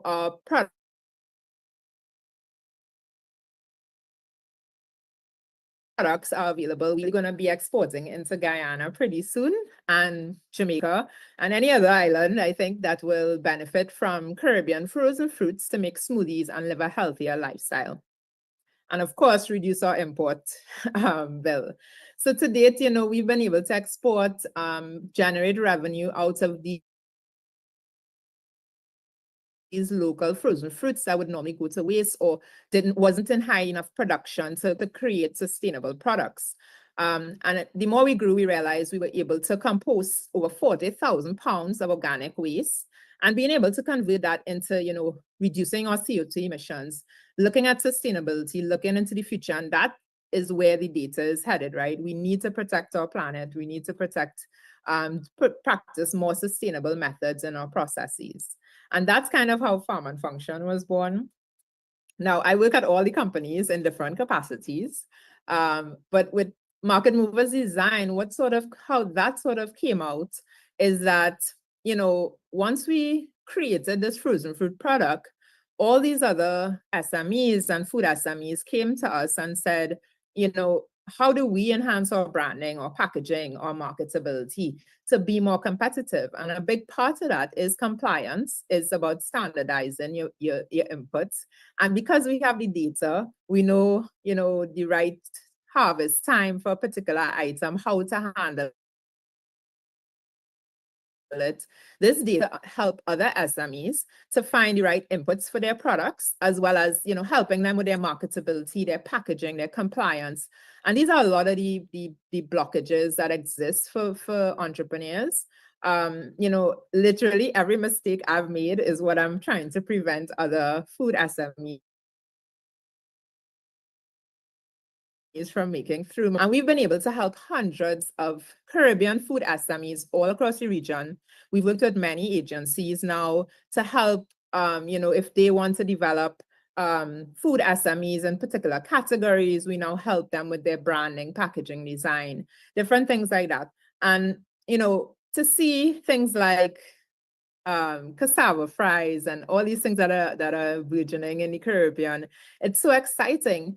And we have to make sure that they're marketable, they're compliant, they're food safe. And there's all these aspects to launching a food business. Hong Wing is a 100-year-old company in the Caribbean. They wanted to diversify and evolve, the flavors of flavored coffee and how the coffee market was growing. So using data is so important in helping us move to these different phases in our business and business development. Of course, e-commerce is my stronghold. So web design, e-commerce, but more so where we're helping companies learn how to run and manage their online platforms, how to generate sales through websites. And it's not an easy feat. It takes time, but you do see more and more bigger brands coming on board with their online stores. And again, we've been able to help hundreds of SMEs with their branding, packaging design, and digitization by, listing on online stores and things like that.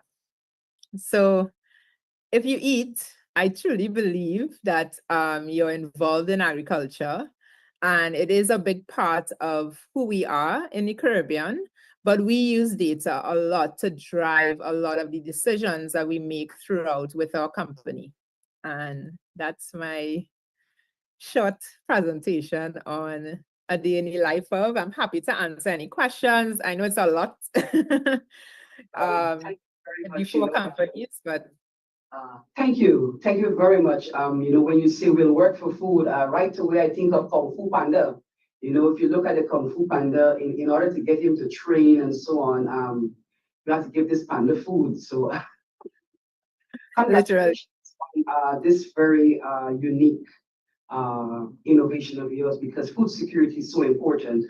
Even when we look at CARICOM's vision of 25 by 2025, well, we're in 2025. So there we go. Are there any questions online? Anyone? UN House, Barbados. Hello. Okay, so I heard you say you're going to expand to the Guyana market soon, and of course I'm looking forward to tasting. I think I like the pack with the cassava chips. I'm a cassava chip lover from a long time. I think I also like the pack that I saw. Yes, I'm hungry too. As you show those foods, and I think I like with a cocoa wine. How soon do you think you'll be able to enter the Guyana market? Can we look forward to a Christmas hamper to see, we can buy Christmas hamper? Yeah, we just started. This Christmas, we're going to have your products in our home. Merry Christmas. Thank you so much. God bless you. No problem. Yeah, so soon enough it will be there. We've been we already speaking with a distributor. We send the samples over. The pricing looks good, and we're hopefully will be sending a container over soon to get it into the Guyana market. I heard that there are cafes and smoothie shops and different things that are starting to pop up. So I'm hoping that Caribbean frozen fruits, well, we can integrate flavors that are found here naturally into our diet, into the offerings from restaurants. And these are some of the goals that we have as a group of companies. And then, of course, just growing up, it's, you know, I've seen the ways in which technology and using these efficiencies have certainly helped my business be more competitive and grow. So, you know, and remembering to, you know, how else can we make this more efficient, and giving health and convenience to our customers is, you know, our number one priority. And that's what really drives it.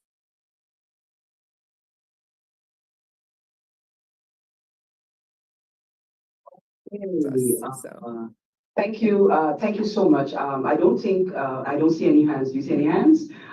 We want to thank you, and we look forward to having those products. You know, when Dr. Keith Rowley was there, I know that there was this big talk about having a regional ferry system developed so we can have better transport of our produce. I really hope that that comes on board, that we can be able to better have food security. God bless you. Thank you.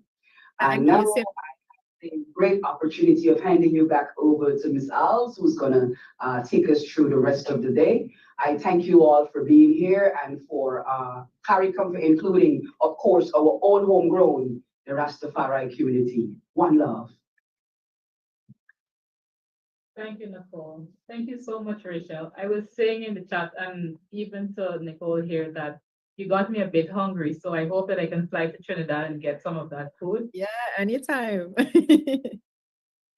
Thank you so much. I have the pleasure of taking us into another Staying Safe and Smart in the Digital World session. This session will be co-moderated by Mrs. Tariq Mohammed. Mohammed holds the first class honors. Specialized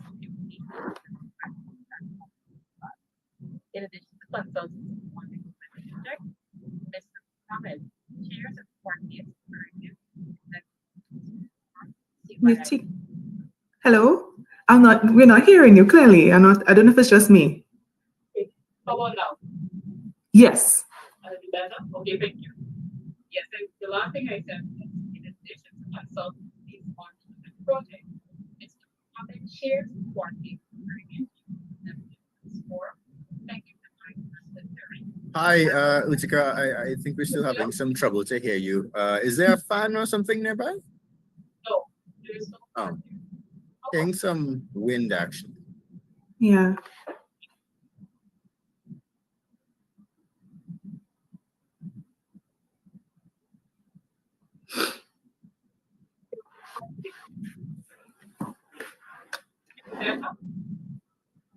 Still the same.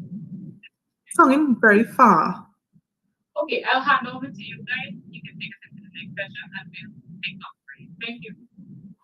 Okay. No probs. Okay, so good afternoon, everyone. So I'm thrilled to welcome you to today's discussion on staying safe and smart in a digital world. I am Gabrielle Johnson, and I'm joined by my co-moderator, Tariq Mohammed.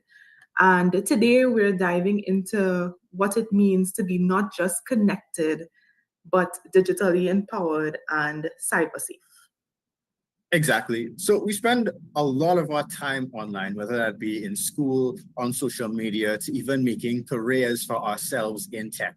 But we're really wondering, how do we protect ourselves online while still exploring and innovating and creating an innovative ecosystem? So that's what we're here to discuss today. So with that said, we're honored to be joined by a true expert in this field, Ms. Muriana McPherson, Director of Cybersecurity at the National Data Management Authority in Guyana. With over 30 years of experience in ICT and cybersecurity, she's a pioneer and role model for women in tech. As Director at NDMA, she oversees national cybersecurity policy, risk management, and incident response. She's a certified information system security professional with master's degrees in both computer science and business administration. She also serves as a Get Safe Online ambassador. Ms. McPherson has also delivered cybersecurity awareness training to over 7,000 students and public servants. Let's welcome Ms. McPherson.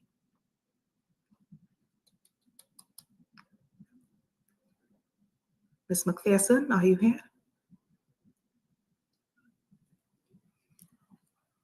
No? All right, the same position, just before you. No. Can't hear you, sorry. She dropped off just before you. Oh, she dropped off? Yes. So is she coming back on or? Yeah, she's joining us. Okay.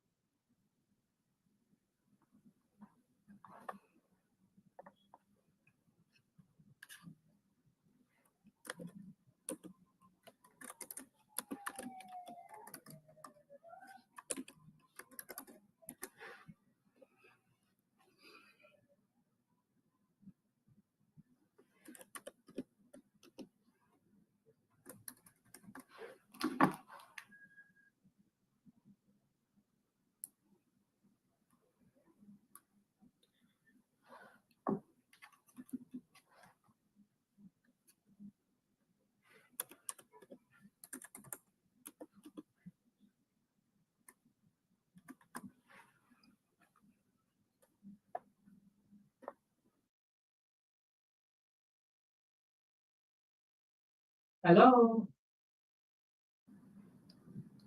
Hello?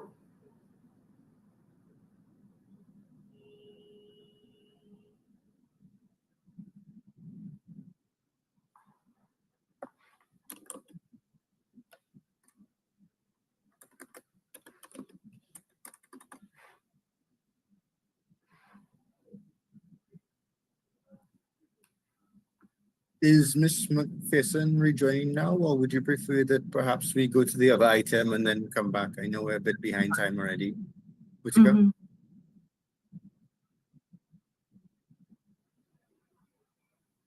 Are you hearing us? Yes, hearing you. You're Commissioner. hearing me now. Okay, you're hearing me. Yes. Yes, Hello? All right. So we're sorry that we weren't being heard just now, but I think we will need to some time to the next item on the agenda. Okay, fair enough. No problem. Okay, God bless you. We'll come right back. Okay. Okay, no problems. Blessings.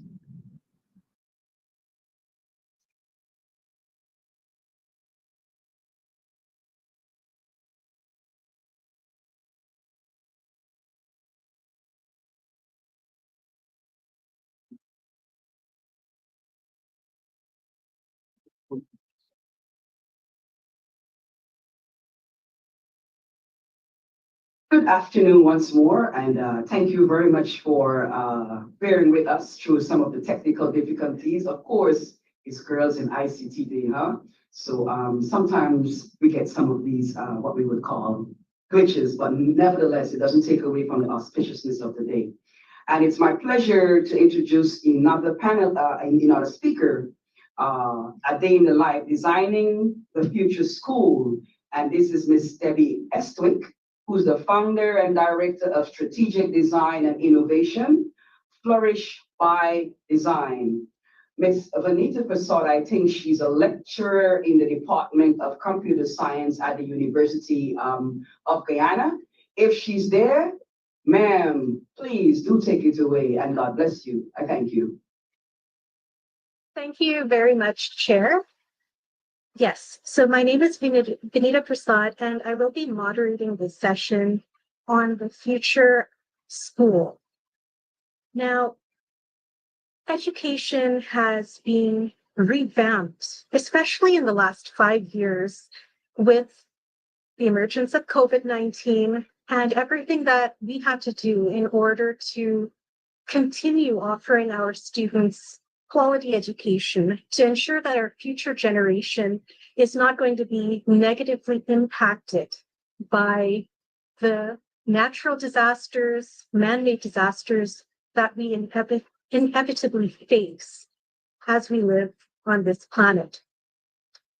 We have to think about things like sustainability, as we've heard how our previous speakers make note of the importance of it, ensuring that the future has a planet that can support them in their endeavors. We need to think about how we can save the planet and how we can create a next generation that is considerate of everything that they need. Miss Debbie Estwick, it is my pleasure to introduce, is a visionary in this area. She is the founder of Flourish by Design. She is a design strategist with international experience across education, innovation, and public policy. She leads Flourish by Design, which is a consultancy that uses gamification, co-design, and foresight to support transformation.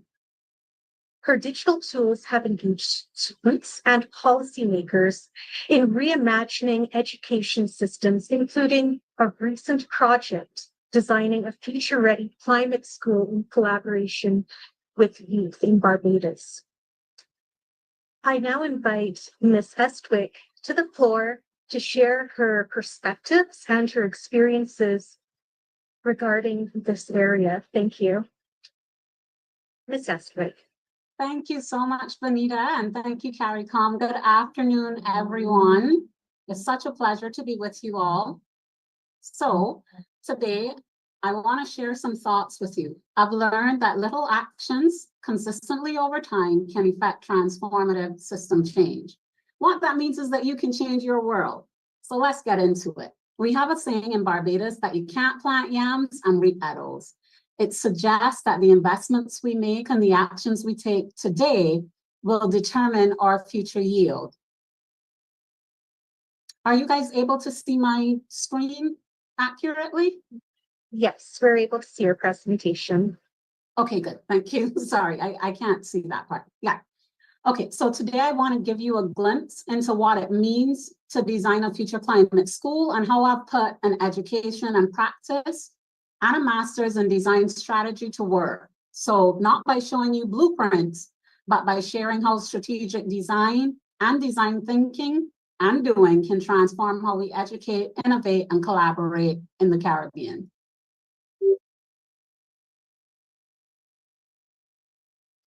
So let's put some context. The future is uncertain and our problem context is really complex. Education, innovation, technology, the future of work, climate change, business and economic growth are really important and interlinked topics for us in the Caribbean. In one possible future, we might help solve climate and socioeconomic challenges through education, innovation, leadership, global collaboration, and we might sell our innovations to the world to help them to improve our innovation ranking and job prospects and to grow our economies. In another, more difficult reality, our island homes might become increasingly uninhabitable, and we might have to adapt as climate migrants. In both scenarios, we want to ensure that students have the technical fluency, critical thinking, empathy, the cultural confidence and creativity, and the collaboration skills so that they can be valued contributors and resourceful problem solvers wherever the future takes them. And to grow this kind of transformational change, it takes all of us, not a genius in a corner. So for this climate school, I worked with a team. Sorry, I skipped a slide. So let's start here. The government of Barbados, under the leadership of Prime Minister Mia Amor-Motley, is embarking on an ambitious plan to build the workforce and economy of the future, with school transformation at its center. Constructed and designed in partnership with XQ Institute and Michael P. Murphy, Oceania Innovation Hub, which you can see on the right, will be the first of 3 paradigm shifting educational centers that will fuse best-in-class instructional pedagogy, climate resiliency, and cutting-edge architectural design. And I'm honored to play a very, very small part in supporting the team and the Ministry of Education transformation, and to bring my strategic design skill set and digital service innovation to be able to engage representatives of a community of diverse stakeholders. What I do is I help people co-create initiatives and activities that can transform our lives and those of future generations. So for this climate school, I worked with the team to develop collaborative, or what we call participatory design sessions, and use a range of strategic design approaches, including design thinking and speculative design. We included people all across the innovation ecosystem. So that included students, teachers, principals, academics, people in the private sector, businesses, government, so many others, to be able to co-create this vision. And pictured here is one of these visions using traditional graphic design skills, but showing what people came up with. And this is a vision that is feasible, viable, and desirable. That means we can get it done and that they liked it, and we should do it. This is technology that we have on island that can be done. We can explore the underwater world and learn a lot more about it through virtual reality. So this may not sound like design as you know it. Design can be a product, or design can be a process. You might be familiar with design as a product. We're talking Apple iPhones. If you've ever held that, you know what design of a product is like. And there are lots of different design disciplines that go into making an iPhone and designing the experience that Apple offers. Design as a process is less familiar. We're talking about things like strategic design, design thinking, transition design, and design for social change. Dr. Leslie Ann Noel, who's pictured on the right, she's at the forefront of design for social change movement on a global scale, and she often talks about design's world-making capabilities. And she's a Caribbean woman, a Trinidadian and Jamaican designer herself. Design does more than just make things beautiful. The beauty part comes to mind first. That's desirability. Well, they like it. But design also deals with feasibility and viability. And good design excels at this intersection. Now, when it comes to feasible, viable, desirable design, how might that look for me and for Flourish? These are some of our inclusive and diverse Caribbean personas. They're custom illustrations for us to use during our sessions. Archetypes and personas, they just help build empathy. It helps people step into the shoes of prospective users, exploring their needs, motivations, behaviors, so we can better identify, understand, design for, and engage them. It can go as deep as including psychographics and demographics. So let's take a light summary with Amara, the 14-year-old girl from Barbados, Bayland, Barbados. She's a secondary school student. She needs to undo her cultural fear of the sea. She needs to engage and experiment and get hands-on in education. She has a strong social media following and dreams of being a beauty influencer.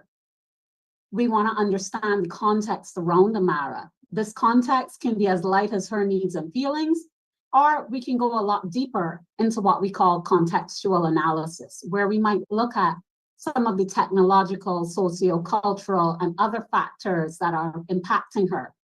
This brings us very close to the problem that Amara is facing while not losing sight of the big picture. So now that we have this understanding of context, we might sometimes match these context ideas to imagine possible future scenarios through what we call speculative design. This helps us imagine and better understand what might be done to analyze and find solutions that could be feasible, viable, and desirable. We lose lots of imagination here. So we talked about the sphere of the sea. We might say in the future, Amara joins a swimming lesson with the Sea Legs Academy. That's a potential private sector partnership for the school. She learns that fish scales could create the pearlescent shimmer in some of her favorite cosmetics. We're tapping into her emotional needs and her interests. She's interested in beauty and cosmetics. She might learn about the work of Caribbean scientists and learn about how marine-derived ingredients such as alternates and sargassum seaweed can be really valuable in skincare. She might jump into a formulation lab or getting hands-on with her learning, where she can safely experiment with a very basic formula and decide to create an ocean-friendly skincare product. She's innovating. So she might say to herself, what if I could develop a Caribbean beauty line that was sustainable and ocean conscious? And she might post the thought and the selfie to her socials. Amara is now a climate action advocate. So we're looking for impact. Impact is essential. We don't just help people come up with ideas. We deliver strategic roadmaps, reports, or solutions tailored to our clients' unique context. Whether we're using design to enhance products, services, or to foster systemic change, we're looking for impact. We identify initiatives that can help our clients transition from where they are to the world that they envision. And design isn't just useful to governments and big complex problems. It can be really valuable for innovation startups and growing businesses. We use many strategic design methods, and this is shown here. We did some work with Bluebot, which is an innovative company using artificial intelligence and robotics to help keep our oceans safe. This was done under Inter-American Development Bank and Compete Caribbean. I was initially contracted much closer to my traditional design skills in social media and graphic design, which you can see some photos there that would have used those skills. But I chose to deepen the value of my contribution, drawing on my broader capacity in strategic design to support the company. And the opportunity opened up for me to help them more meaningfully. And Compete Caribbean was very visionary in allowing me to reposition my contract to do that at the request of the company. So it helped them meet a greater need. They published a feature about the work showcasing the value of strategic design, which isn't well understood, but it's very, very relevant, especially right now in our region where we're lagging in innovation. And we want to improve our innovation and our business innovation and productivity so that we can reap the economic benefits of that. Strategic design also came into play when we partnered with Market Hut, a social media management company, to introduce Piggies and Pickles. It was a workshop series that was really fun, born out of the idea of turning branding pickles or problems into opportunities for piggy bank wins. Many of the businesses that I encountered weren't asking for design strategy or innovation services. So this in itself was born out of a design strategy. They were interested in understanding branding and growing their brands on social media and offline. And internationally, design and branding are intertwined. And design is the vehicle for communications. So why not take this opportunity to introduce both and introduce innovation? And we did this in 6 countries. We had 3 workshops. It was online. That's why we got so many countries involved. And we had lots of participants and we partnered. We extended our reach through our connection with the Caribbean Circle of Economics of Innovation and a partnership with the Caribbean Center of Excellence for Sustainable Livelihoods. And we even spoke about the work in a fireside chat with COSO. Here's a little background. In 2024, Compete Caribbean introduced this Caribbean Circle of Economics of Innovation. It was a course. It involved persons all across the innovation ecosystem across the Caribbean, and out of that, a network was formed. It's an opportunity for collective community, and we have a WhatsApp group of over 72 members across the entire Caribbean region. They're actors across the innovation ecosystem. For Piggies and Pickles, we published an empathetic and policy-focused insights report from our data for driving user-centered systemic change for growing businesses. Maybe there's room for new and different approaches to capacity development. Here's the thing, good design is just the business. All the major global technology companies value design at a strategic level. If we want to innovate and improve our social challenges and grow our economic power in the region, we might want to take a second look at professional strategic design in and for our uniquely Caribbean context. So How did I get here?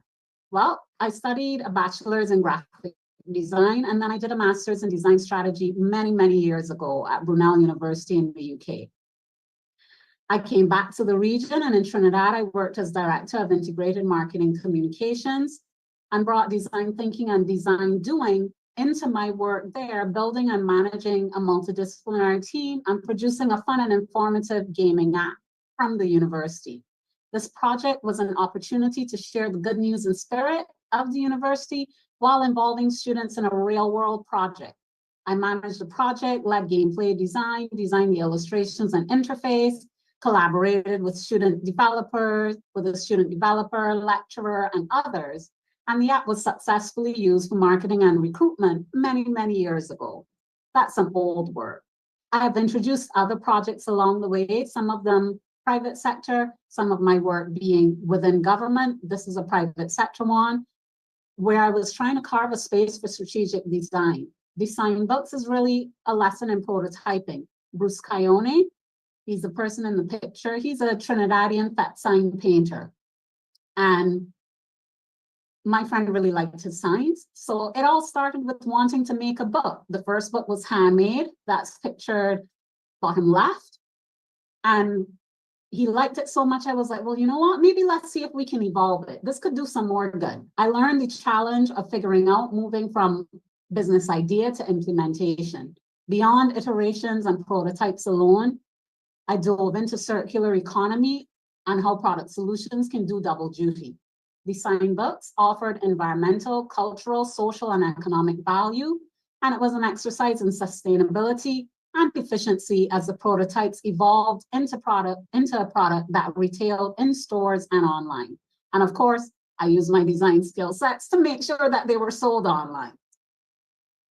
So doing that work gave me something to write about when an opportunity came up to meet other designers and to talk about what was happening in design in the Caribbean. Dr. Leslie Ann Noel published a call, and I tried my hand at writing. And interestingly, it was accepted by the Design Research Society, which is the longest established body for worldwide society for the design research community. BIDC, the Barbados Investment Development Corporation, now Export Barbados, came on board at that time and helped me get to Limerick. That's where I was working at the time. 10 Habitat published the work published an article about this work. Because here's the thing, we need community. When we're growing change, we need community and to just keep moving forward. Take one step and then another. Perhaps we should try doing the things we want done that no one will do. So the first try will probably not be it. Try anyway. So here's a new design word to learn, which has to do with both the strategic process and the traditional practice of design. We might say that Fire Festival was a failure. There are no Bahamians, guests, or investors celebrating. Because here's the thing, you can fail spectacularly, waste a world of resources, hurt real people, and learn absolutely nothing, and you have successfully failed. Even if we learn something, if we're careless about hurting people, maybe that cost is too high. So I want to suggest another word from the designer's vocabulary, prototype.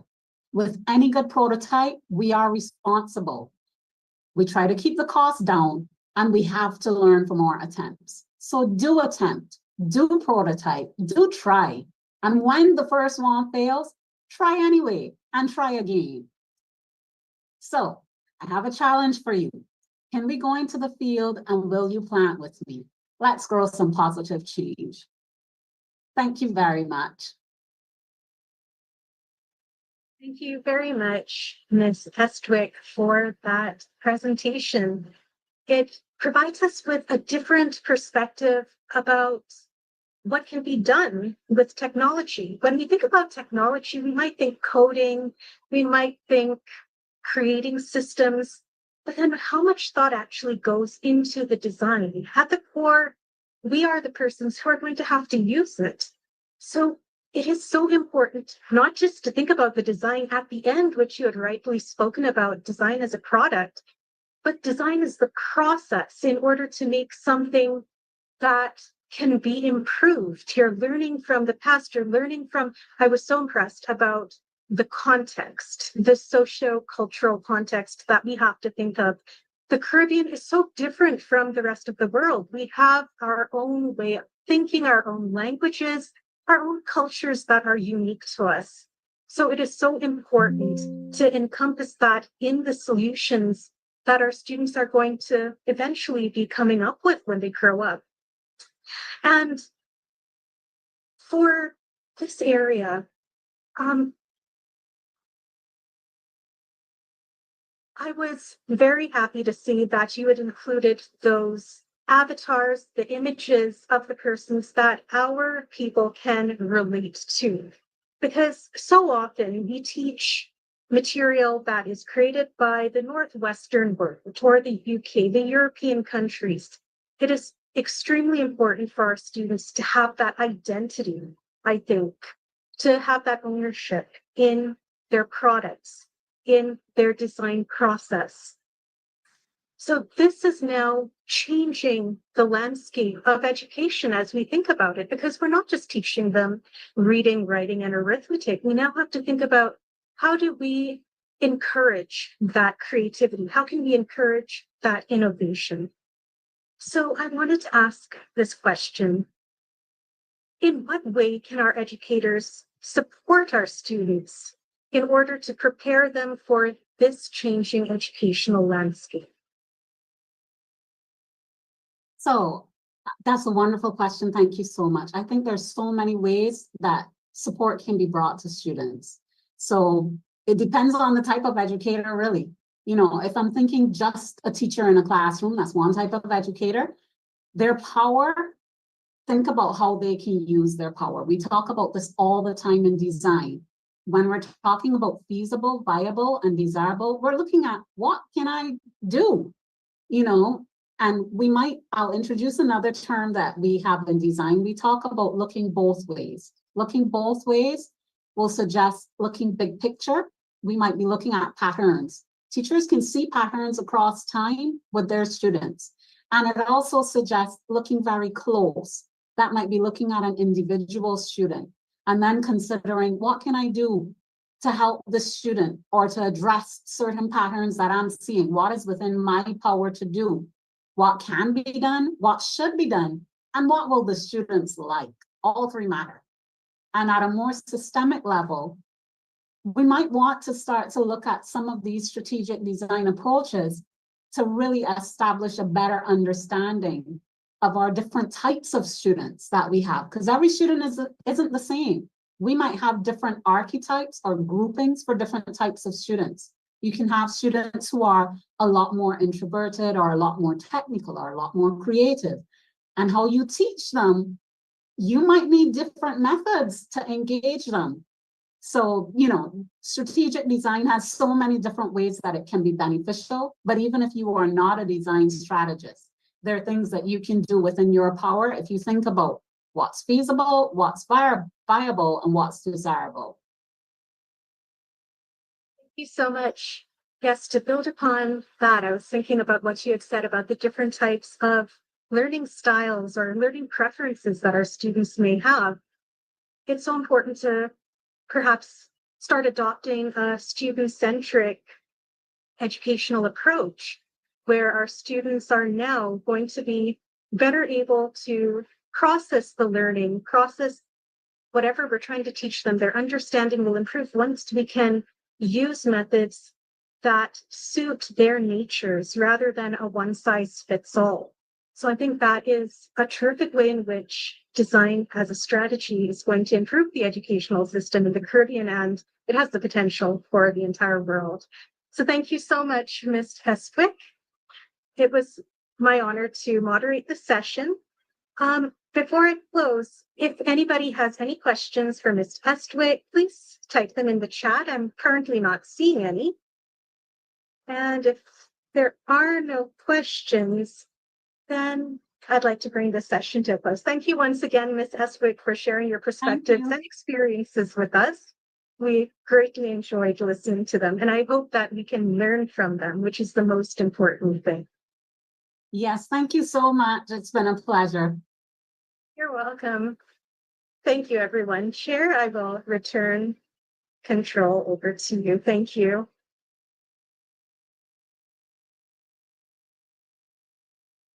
Thank you, Vanessa. Thank you, Ms. Eswick. Wonderful, wonderful. That was a very enjoyable presentation. I'm hoping that the room is hearing me loud and clearly. Are we all hearing online? Yes, loud and clear to go. We were able to resolve our technical difficulties. Thank you for your patience.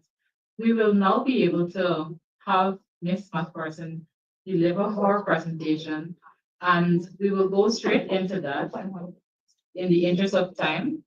As you may have heard, a part of my presentation of Mr. Mohammed, Mr. Tariq Mohammed holds a Bachelor of Science in Electrical and Computer Engineering with first class honors from University of the West Indies.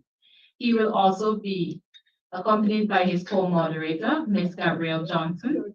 Ms. Johnson is an accomplished ICT relations professional with a passion for digital transformation and sustainable development. Take it over, moderators. Thank you.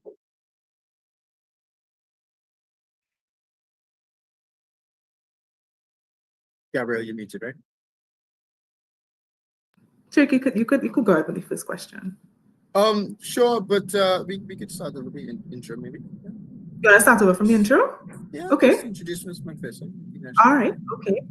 So again, we're honored to be joined by a true expert in this field, Ms. Muriana McPherson, Director of Cybersecurity at the National Data Management Authority in Guyana. With over 30 years of experience in ICT and cybersecurity, she's a pioneer and role model for women in tech. As a director at NDMA, she oversees national cybersecurity policy, risk management, and incident response. She's a certified information systems security professional with master's degrees in both computer science and business administration. She also serves as a Get Safe Online ambassador. Ms. McPherson has delivered cybersecurity awareness training to over 7,000 students and public servants. Welcome, Ms. McPherson. Welcome. Good afternoon. Thank you. It's such a pleasure to be here. Pleasure to have you. Thank you. So, Ms. McPherson, glad for you to join us this afternoon. And the very first question I'd like to ask you is, can you tell us what first sparked your interest in the ICT sector and cybersecurity in particular? And what was your journey like breaking into this field? Oh, wow. Well, before I answer that question, I really would like to thank the CARICOM Girls and ICT Planning Committee for inviting me to share at this year's event. And yes, to answer your question, what first sparked my interest in cybersecurity? Honestly, if you had asked the 15-year-old me that one day I'd be leading the government of Guyana's cybersecurity efforts, I probably would have laughed. Not because I didn't believe in myself, but because back then, ICT and cybersecurity weren't even things we talked about. It wasn't part of the conversation in our schools, nor in our communities. And I actually wanted to be a business manager. I studied business management at the first degree level. But everything changed when I started my first job as a junior manager in the IT department at the central bank. You might wonder the transition from business to IT, but I believe it was strategic for the then female director who hired me because she wanted someone who comes with a different perspective, someone who can see things differently. And so that sparked my interest. I got curious. I saw how technology can be used to solve problems. And so I was hooked. That curiosity led me to apply for the British Evelyn Scholarship, which I won. And I did a master's degree in computer science in the UK. It was challenging, but it was worth it. So when I returned again, I started to work on big IT projects at the bank. And it was around that time that the world was waking up to cyber threats, hackers, digital attacks. And that is when it hit me. Technology is powerful, and we're vulnerable. And just like that, cybersecurity became my mission. I wanted to protect systems, to protect people, and more importantly, to help Guyana thrive safely in a digital world. So why am I telling you all this? Because your path doesn't need to be perfect. Mine wasn't. You don't need to have all the answers right now. You just need the curiosity, the courage, and the commitment to grow. And so regardless of what you love, there is a place for you in ICT.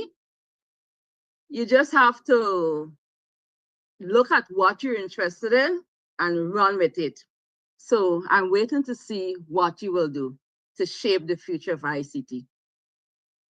Thank you, Ms. McPherson. And I think that's such a perfect answer for a number of reasons. One, because you're there showing that inspiration that, you don't need to know, I'm in my 20s. I don't need to know what I'm going to be doing 10 years from now, but at least approach it with an open mind. And it's very good to see your transition from the business sector into the ICT sector and now leading the cybersecurity field in the country of Guyana, which is amazing. And I definitely also agree with you that ICT is not just its own sector, but cross-cutting with every single sector. And we see that becoming increasingly prevalent with every single day. Thank you so, so much.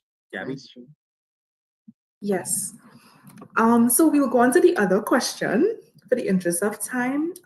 So based on your experience, Ms. McPherson, what are the 3 biggest cybersecurity threats faced by young people? And what recommendations do you think every young person should adopt to stay safe online? Okay, thank you. That's such an important question. And based on my experience, the 3 main ones are social engineering and phishing scams. So for the person, these are tricks that are designed to get you to share your personal information, like your passwords, like your banking details. And they generally pretend to be someone that you can trust. It could be a fake email from your bank, or a free giveaway on Instagram, or a message from a hacked friend's account. So my advice in face of any social engineering phishing scam is to think, take a pause. It usually comes with a sense of urgency, but don't click on suspicious links or give out your personal information just because someone asks. Always verify. If it's about money, some account or password, it's a big no-no. The second thing I would want to share is that of oversharing on social media. We live online, and for a lot of persons, it's just fun to post something. But the more you share, the more information the hackers and the cyber bullies have to target you. And so even from something as simple as your birthday, your school you go to, your daily routine, can be used to guess your passwords or to track your movements.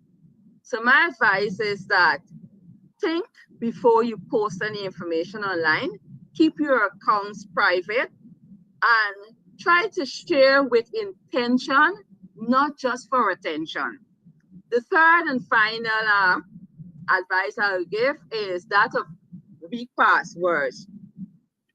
And regarding weak passwords, right, most times a lot of young people use either simple passwords or they pick a password and use the same password across all their accounts. So that's like using the same one key for your house, for your car, for your diary, for everything. If someone steals that one key, they have access to everything. And so my advice is to use strong, unique passwords for every account. Yes, it can be bothersome trying to remember a complex password.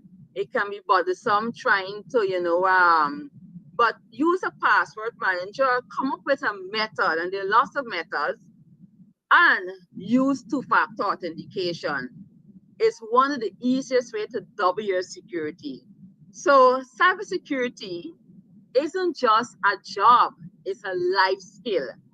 Just like how we lock our doors, we must learn to protect our digital spaces. So stay curious, stay cautious and remember, you have the power to control your digital footprint. Thank you so much for that very clear and informative breakdown, Ms. McPherson. I think that, the threats that you highlighted are a real concern for so many young people like myself. And I think that the recommendations and advice that you offered, give some practical, actionable steps that we could all take to stay safe online. So it really is important that we continue having these conversations, especially with our youth, so that they could build not only just their digital skills, but also, strong habits around cybersecurity awareness. So thanks for that.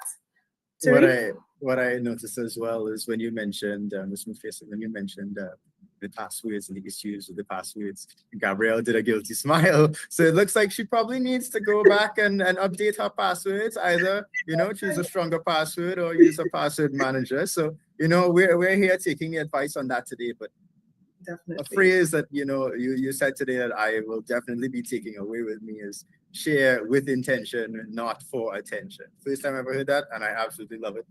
I'm going to be using that in the future, so just with respect to that. So I know we just spoke a lot on some good practices, but now let's look forward. And so you see, these days we have a lot of emerging technologies on the horizon. Artificial intelligence has become an increasingly prevalent tool in our digital world. And so based on your experiences, what threats as well as opportunities do you think that AI, for example, poses within the cybersecurity space? Yes, AI. AI, artificial intelligence, is transforming our digital world. And AI, if you think about it, is a bit like fire. It can cook your food, but it can also cause destruction. And so therefore, it all depends on how we use it. So let's start with the opportunities. So with AI, especially as it relates to cybersecurity, my field right now is that it allows a faster threat detection. So in our field, we use AI to process large amounts of data quickly, and it can spot unusual behavior, right? And it can send an alert if someone is trying to break in to hack your account.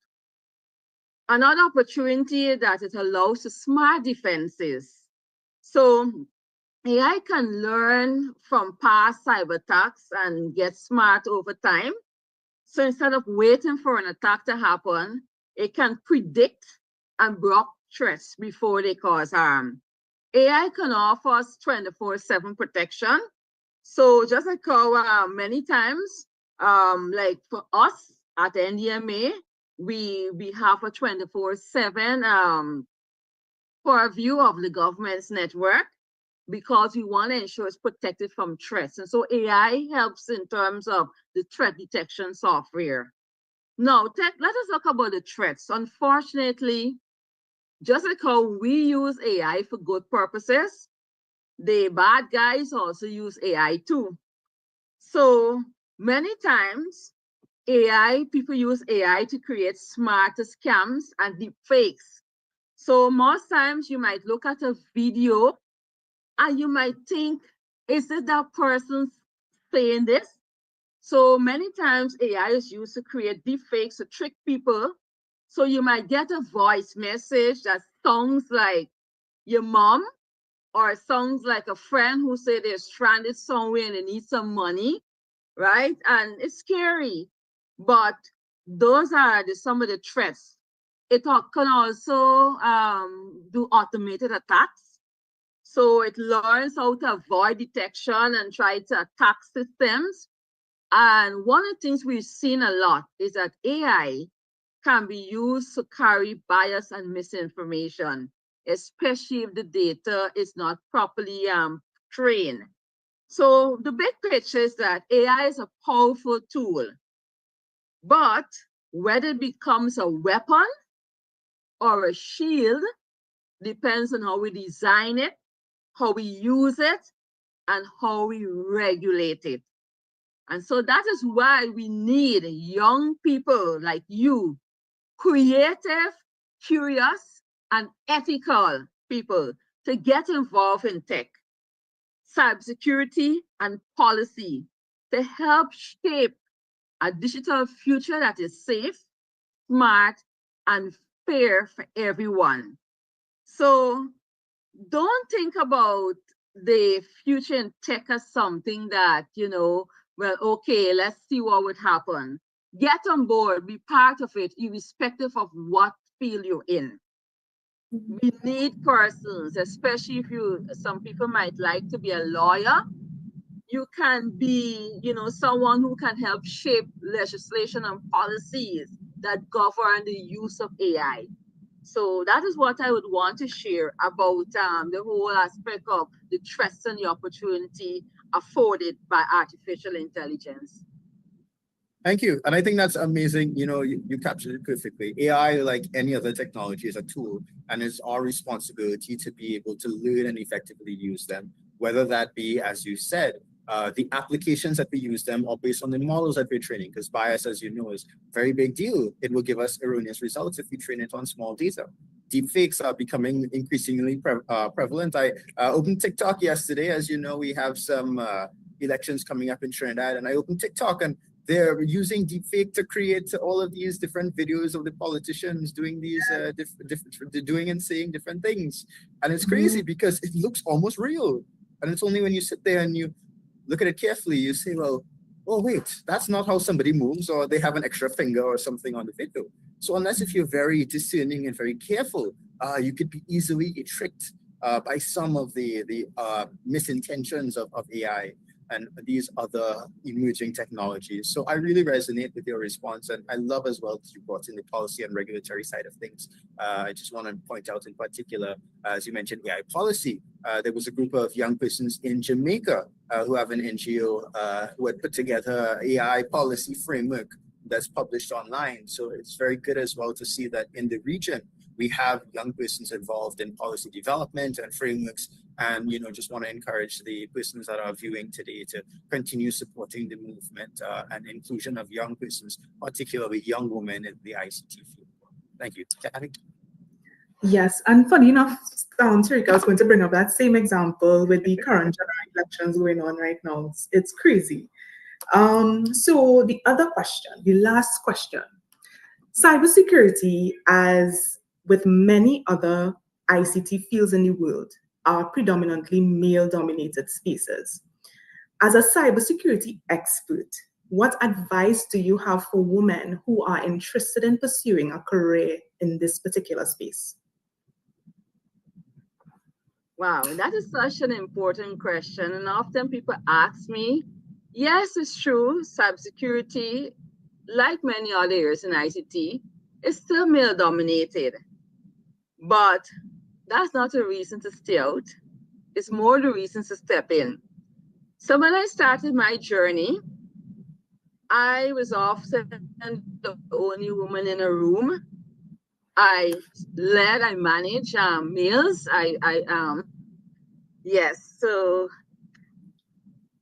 I know what it's like to walk into a meeting or to have to prove yourself. Sometimes, as a female in cybersecurity, in ICT, I started without first.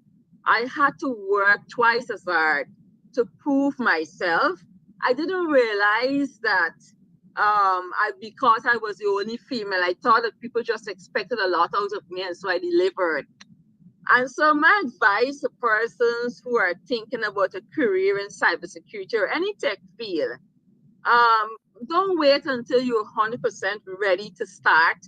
You don't have to know everything. None of us did that at the beginning. What matters is a willingness to learn, a willingness to be curious, to keep showing up, to keep doing things. I say to people, when I started out my career, there was no internet, right? But now you have the internet. You have a whole lot of online courses, communities you can join, you can learn. It's right there at your fingertips. So try your hands on project, learn something new. Then own your space, right? Not just as a participant, but as a leader, a builder, problem solver. get involved. You bring a unique perspective to the table, especially when it comes to things like privacy, ethics, user behavior, policy. That's where we need you most. We need your voice. We need you to do creative things as well, to be innovative, right? So whatever you have an interest in, just get out there, just learn, just ask questions. The worst people can say to you is no. And still, don't take no for an answer. Connect with mentors. You go out and find your mentors, find your allies, find your peers, find people who will support and uplift you. Join programs, clubs, ask questions, learn from others. No one succeeds alone. So you don't have to do that either. All you have to do is think about the future. You are the future. You are not only the future of cybersecurity, you are the present. You are the present to us. So continue to operate in that, right? Stand tall, be bold, walk into spaces that people might try to exclude you from. Just don't notice that. You just continue to be all you can be. That is what I did. That is where I am today. And you can do that too. I have the confidence in you. Thanks so much for that insightful response. And as someone who, myself, I'm someone who's very interested in the cybersecurity field. And I think it's really interesting to hear directly from someone who's not only just navigating, but thriving in such a dynamic and traditionally male-dominated field. So I think your advice really underscores the importance of confidence, resilience, and continued learning. And it's a valuable reminder that, there's space for women in cybersecurity and all areas of ICT. So I thank you for that. You're welcome. Tariq, any comments or? No, I think you captured it perfectly. I love all the advice that was given, and yeah, it was perfect. Okay, so now we open the floor for any questions from the audience. If you have any questions, so Ms. McPherson, feel free to put it in the chat, raise your hand. Any questions?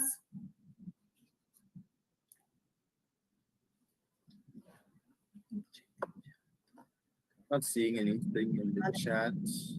Just a thanks from Jennifer for the impactful, interesting presentations. Hello, yeah. Hi, Commissioner. So, yes, so I have a question for Ms. McPherson, and it relates to what work is she currently doing within our school system to educate our young people about exactly what she talked about, dangers online, being safe, because we have a proliferation of many things that are happening. More specifically, I think it's the breakdown in the family structure. How is she working with families and communities to keep Guyana youths cyber safe? I thank you. God bless you. Thank you, Ms. McPherson. Did you catch that? I didn't catch everything clearly. I heard about what I'm doing to help the youths. Right. Firstly, with the schools, so based off of the presentations that you made, how are you and the NDMA working with the different schools, communities, as well as families to bring more cybersecurity and digital safety practices to them? I think that covers it, right, Commissioner? Yes. God bless you. Great. Okay, thank you for that question. So the government of Guyana is very keen on ensuring digital inclusiveness. And NDMA, as part of its mandate, we are working closely with the Office of the Prime Minister to take ICT, to take communication, internet to the different remote areas in Guyana. And so part of what we do is that every time we go to the different interland regions, we have somebody there who is able to share about online safety. So there are about 250 Amerindian villages in the hinterland region of Guyana. And so far for this year, we have visited roughly about 18 or 20 villages so far. And in each village, we meet with the different persons, school children, as well as the community leaders and members come out, and we share with them about online safety. So that's what we do. We know lots of opportunities are available to people in the coastal area, in the capital city, and so we've begun taking it there. Notwithstanding that, we juggling our demands of work, we still go out to different schools, especially if they invite us. We go and we share or we extend invitations for them. What part of our mandate also is to ensure that the public sector are well versed with the knowledge as how they can remain safe online. And so we involve in that as well. So those are some of the things that we're doing right now to ensure we spread the message of staying safe online. I hope I answered your question.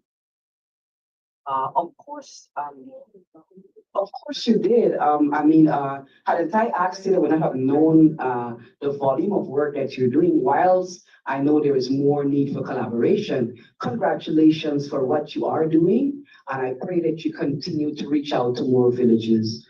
God bless you. Thank you. So any more questions or guess that's it?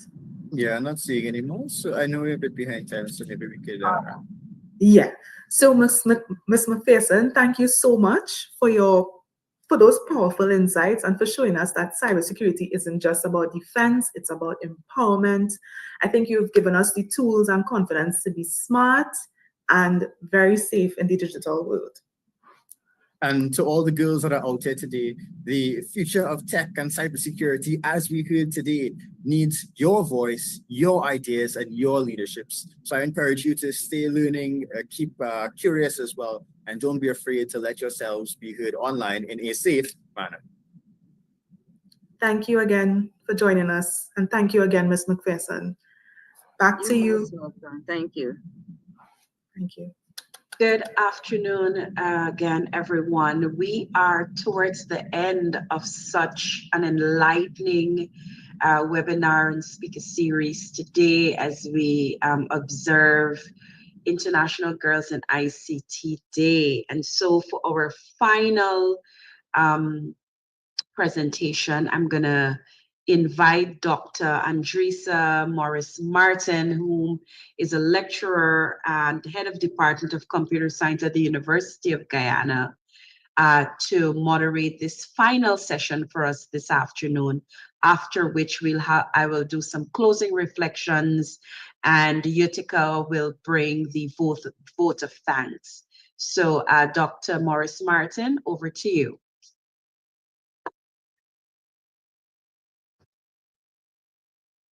Good afternoon. Can you guys hear me? Yes, we can. All right, good afternoon. I am delighted to introduce to you Ms. Gabrielle Gay, who's the founder of the Earlene Bradshaw Foundation. And she's going to be telling us a little bit about a day in her life. So we're reimagining learning for the digital generation. So Ms. Gabrielle Gay is an internationally recognized education futurist and youth leader from Barbados. She founded the Earlene Bradshaw Foundation and created the globally awarded Gabrielle Gay Award for Excellence in Reading and Mentorship at the age of 13. Her programs have reached 10 million plus people in over 100 countries. She advises governments and international organizations on education, gender, and leadership, and currently serves as a sustainable development champion for the government of Barbados. Myself, like everyone in the room, are looking forward to hearing from you, Ms. Gay. Over to you. Good afternoon, good night, good evening, wherever you are in the world. Happy Girls in ICT Day 2025. Thank you so much. All protocols having been established to CARICOM for having me. So imagine for a moment with me, let's take our minds to the beyond, that you are waking up on a perfect day. You're in your lush robe. You have your favorite mug and you're sipping on your favorite hot beverage. And in this perfect world, you've woken up to a world where every child and every woman and every girl, no matter where they are, whether in a bustling city or a remote island somewhere, has access to the ICT education tools that they need to thrive. I'm Gabrielle Gay, and this is the world that I aim to wake up to every single day. And as the founder and executive director of the Berlin Bradshaw Foundation, this is the future that we are actively seeking to build through our education programs. For me, a typical day in my life begins with an unwavering commitment and redesign and innovation mentality with one simple but yet powerful idea that learning is the foundation of ICT transformation and that we stand on the brink of digital revolution. So it's clear that education transformation, as we know it, must be redesigned and it must be digital. But ladies and gentlemen, we don't live in that perfect world right now. So what we're going to do is we're going to put our favorite mug down. We're going to take our robes off, roll our sleeves up, and get to work. So how will we do that? How will we redesign our education system? I am glad you asked, and that is what my presentation will focus on today.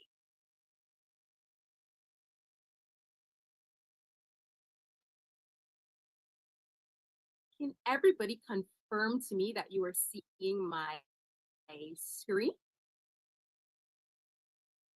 Yes, I can see your screen. Fantastic. Please let me know if it is in full screen mode. I'm seeing that on my end. Yep, full screen mode. Fantastic. So, ladies and gentlemen, welcome to a day in the life, reimagining learning for the digital generation, an education futurist perspective. So I just wanted to give a bit more of a background of the work that we're doing in ICT education. So at the Erland Bradshaw Foundation, we are absolutely dedicated to empowering marginalized communities, particularly women and youth, through education and sustainable development. Our flagship programs, the FemLabs cohort and the No Long Ting Web3 Bootcamp, are the first, only, and most awarded education technology programs of their kind in the entire world and have impacted over 10 million professionals and students across 104 plus countries, providing mentorship and education in AI, blockchain, and eco-technology justice. These initiatives are reshaping global access to ICT education and technology and fostering a resilient and inclusive future for all.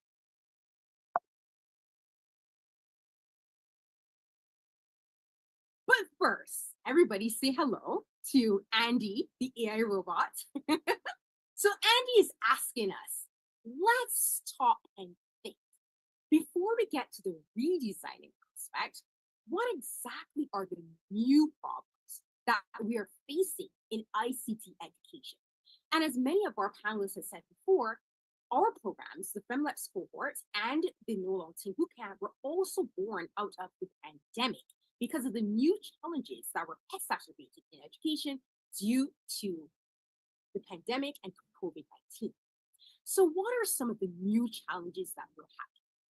So firstly, from a legal education perspective, less than 10%, ladies and gentlemen, of Caribbean law students believe that the curriculum addresses the current regional needs, and they believe there's a significant gap in education. And our FemLabs cohort program, as the name notes, Lex is Latin for law, focuses on eco-technology justice and the law. So this is why legal education and having a lens in that regard is so important to us at EBS. So mandatory legal technology subjects are largely excluded from the syllabi of multiple Caribbean and CIDS universities, which then leaves our law graduates without formal education largely in tech-related fields.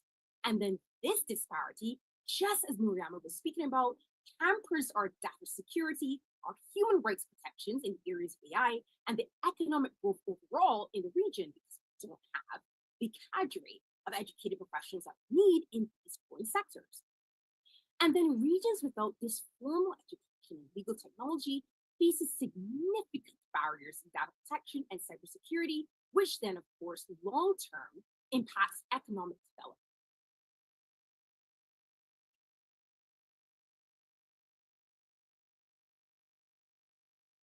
So the next perspective is the eco-technology justice perspective, which is so exciting.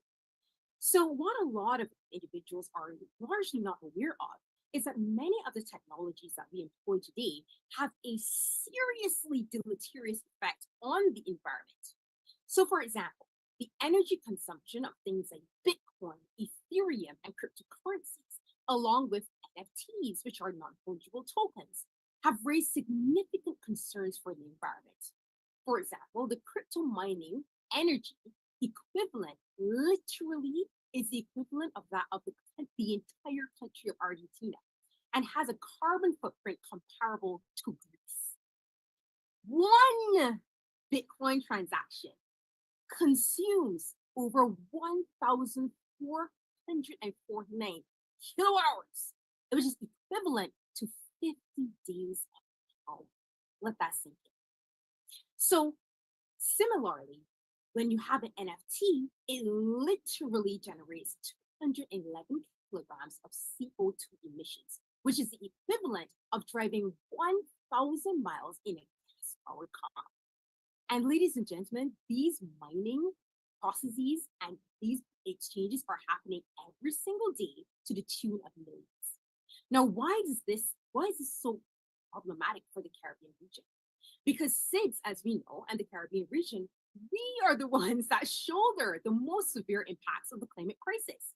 So our FLC program is educating our ambassadors on this and making sure that we're addressing this critical issue by equipping the next generation of lawyers and policymakers with the knowledge in technology and climate justice in this regard.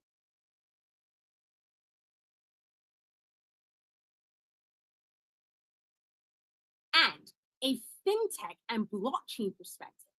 So we also, adjacent to the climate crisis, also have a severe lack of education with regards to blockchain and NFTs overall in CIDS.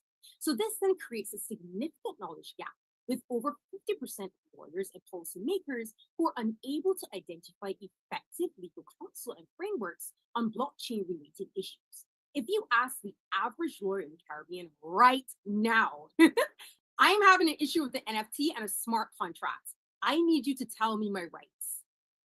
Probably they're not going to be able to help you and you're going to have to outsource the work. So these insufficient legal frameworks and policies that we have now hinder this new technology and blockchain adoption in CIDS, and the World Intellectual Property Organization highlights also the challenges in intellectual property law and data protection and contract law, as I said, with smart contracts that exist on the blockchain, due to the immutability of blockchain and the uniqueness of NFTs. Basically, this means that you can't treat it like a written contract. For example, smart contracts can only be read by artificial intelligence. So if you are a lawyer and you have no knowledge of AI, you have no knowledge of blockchain, you will be unable to help your client on a vast scale. So addressing this gap through education is crucial for enabling legal professionals to support innovation and economic growth through these technologies for the region. So of course, we spent a long time now talking about the challenges, the problems. It's if these ICT situations, they're affecting the climate. We don't have the policies and frameworks that cover these issues in Bitcoin and fintech. But Andy the AI is asking now, what is the solution? Which is the most exciting part of my day in the life as an education futurist. So, of course, the FedFlex cohort is here to save the day by empowering women in technology and eco-technology justice. So how it works is that we provide mentorship and training with our syllabus, and we empower women from cities and marginalized communities to take leadership roles. And we're going to give some examples very shortly, because we don't just want passive women in ICT. We want women that are creating sustainable change. So with over 300,000 women from 77 plus countries, we've created a global network of change makers using tech-driven solutions for climate action and sustainable development.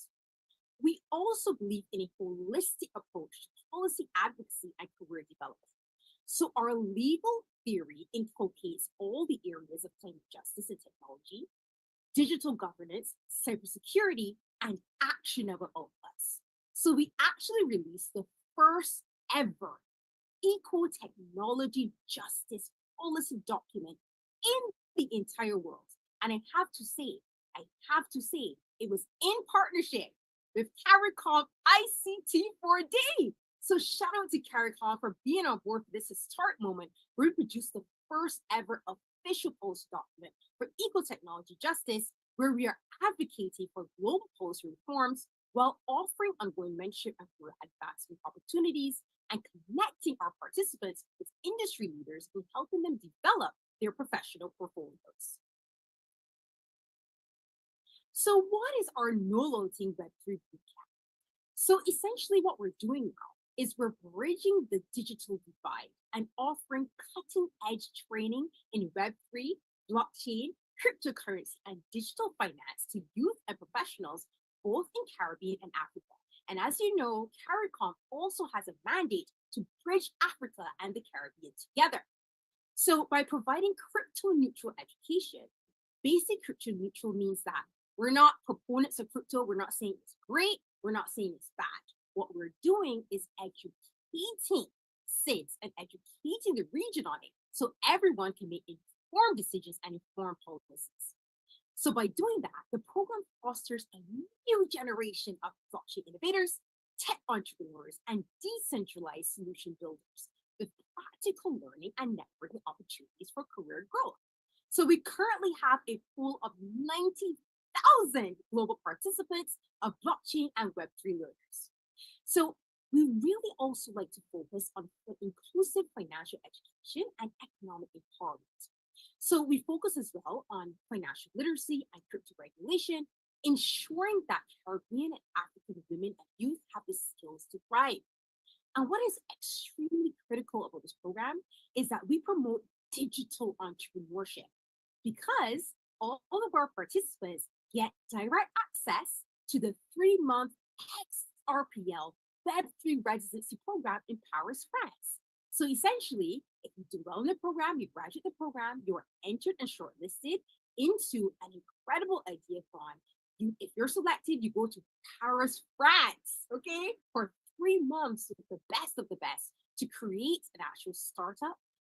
You're put in an accelerator, and then we promote and teach you and really inculcate and incubate your blockchain-based solutions so that you can positively impact your communities and bring that business and bring those ideas back to the Caribbean for a more inclusive economy.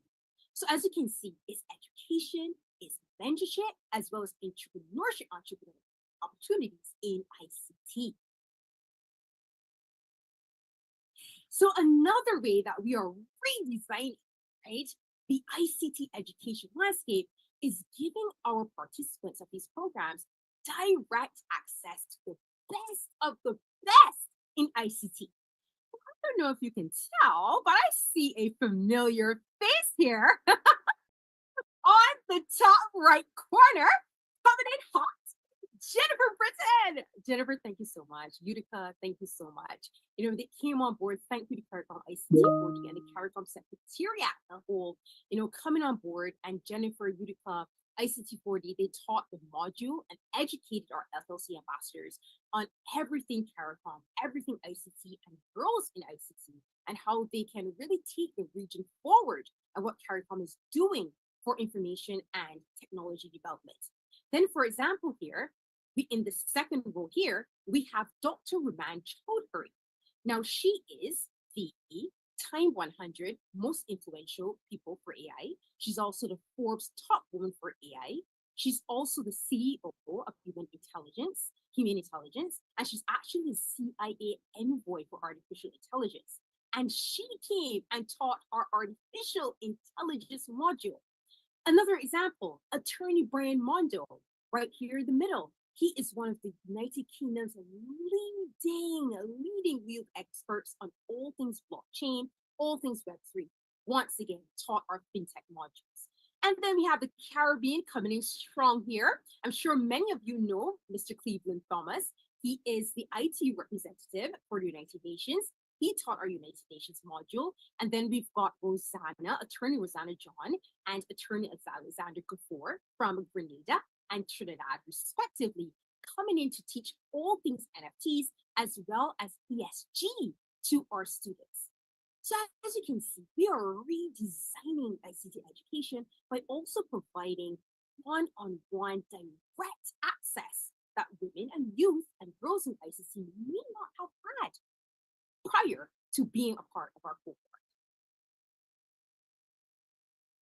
So one thing I want to also quickly go into the next tab and show you is the actual 2024 Eco-Technology Justice Resolution that was passed in collaboration with CARICOM ICT 4D and over 130 of the top law firms across the entire world, developers, FemLet's cohort ambassadors, and United Nations and global citizens. So one of the things and some of the things that we are advocating for is that we believe that states have human rights obligations to ensure adequate responses to the ethical and environmental challenges posed by technological advancements. We're calling strongly on states to integrate legal technology subjects as mandatory course modules. Why? Because the World Economic Forum determined that over 30% of job skills that we have now will be completely obliterated by 2030. So ICT education, redesign education should not be a choice. It should be mandatory for our girls and youth. We're also mandating and calling upon AI, Bitcoin, and NFT companies to source a minimum of 30% of their energy usage from renewable energy sources by 2030, aligning with global efforts to reduce greenhouse gas emissions and promote sustainable energy practices. And we are also calling for the updating and strengthening of cybercrime laws in SIDS and developing countries to address new and emerging digital threats to ensure comprehensive protection for individuals and societies in the digital era. So as you can see, ladies and gentlemen, we are redesigning education, but we don't stop there. We're taking action with actual policy frameworks, documents, and calling for sustainable change across the region and across the world. So both FLC and NLT are redefining learning for the digital generation because we are empowering 10 million plus women and youth from marginalized groups to become leaders in emerging technologies. We are integrating education with actionable skills and policy outputs, as you just saw, and career development, positioning our participants to thrive in digital economies. And finally, we are providing global access to cutting-edge knowledge and mentorship, bringing the best of the best only to foster economic empowerment and social impact through technology education.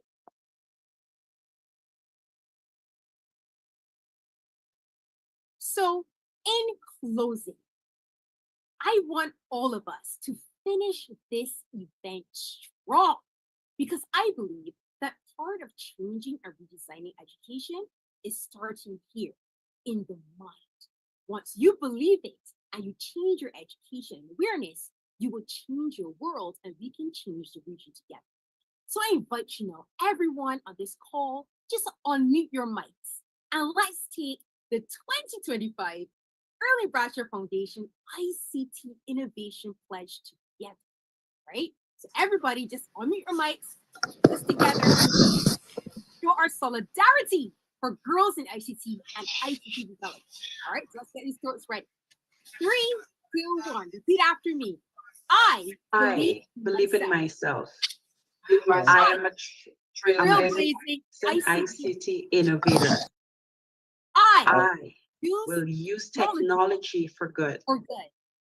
And through my innovation, education, and creativity, I pledge to positively change the world.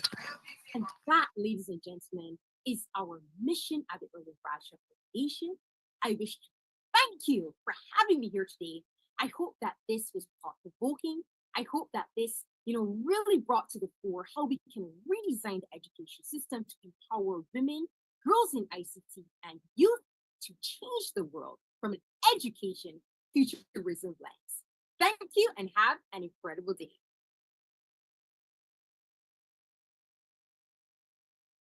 Thank you so much, Gabriella, for such an inspiring and thought-provoking speech. I was really inspired by the work that your foundation is doing.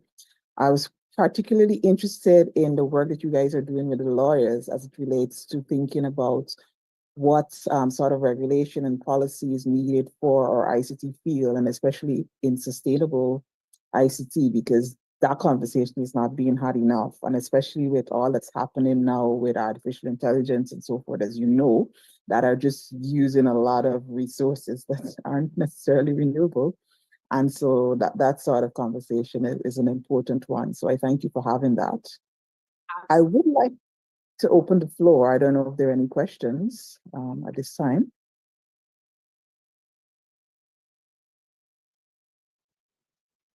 I guess we're a little tired because we've been here all day. I don't see any questions in the chat, anything like that. But really, thank you so much for being here today and telling us about all the wonderful things that your foundation is doing. And I applaud you for being able to make a difference in the lives of so many women and girls, especially in the sort of country from. So thank you. Did I miss something? If anyone wants to read the resolution, it's available on our website, www.erlingbradshawfoundation.org. And just go on our website, the resolution is there publicly available. And if you definitely want to partner to continue the policy advocacy efforts, definitely reach out. We've got a contact form. We are ready and willing, as you can probably tell, and very excited to continue to champion the work for girls in ICT and the redesigning of the education and legal policy frameworks. Hi, Dr. Martin. Yeah. I was just saying that I think I heard somebody trying to get me. So yeah, sure, go ahead. Cannot let her go such an erudite presentation without, of course, posing a question. My question to her is she engaged in the foundation engaged in any mentorship of girls currently as it relates to all that you're doing that is impactful? Because if we are going to encourage the next generation of girls to fly and really fly high, then the mentorship and the hard work, I know, needs to be done now. Are you engaged? Is the foundation engaged in anything like that? Reaching out to girls and ensuring that girls have an opportunity to become the next you. I thank you. God bless you. Thank you so much. That is such an amazing question. And yes, our FemLex cohort program is exactly that. So the name Fem, French for woman, Lex, Latin for law. So we accept girls and women 18 and above. We do make allowance, especially if they're younger, and definitely show great interest and dedicated interest in the subject in the areas of law, technology, and climate-related fields. So if you're a girl, a woman, and you want to be a part of the program, definitely reach out. We provide mentorship. It's an 8-week program, fully funded. It's a virtual exchange program, so you're going to meet incredible women from across the entire world who are working together in eco-technology justice to change the world. And then with our No Long Team Bootcamp, we have the follow-up mentorship, where you have the digital entrepreneurship at Celebrators, and then the mentors themselves from the FLC program also stay in contact with all of our ambassadors post-program. So it's a real incubator of support and for all girls and women in ICT. So yes, mentorship is literally our key and chief prerogative, because it goes hand in hand with education. You give them the knowledge and then you provide the support.